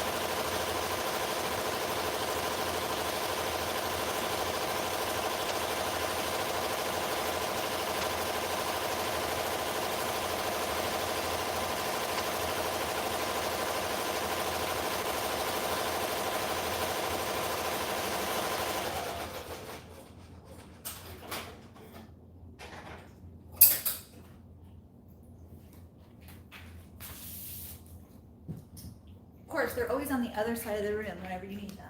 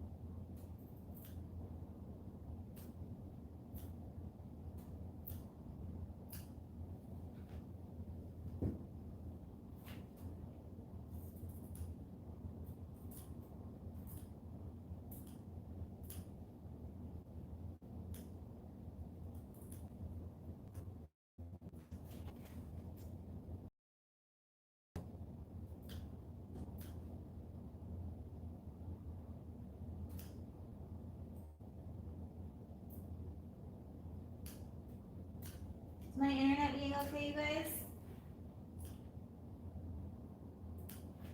I'm gonna have somebody come out and maybe do something about it.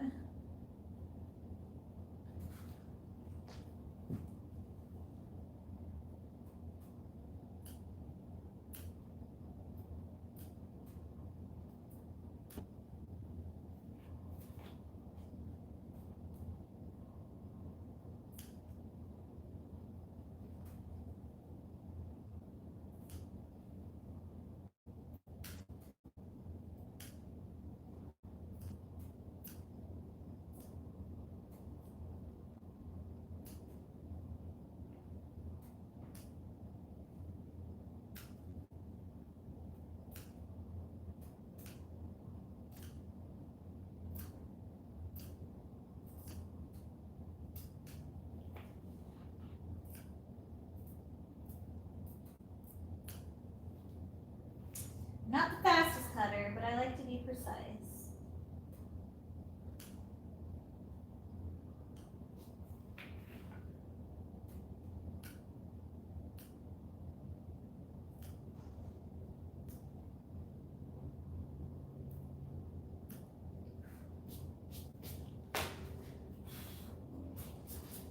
So this is what it's looking like so far. You guys have seen a lot of these today.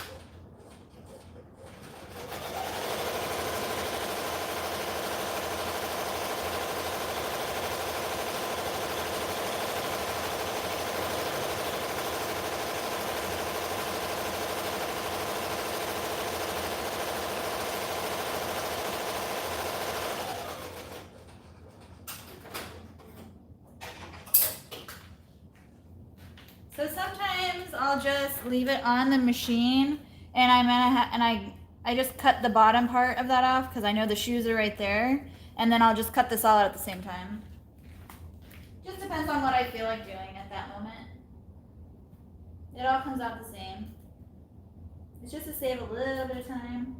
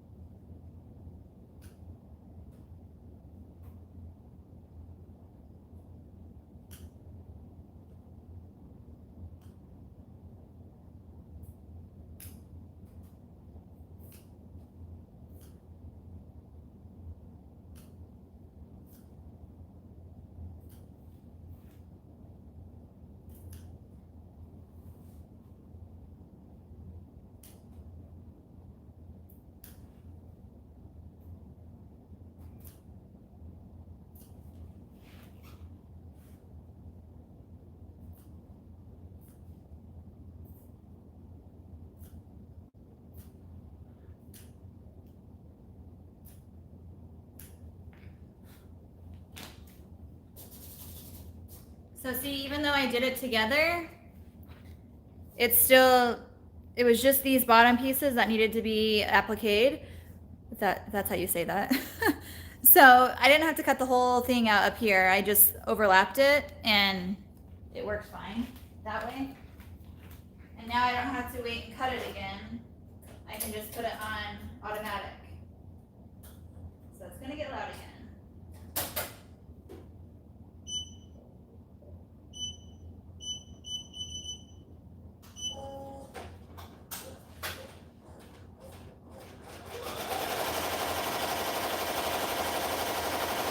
Okay, do you guys have any questions for me?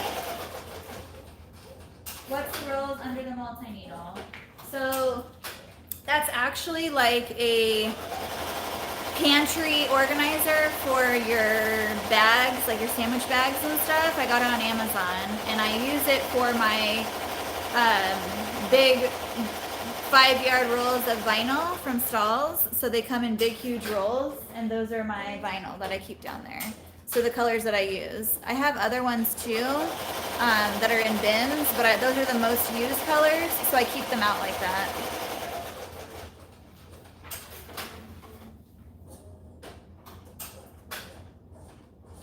Bye, Anna. Thank you for being here.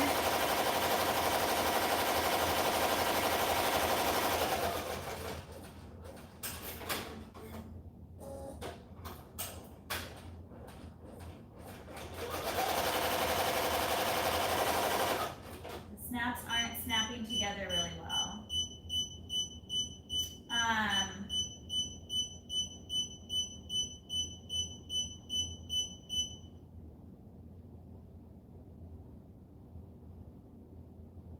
It is HTV.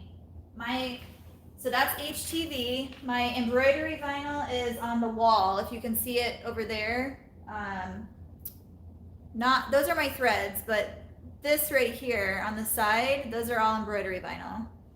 And some of them on the top are HTV, but I keep some down here in the bins as well. And then I have some more, if you can see, probably not, but all of this stuff in this bin down here is also HTV. I haven't done anything with it yet, but look how cute those turtles are. I'm telling you guys, I have an obsession with turtles. But look at how cute that is. So it's sparkly, and I haven't done anything with it yet. I have a whole basket of this kind of vinyl. And it's just like heat transfer vinyl. It's the pattern vinyl from Stalls. It's called Glitter CAD Cut Patterns. And I get everything from Stalls.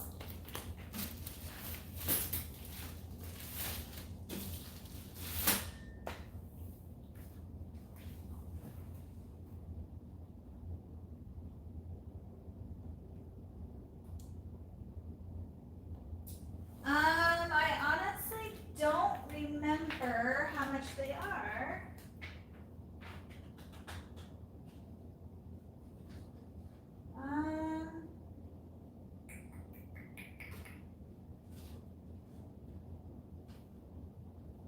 I don't have the invoice anywhere I can see it, but they're probably like maybe $50? I'm not sure. I could be completely off. I don't know. Give me 1 sec. I might have it right here.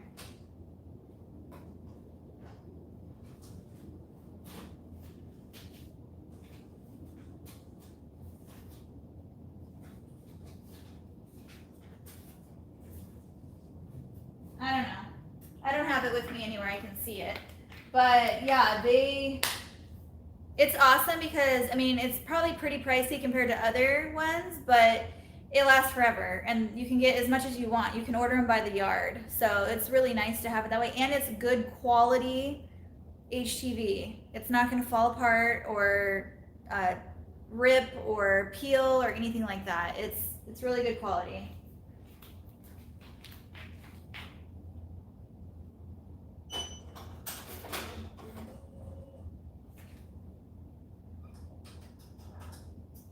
We ran out. So I got through 3 shirts. almost 3 shirts on my one bobbin, which is pretty good.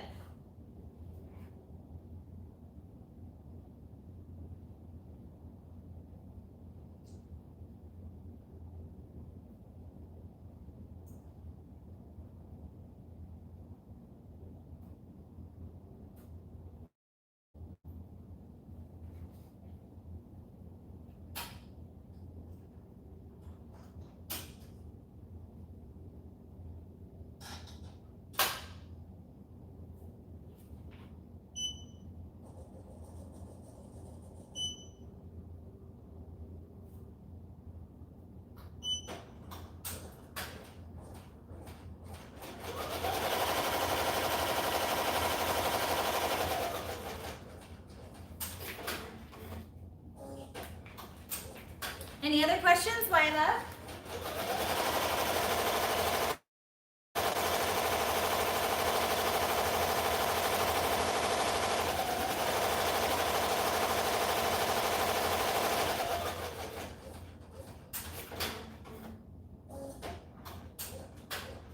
Good afternoon. Thanks for joining.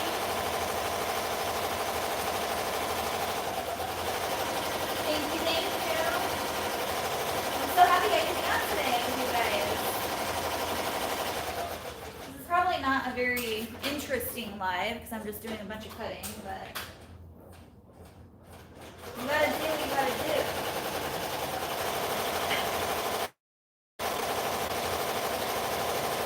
For those of you who just got on here, I'm just kind of working. I've been embroidering shirts. The same shirt, I had 5 orders of the same shirt, so I'm trying to get those done while I'm cutting out other orders. So what I'm doing right now is cutting out orders, embroidering my shirts, and talking and answering questions. So I'm just kind of working.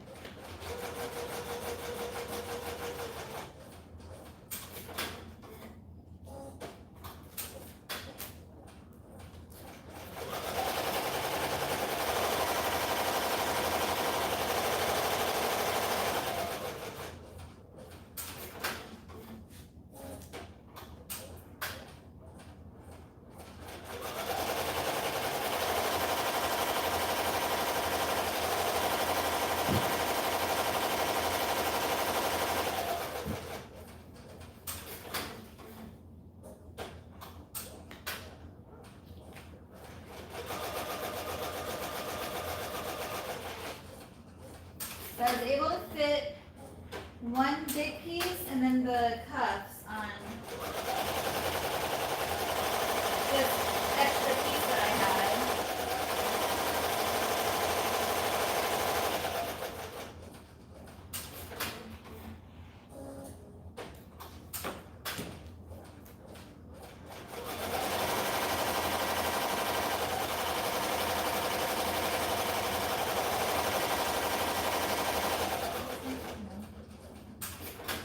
So I have 2 of the same exact ones.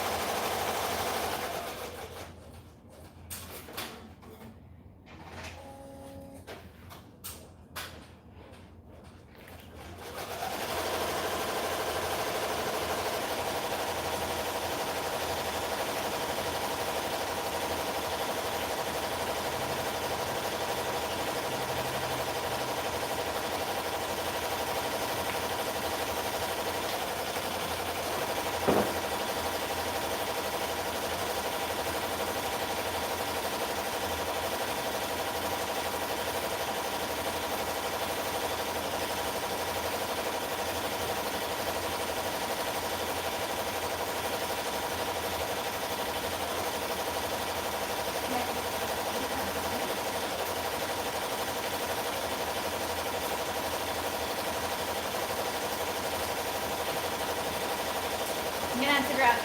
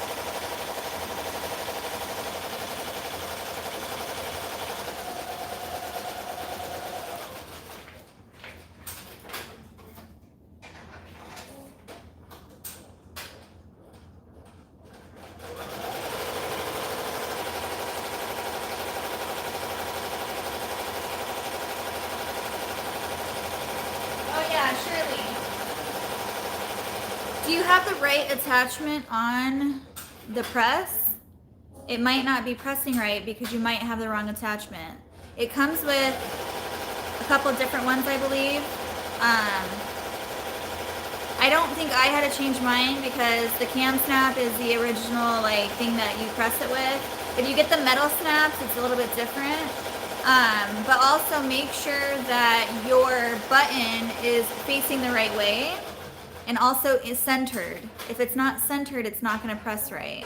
So try those and let me know if that worked. If not, I can do a short, if you want to message me or email me personally, then if you have Instagram, that's the easiest way because I can do a short video clip for you.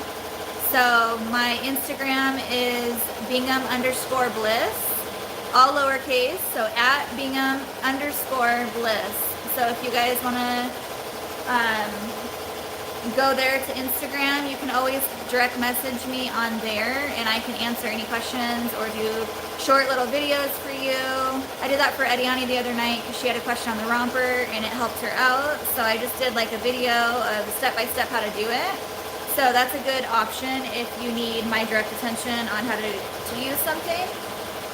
And I'm always open and willing to help whoever needs help. So don't hesitate to message me, please. Just message me.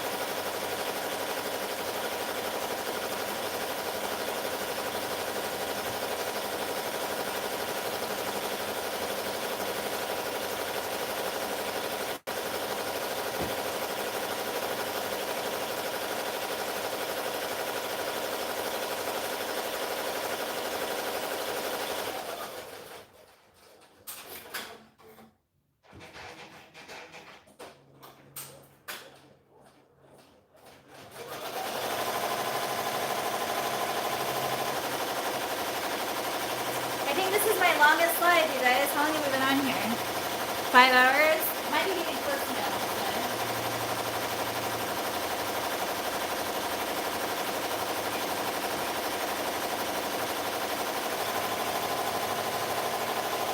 I feel like the time goes by so fast.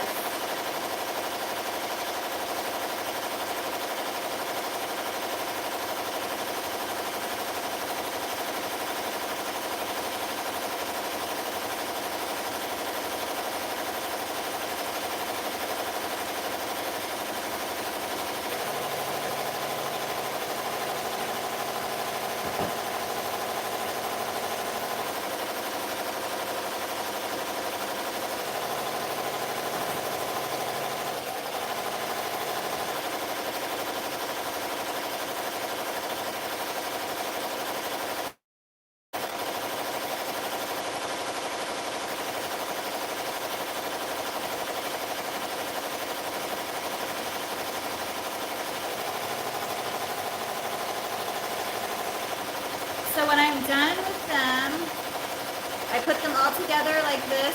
So there's 1, 2, 3, 4, and I just line them all up at the shoulders, and then I go and hang them.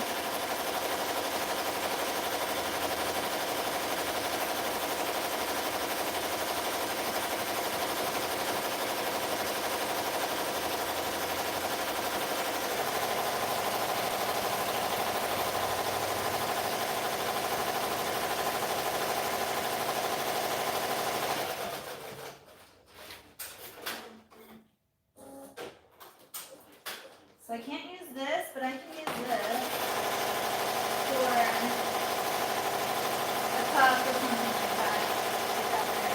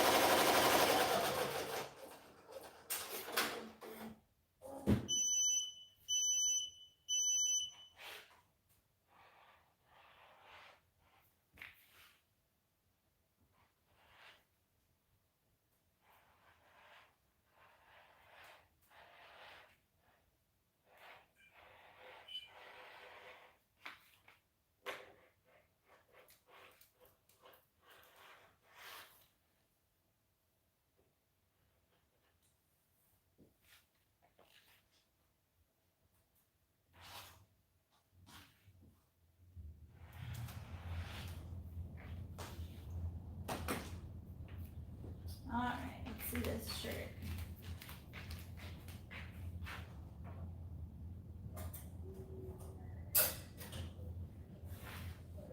So I'm gonna have to cut just a couple pieces, like I showed you in the other one. This is how the number 3 looks. But every time I make this shirt, I always have to cut these little threads right there in between the nose. And then there's one little piece right here sticking out that I need to cut. But other than that, it stitched out really good.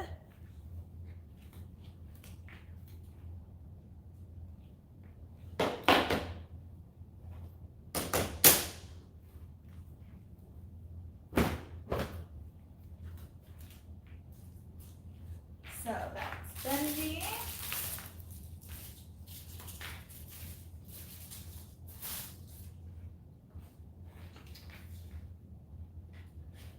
Do one more.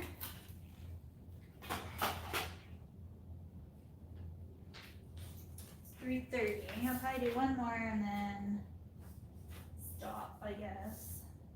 Size 6, another black shirt. Oh my goodness, size 6.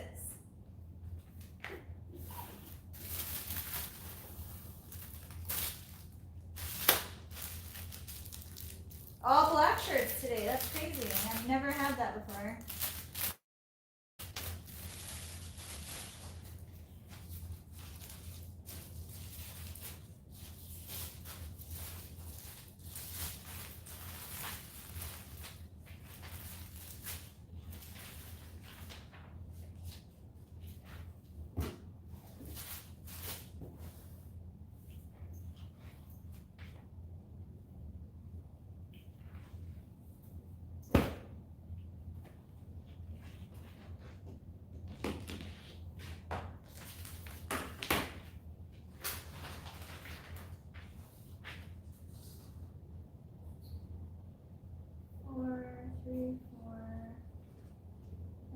I have a 5 already printed.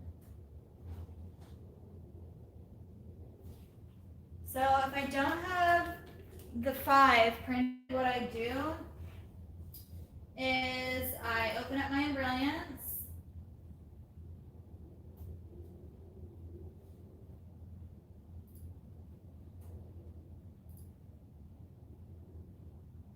And I just open up that file that I had saved. So it's a number 5.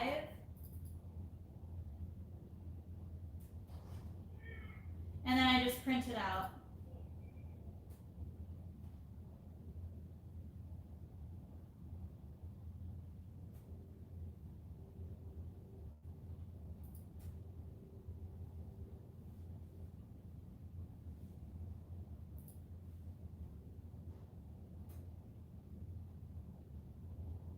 Thank you, Diane. That was so sweet of you. How many orders do I have at the moment? I have like 62 total orders, but due this week, probably like 20-ish, I think. So today I'm working on the 5 shirts that need to go out. I just finished those 3 loveys that we worked on earlier. I finished those 2 orders of nursing pads. I finished 2 rompers. So there's 6 orders over there ready to go. 7, 8, 9, 10 with these shirts. 11, 12. So I'll probably have like 13 orders to go out today. But then I have like on my Etsy page, I have like 64 orders that need to be done, but they're not all due tomorrow, obviously.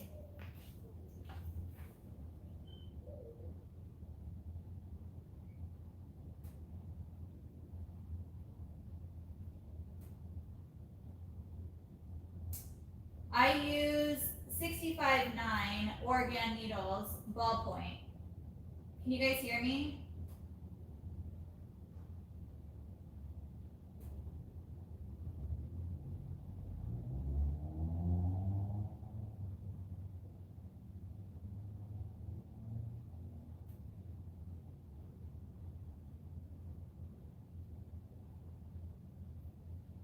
Do I have to use personal bank account for Etsy, or do you use taxes on your sales if you don't sell much? I do taxes, and I just have it. I don't have like a specific.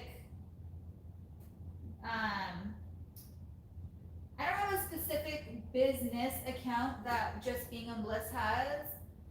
So I probably should, but I don't. But I do charge taxes, so you should do that.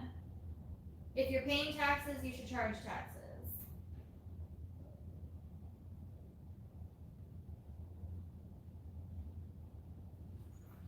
I'm not sure what's going on with your CamSnap, Shirley.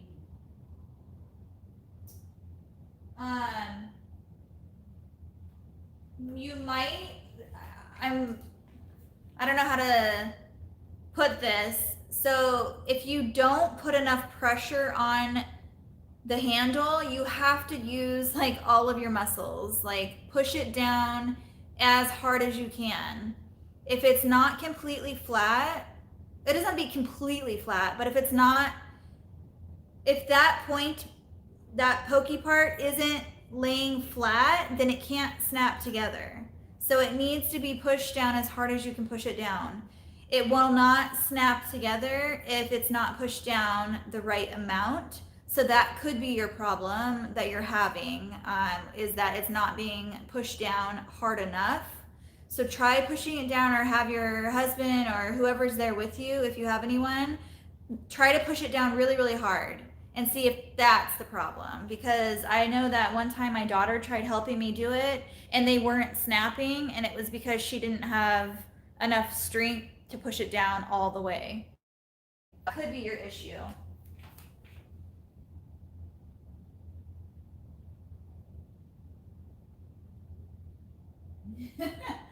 Nancy, Where do you guys get the emojis? Like, I can't do emojis when I'm on a live.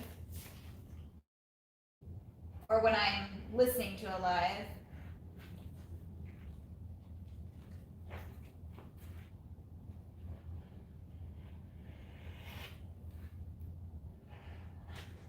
I just got distracted and started cutting this again when I'm supposed to be doing the shirt.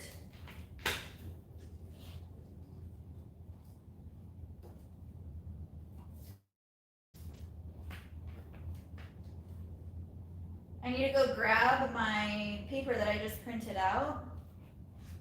So I'm gonna have to go grab that really quick.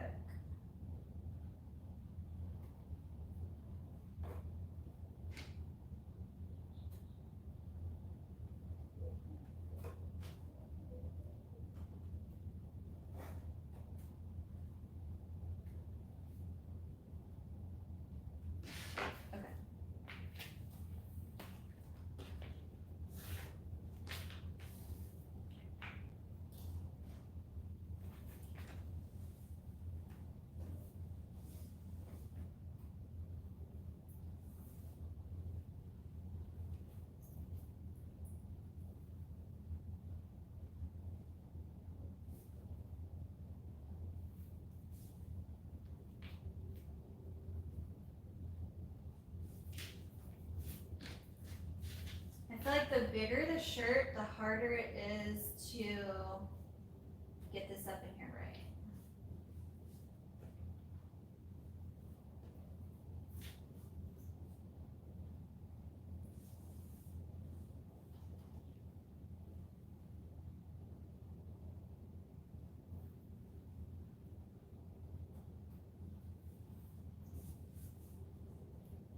I measure it by my fingers.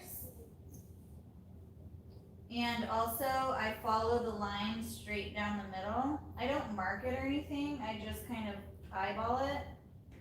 But it always turns out okay, so I'm good with it.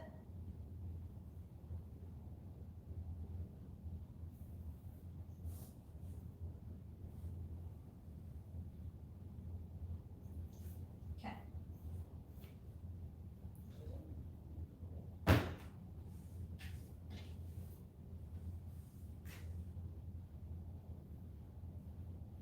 Not really like that.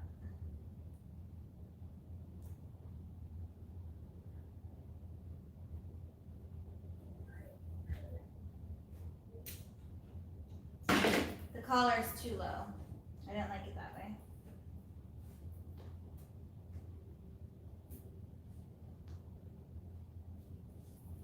I like it hooped in there, but not like a ton.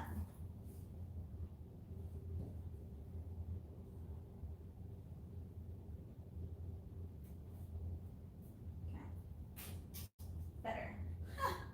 My scissors got stuck. There.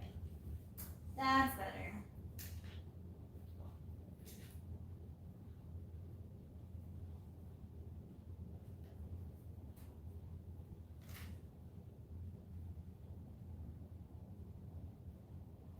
So I don't like pulling from the sides. I pull from the bottom, but not even like hard. I just do a little bit.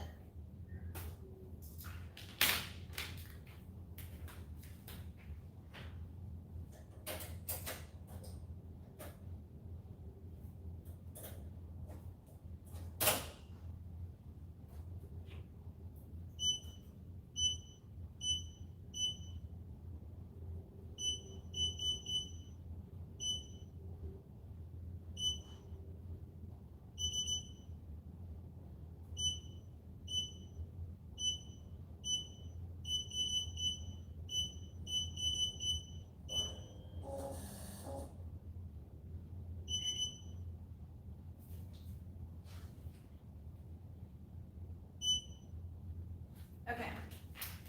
I need to go grab that paper. I will be back in 2 seconds.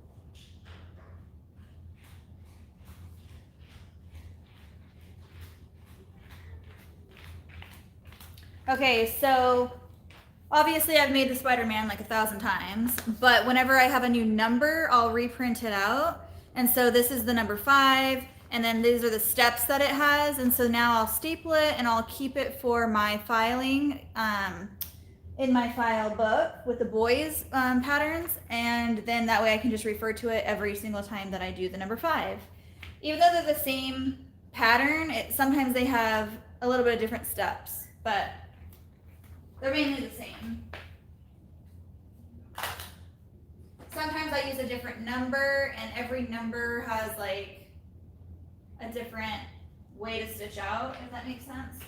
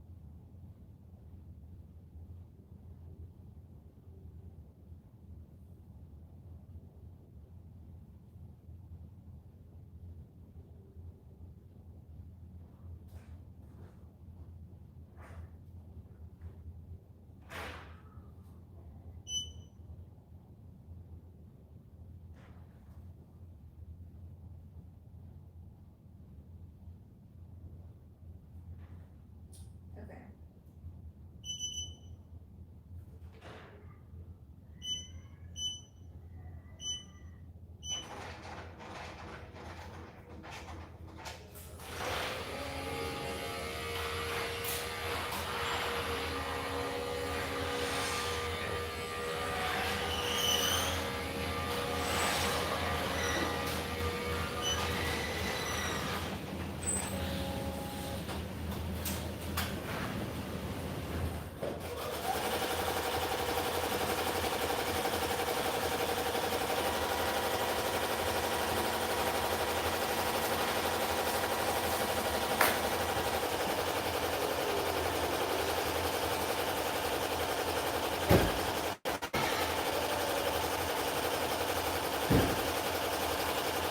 My other son just got home.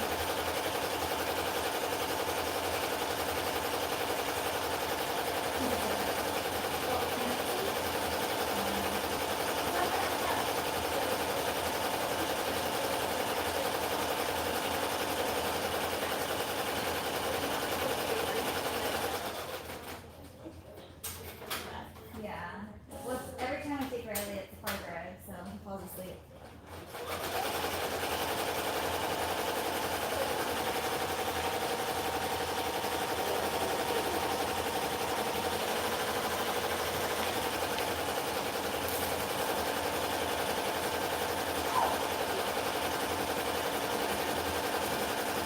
I can't really show you right now.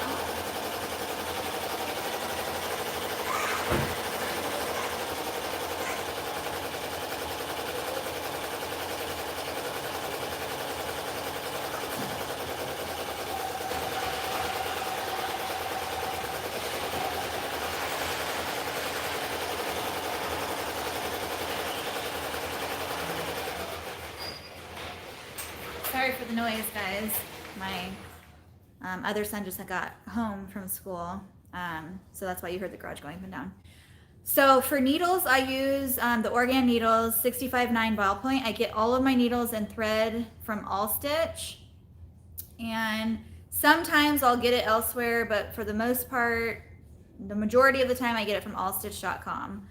As far as the glitter heat transfer vinyl, The one that I use isn't messy, so I don't know what brand are you using, because the kind that I have from Stalls isn't messy at all. Like you can see the glitter like sometimes in the where the bobbin case is, and you just clean it out, but it's not like it's everywhere. So I don't know what kind you're using, so maybe let me know that and I can maybe relate.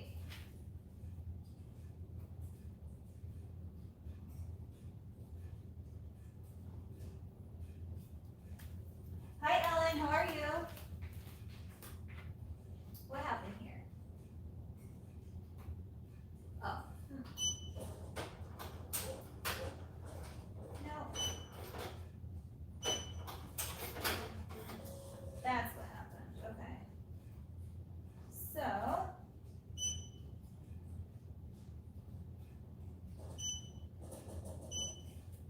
Okay.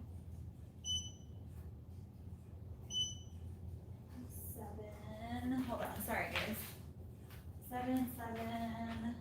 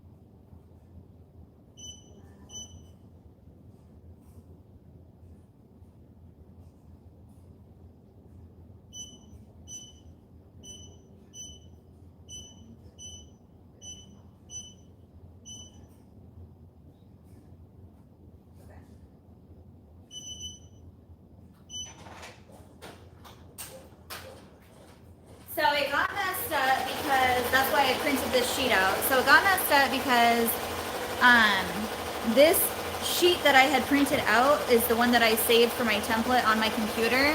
And this is the number 5 that I saved. But every time I go in there with somebody who orders that number, I just change the name. I don't change the number or anything.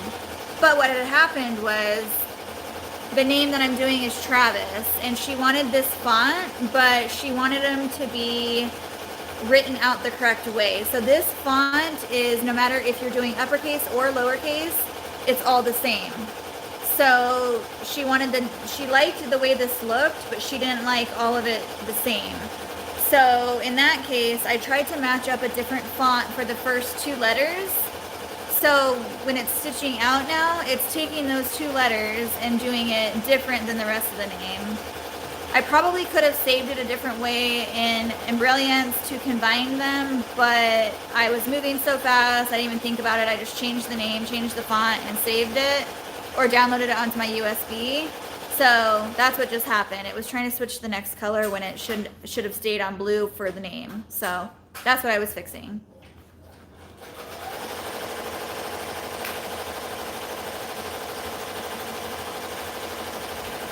Stuff like that happens all the time. You just have to pay attention and fix it when you can.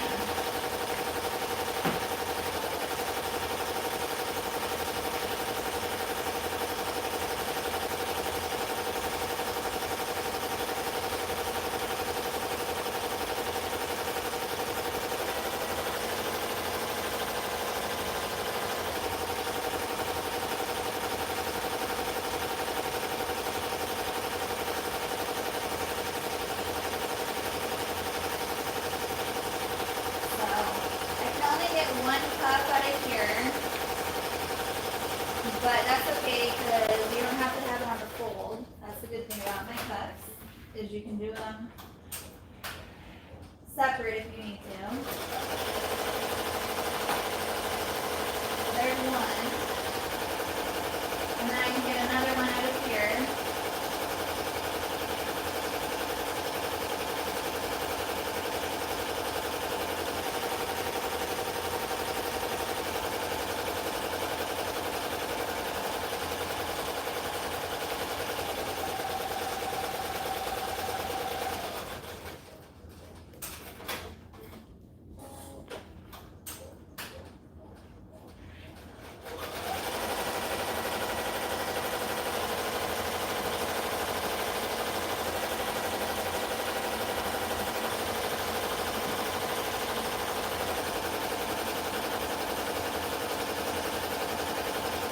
Okay, so I have hooks and body that, and I received this piece. No, that piece. And I'm not going to get it up to this thing here. So we'll save that. I can, however, get it out of here.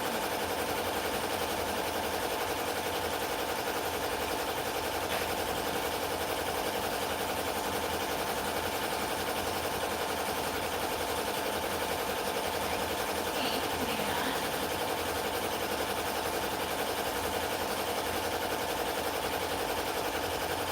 Nope. Dang it. So, no, it's not gonna work.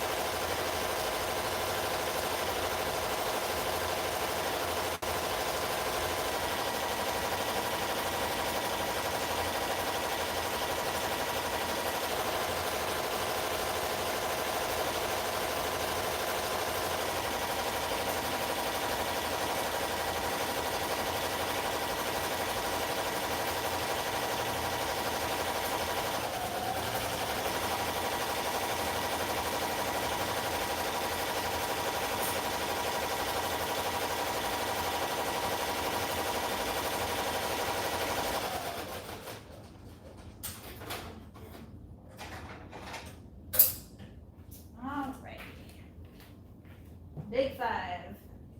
My son is about to turn 5. Oh my gosh. Can't believe it.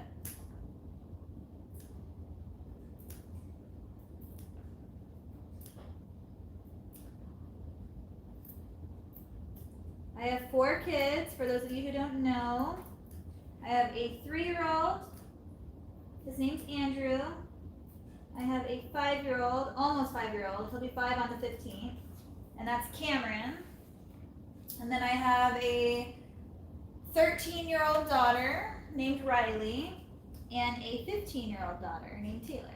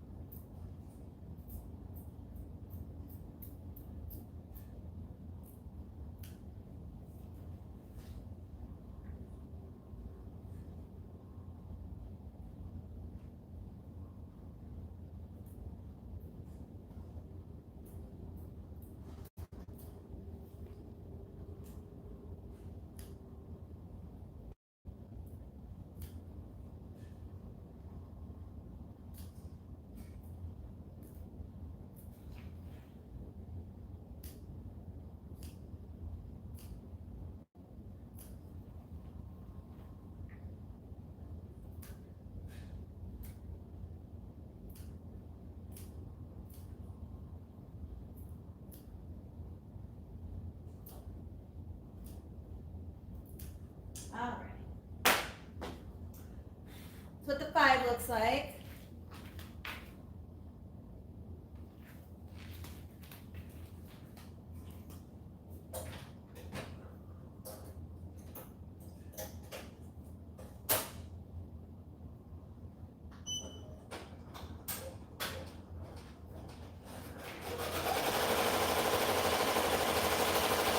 You guys have any questions for me?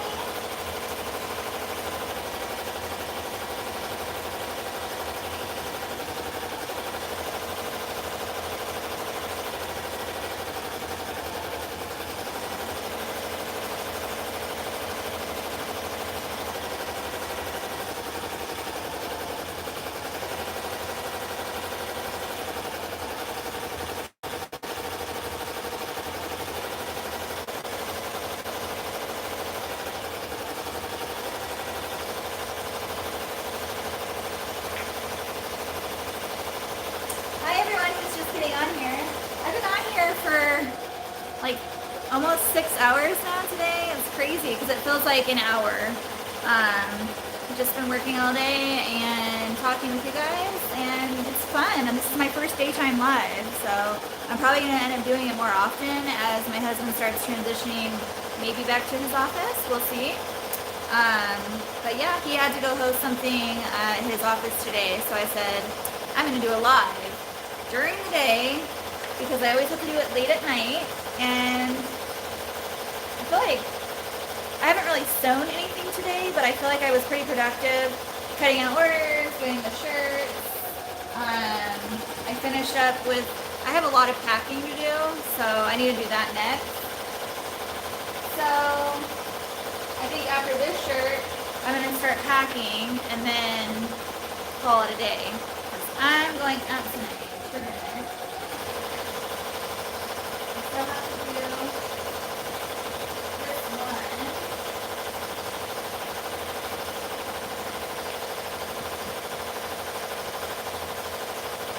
I hate that I have to cut it out again.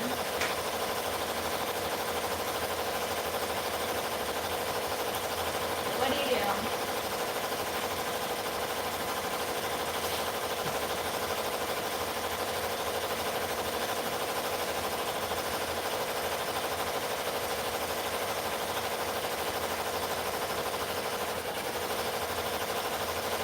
So in this case, because I don't want to cut the whole thing out, I literally put it on here and then I roll it over because that's how wide I need it. So I'm just going to cut this little square out. Because I don't want to cut the whole thing.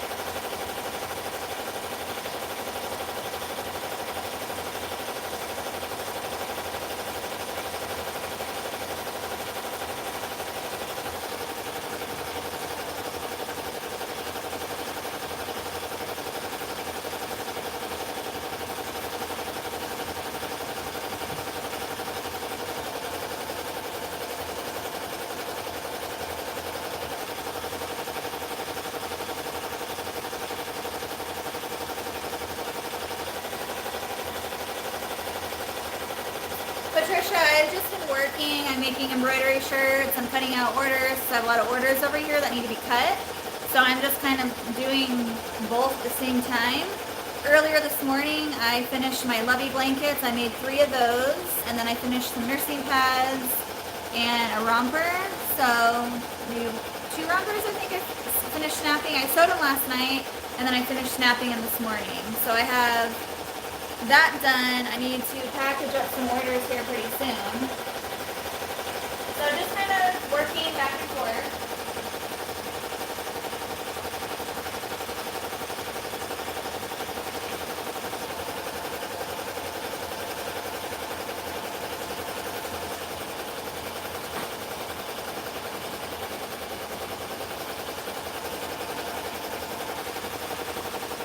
So I did that because I only needed this one piece and I didn't want to cut off a whole strip, so I just cut off that little piece.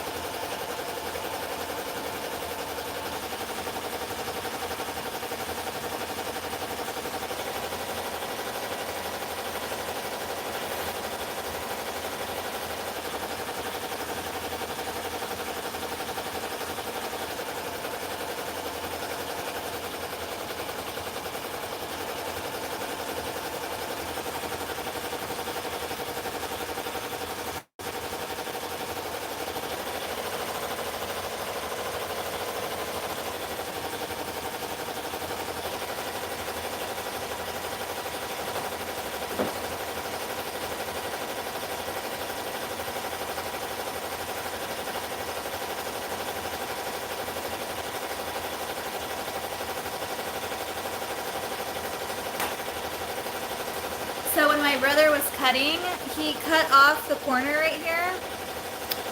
So now I just have to kind of make do with it and cut it as I go. Like I know what it's supposed to look like and what shape it is, so I just fix it when I cut it. So this one is due for a new template.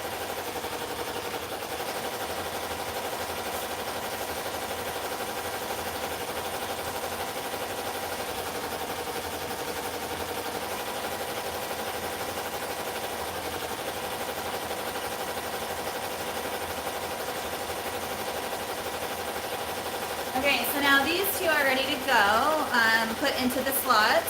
They're not ready to be made yet. I just cut them out, so they're not due until the 19th and the 21st.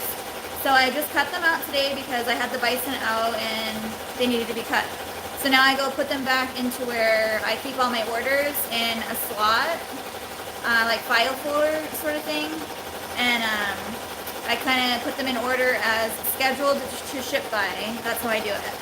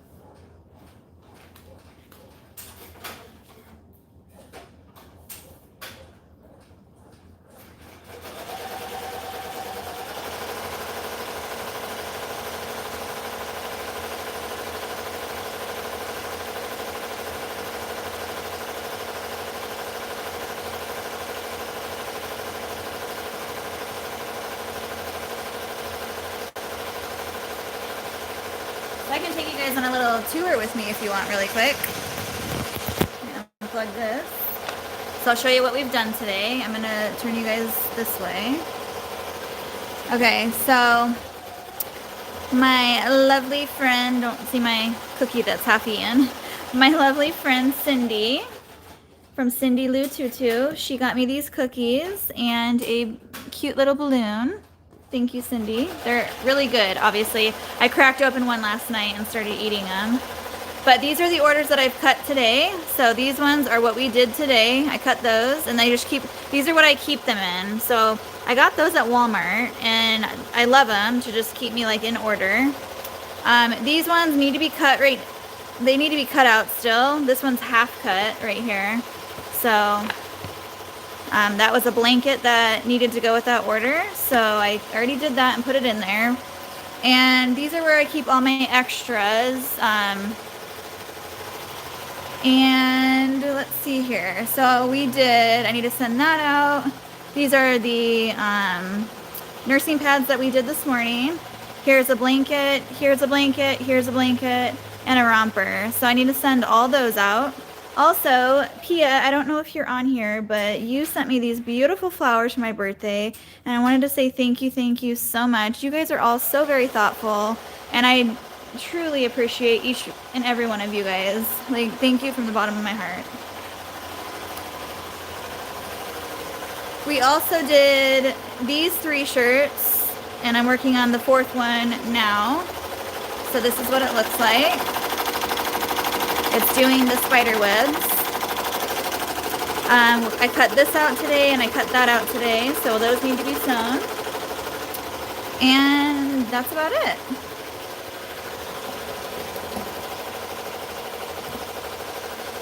So pretty productive day. I still have a lot to do, but for the most part, I feel good about it.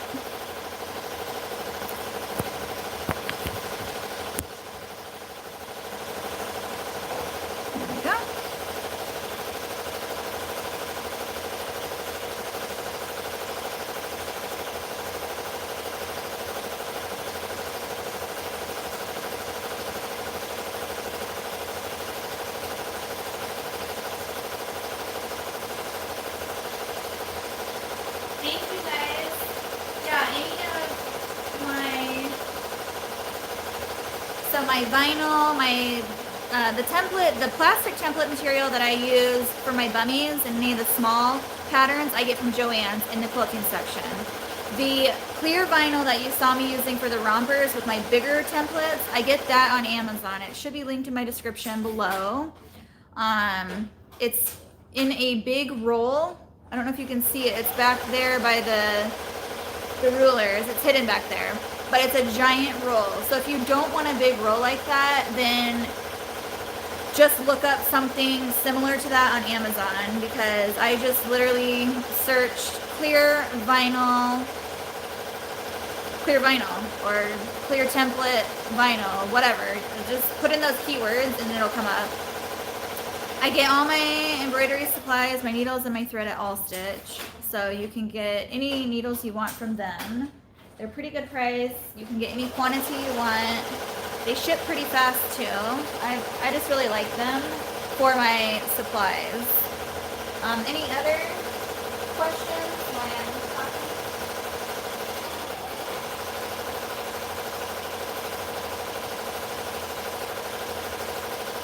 Yes, Angela.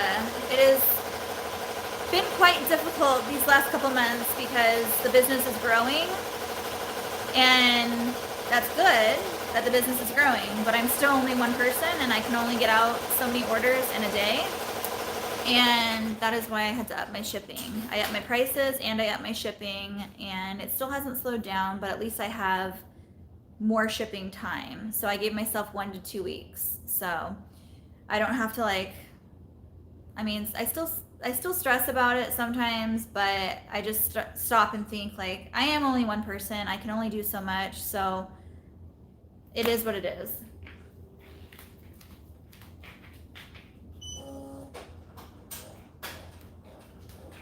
I just try to have fun with it, and that's why I do this with you guys, and just to be able to relate with some people, or with all of you guys, because you guys are all crafters and makers and creators and whatever you want to call it. So we all pretty much do the same thing, and we talk about it. So that's why I love doing the lives with you guys, because we can all just sit here and chat about what we're doing, what we're making, and what's happening, and yada yada yada.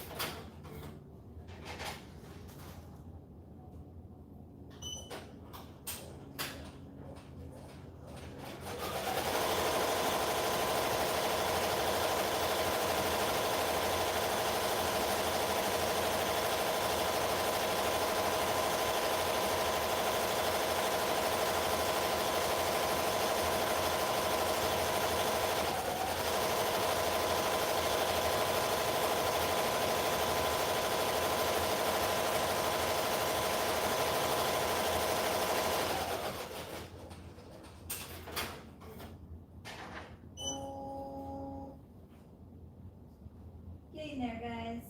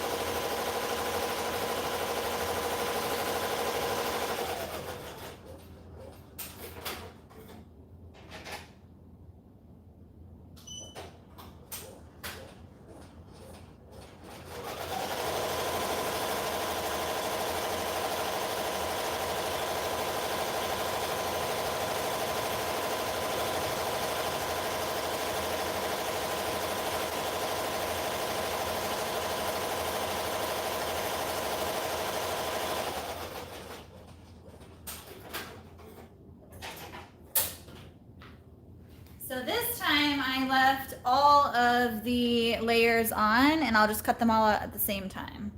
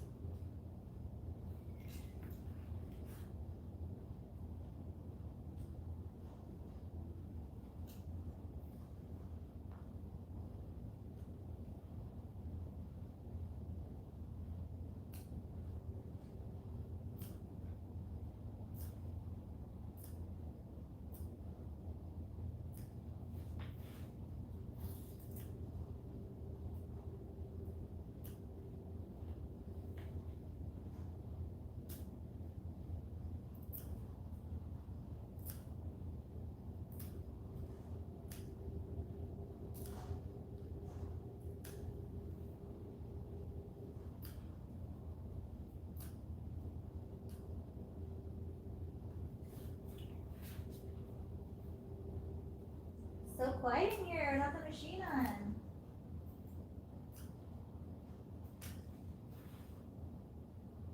Wish I could actually like hear you guys talking.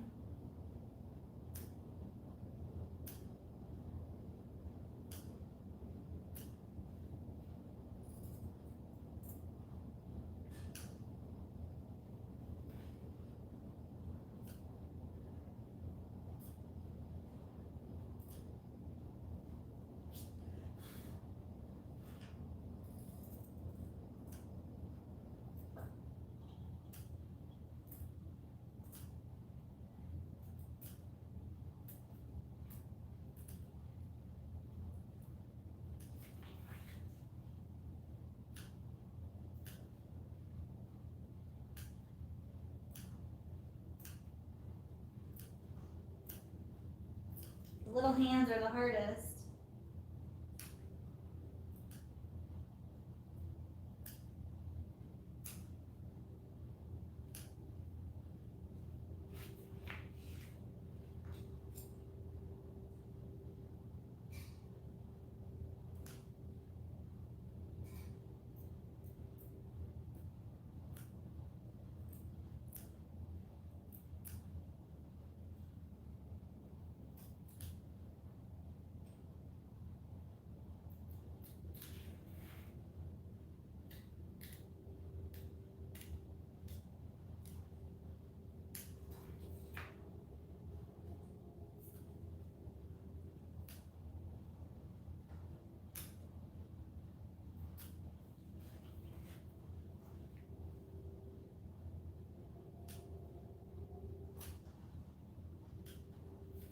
So even though I left all those layers on there, you still have all the applique and it looks fine. You don't have to cut everyone out each time. Sometimes if I'm in a hurry, I leave it, I just cut. So like, I know that this blue needs to go right here. So anything that is underneath here, I cut off. But all this up here, I left on. Same thing with the blue. I cut only where the red needs to go, that off the blue, and then I put the red down to attach it. Hopefully that makes sense.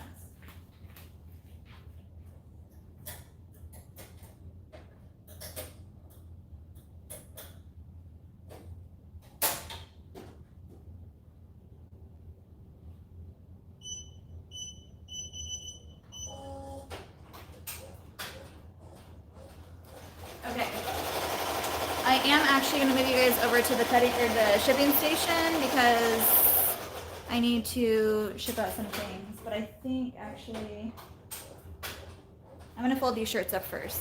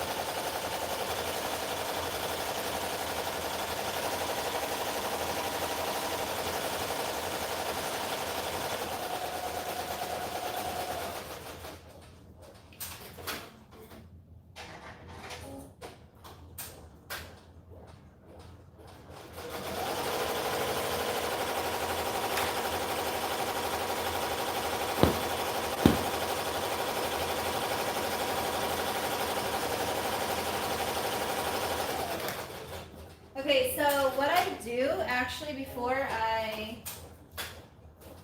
like on a day that I'm just like pre-cutting everything, I'll show you. I have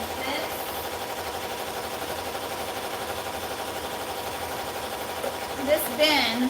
I pre-cut the Tender Touch, and I do it to where I cut them all 8 by 8, and I round my corners.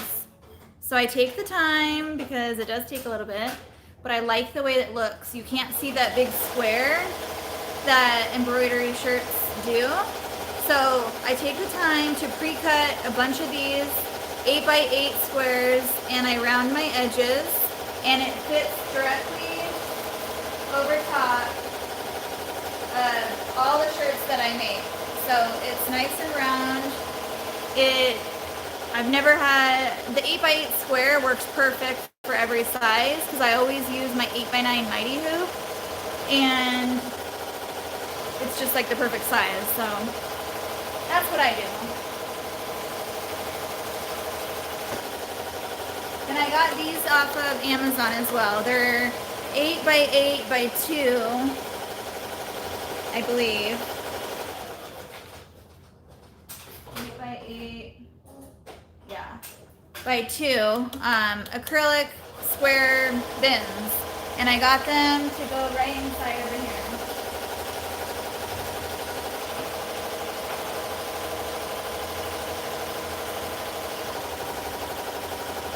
So they just fit right in there.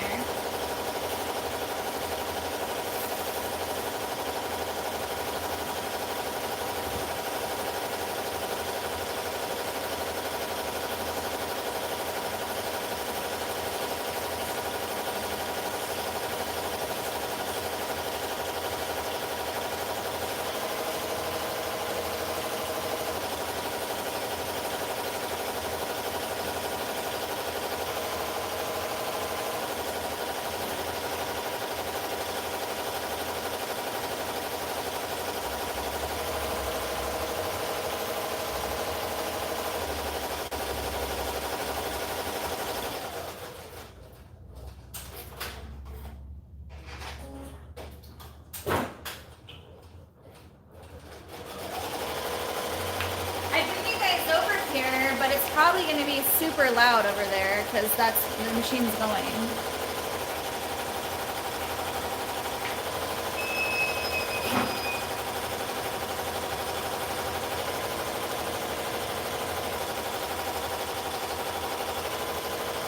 So this is what it looks like. And then I just flip it out and I reheat it.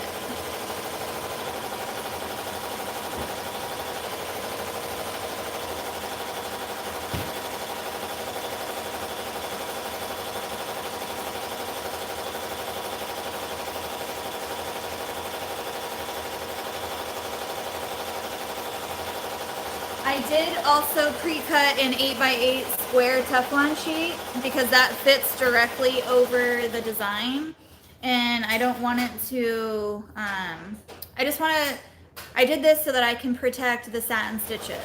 So you don't need like a huge sheet. I just like this little one, and it goes right on top.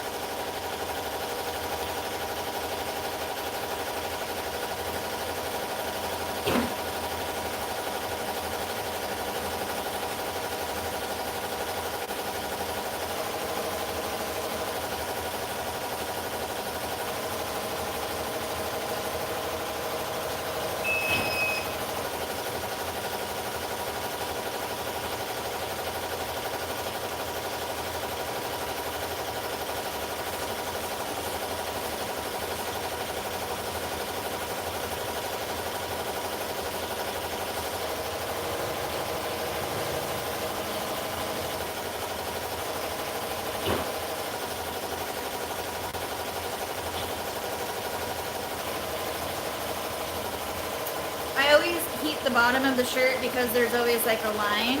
So this is what it looks like.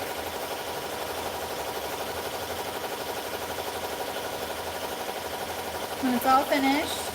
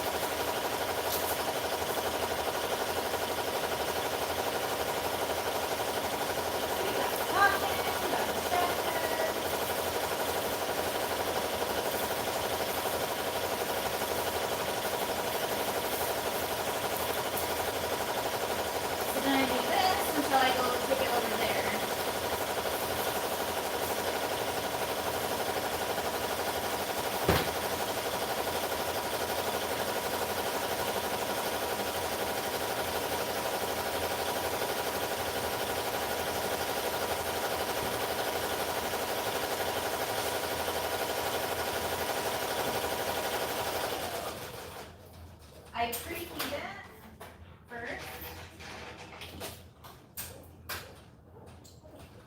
Just a couple seconds.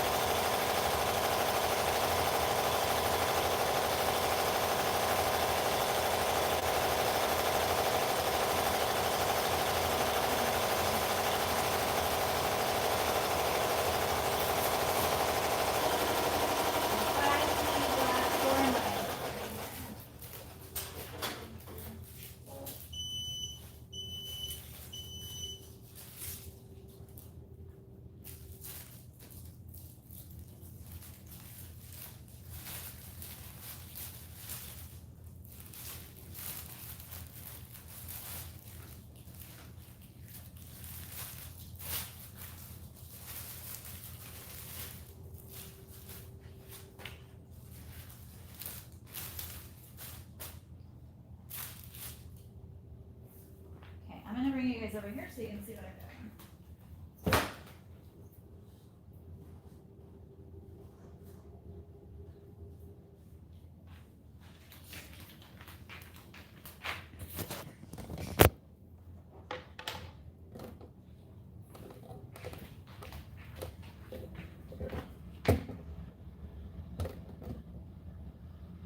Can you guys see that? Okay, so first I preheat it just because I feel like the stabilizer sticks better if it's preheated. So I just do it for like a couple seconds. And then this stabilizer has a rough and a soft side. So you want the soft side to be touching the outside of the skin. A, because you don't want it to hurt their skin, but B, because it won't stick if you don't do it that way. And I just let it go the full course. Sorry I haven't been able to chat much. I'm just trying to get these out the door.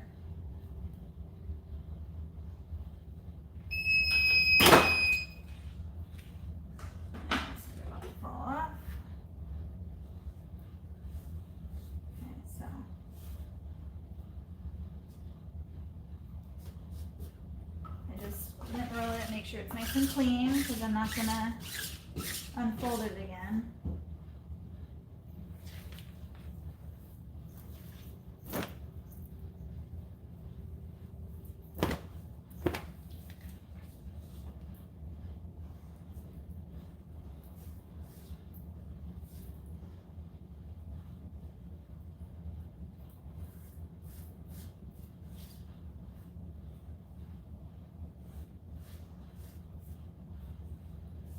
try to make sure that the sleeves are as flat as they can be because I hate when they get all creased. And then this little square that I have just goes right over top. So it looks like this. Literally just fits right on top of the applique.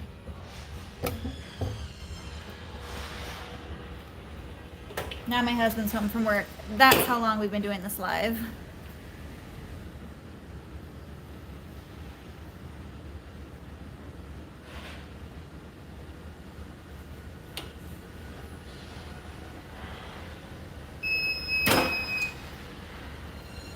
And then I usually just slide it over and I go to where the name stops. I don't want to press the name again, but I just do the edge so that it doesn't have a crease.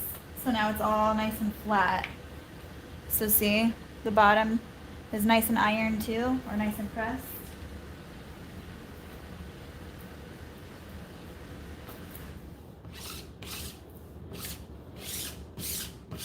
And then I just lint roll.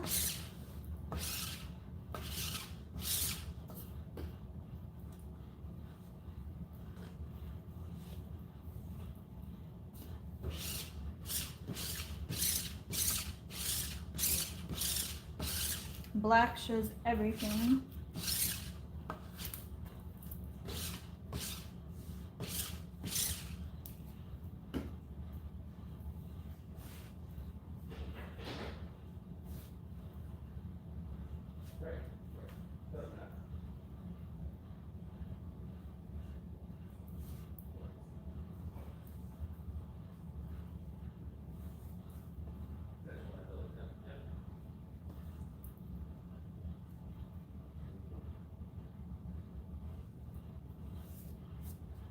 I like it to be right up to the name so that it's like a perfect square.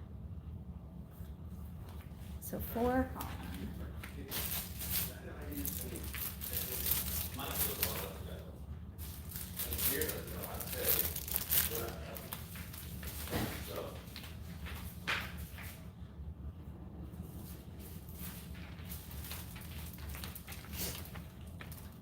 Okay.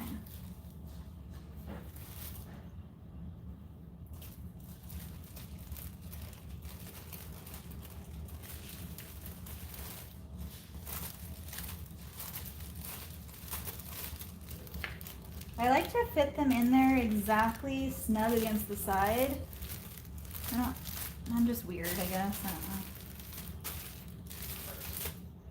So I always check 5T, 5T, black, and then 4 column, 4 column. So that's his.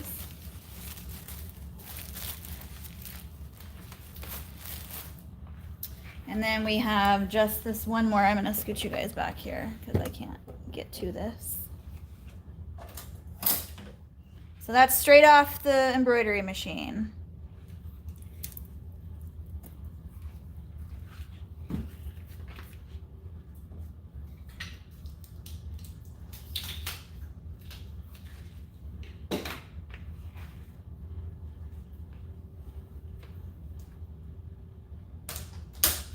And I have these nice hooks. I'll show you right here. See this hook right here? It's a metal hook, and I just put my hoops on it, and it holds it. So can you see that? And they're super duper strong. I got them on Amazon. I have them on each side because this is my 7 1/4 by 7 1/4 mighty hoop. I believe that's what it is. And then I have the 8 by 9. Those are the only 2 I usually use.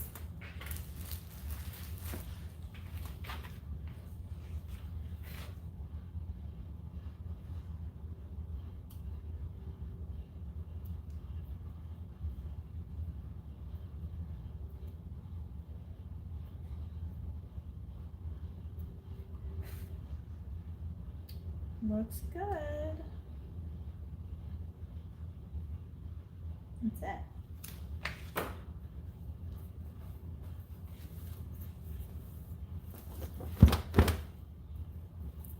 So my light gives it a shadow. I don't know if you guys can see it, but you can see the shadow where to cut and where not to cut.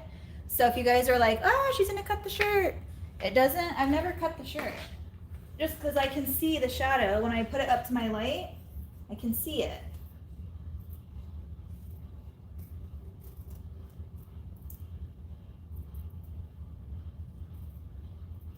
And I just go right around the edges.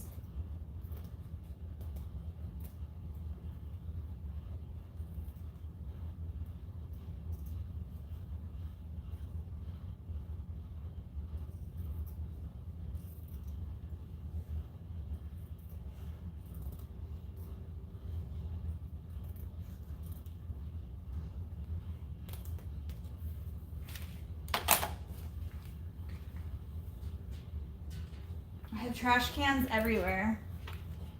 One. I have one back there. They're everywhere. Do you guys have trash cans everywhere? And then I still have to vacuum like crazy because all the threads go everywhere. I just said the other day when I was working with the faux fur, yesterday, I was cutting all the blankets out and it was so messy. When I was like, oh my gosh, I can't imagine like doing this in my house. Because I don't really care, like if it gets on the floor here, I'll just vacuum it up. I guess it's the same thing in your house. I just think of it differently because this is my garage.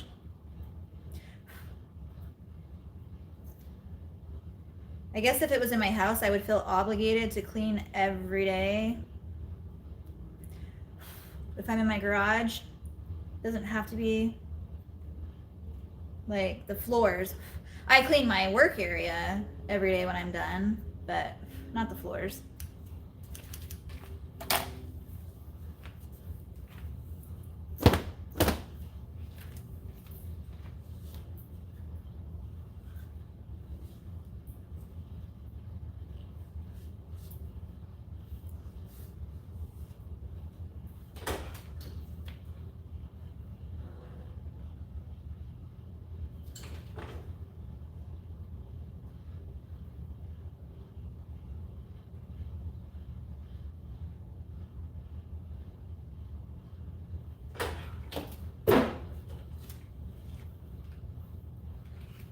How was your guys' day? I feel like I can't even like talk to you guys right now. What are you guys talking about? Anything? So is her brand label just say Being on Bliss on the one blanket? So I have, yeah, for all of my clothing and all of my blankets, they're all the same tags. But on my clothing, I also put the size of the tag. I will sit down and answer questions as soon as I'm done with this. I'll go back through and see if you guys had any questions and whatnot.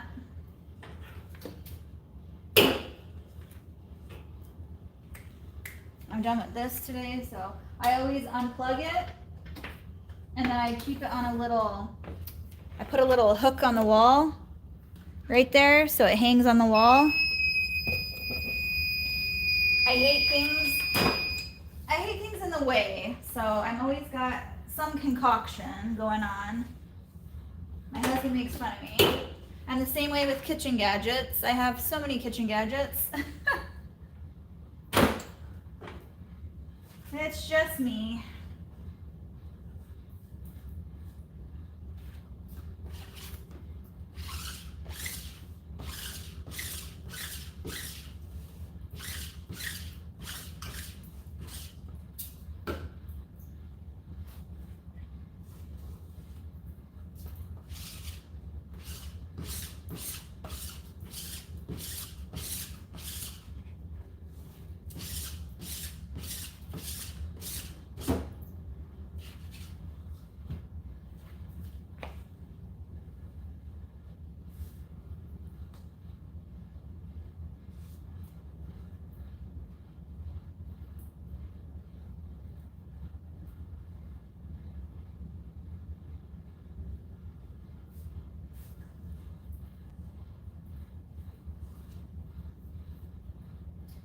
right, and then there's that one. That was the last one we did.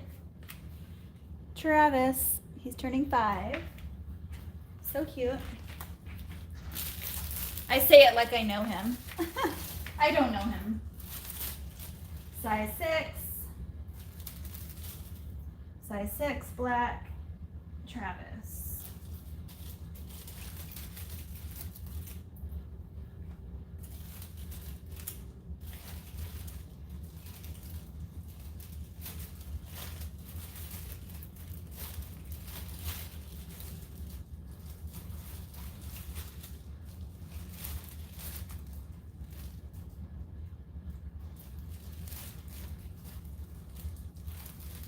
Ooh, it's hot under there. This needs to go a little bit skinnier. It's not fitting.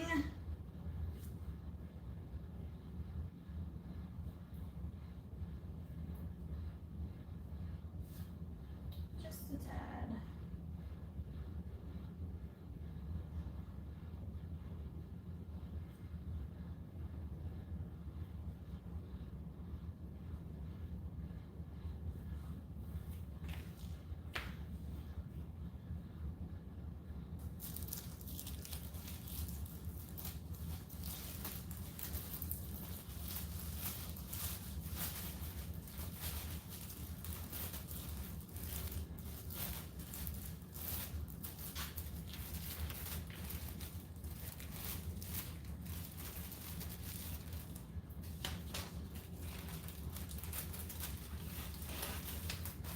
Okay.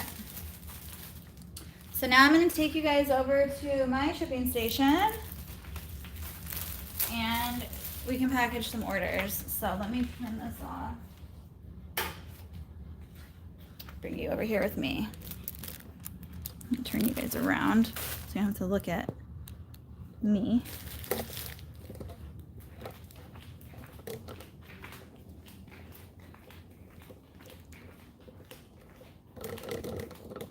Alright, so let's see, where do I want to put you guys?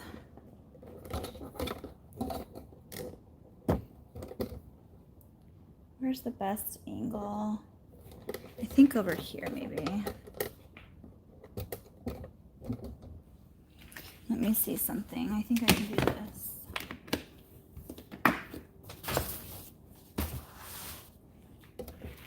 Let's see here. Give me 1 second, guys. Sorry, I'm moving you.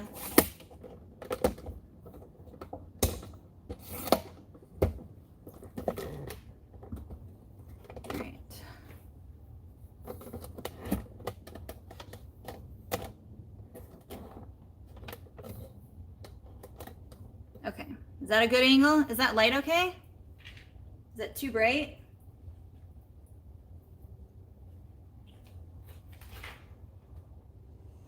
Okay, I'm gonna do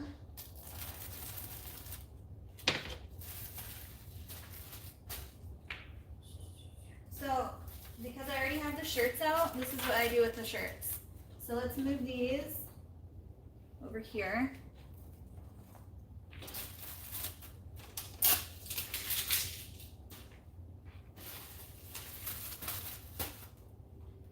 So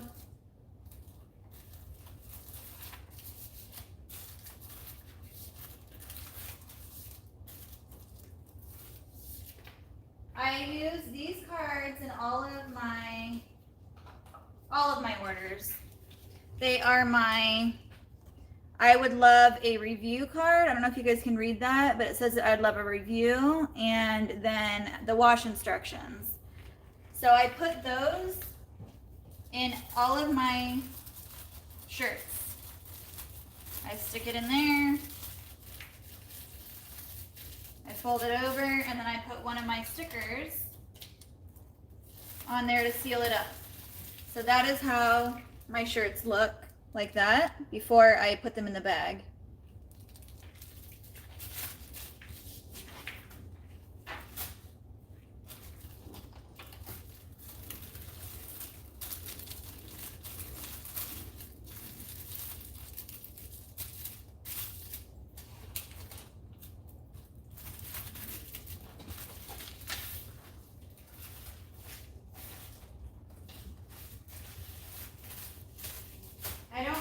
these labels printed out yet, so that is why I'm moving them back over there.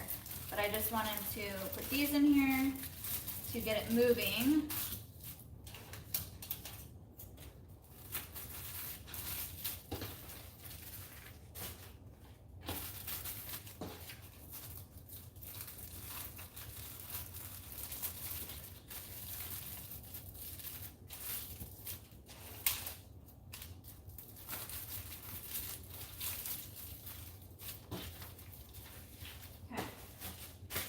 So then, what I'm gonna do is actually, I'm gonna do these ones first, because I have to package them. So what I do with these is, I don't have, of course, I don't have any cut out, but that's okay, I have them right here. So I print out these are my nursing pad.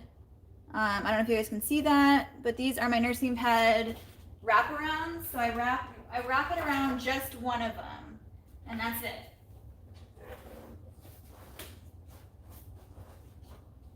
So I'm just gonna cut 2 out for right now, because I only have 2 orders of them.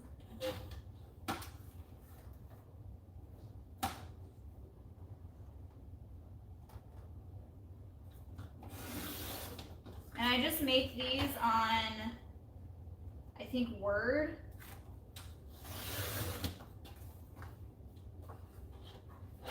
I'll cut the rest later.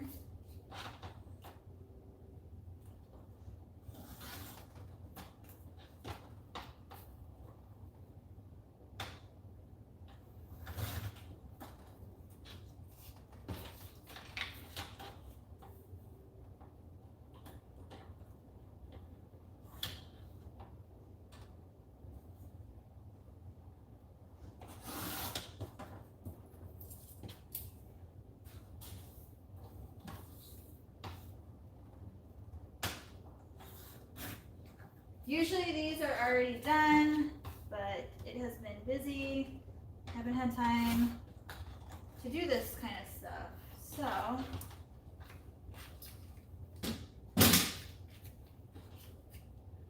I usually score them too, but I don't have time for that right now, so they're gonna get them the way it is. So I use my little glue, and I just put a little bit of glue on the end.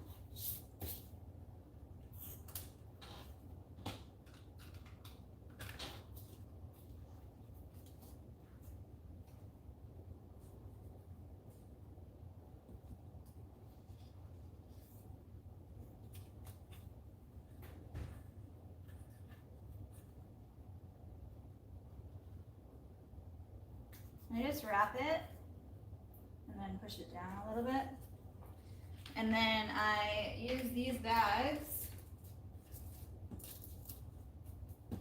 So each order gets 1 wrap, and that is how I allow the customer to know what the set is. So 1 set is 2 nursing pads. So when I first started making these, people were confused because they would say, oh, well, I ordered however many sets, but I only got this many. I'm like, 1 set equals 2, I mean, you have 2 breasts, so it only makes sense. A set is usually 2, right? Unless they specify something different. So anyway, I package each, you can't really see it because of the light, but this is what they look like. And then I put them in this bag, and it has like, you can't see it because of lighting, but it has directions on the back on how to like clean them and whatnot. So I baggage each set. So this is a set of 2. So I'll put that in a bag, and then I'll put this in a bag. That way they ordered 3 sets. They have 3 different bags. Each bag is 1 set. So there's no confusion.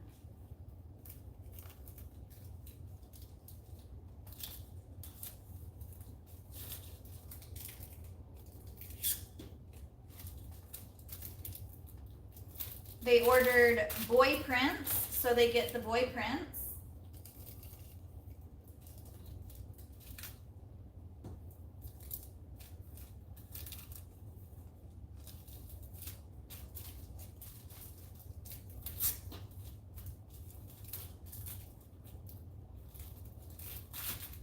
I mean, it's kind of a waste of bags, but these bags are super cheap, so it's fine.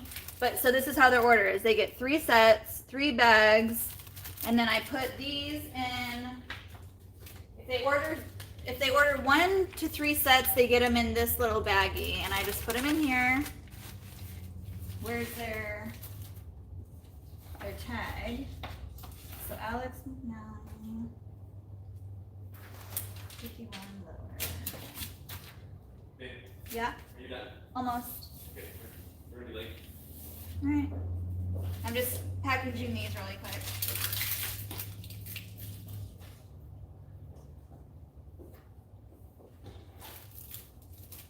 I'm going on a date tonight with my husband.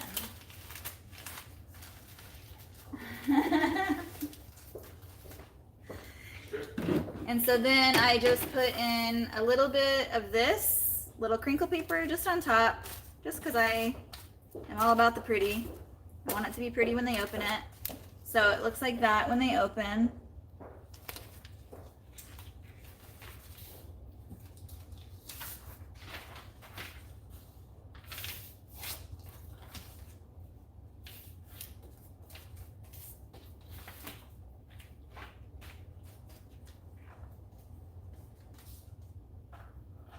I give everyone that card I just showed you, and I write them a thank you note.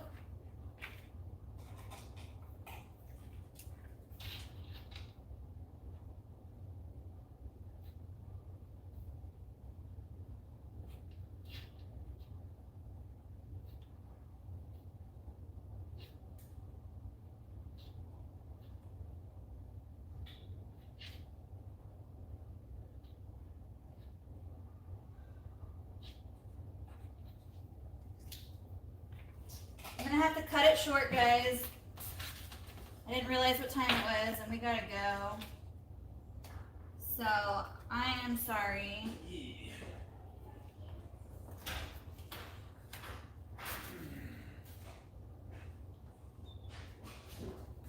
But that is how I package my nursing pads, and this order is ready to go. Yes.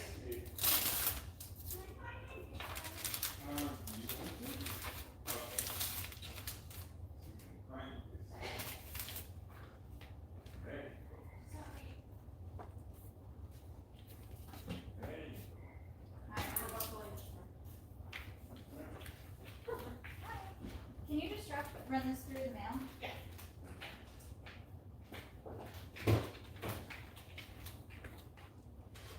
Alright, well I gotta go. I'm so sorry guys to cut it short, but maybe I'll do a video on how I package all these, because these all need to be packaged. And I don't have time to do it right now, but I thank you guys so much for being here with me all day. It's been almost a 7-hour workday live, which is crazy, but the day went by so fast, and I just wanted to say thank you for those of you who have been on here, who are on here now, and who keep supporting me. So I will see you guys all next time. Again, thank you guys so much for being here. Bye.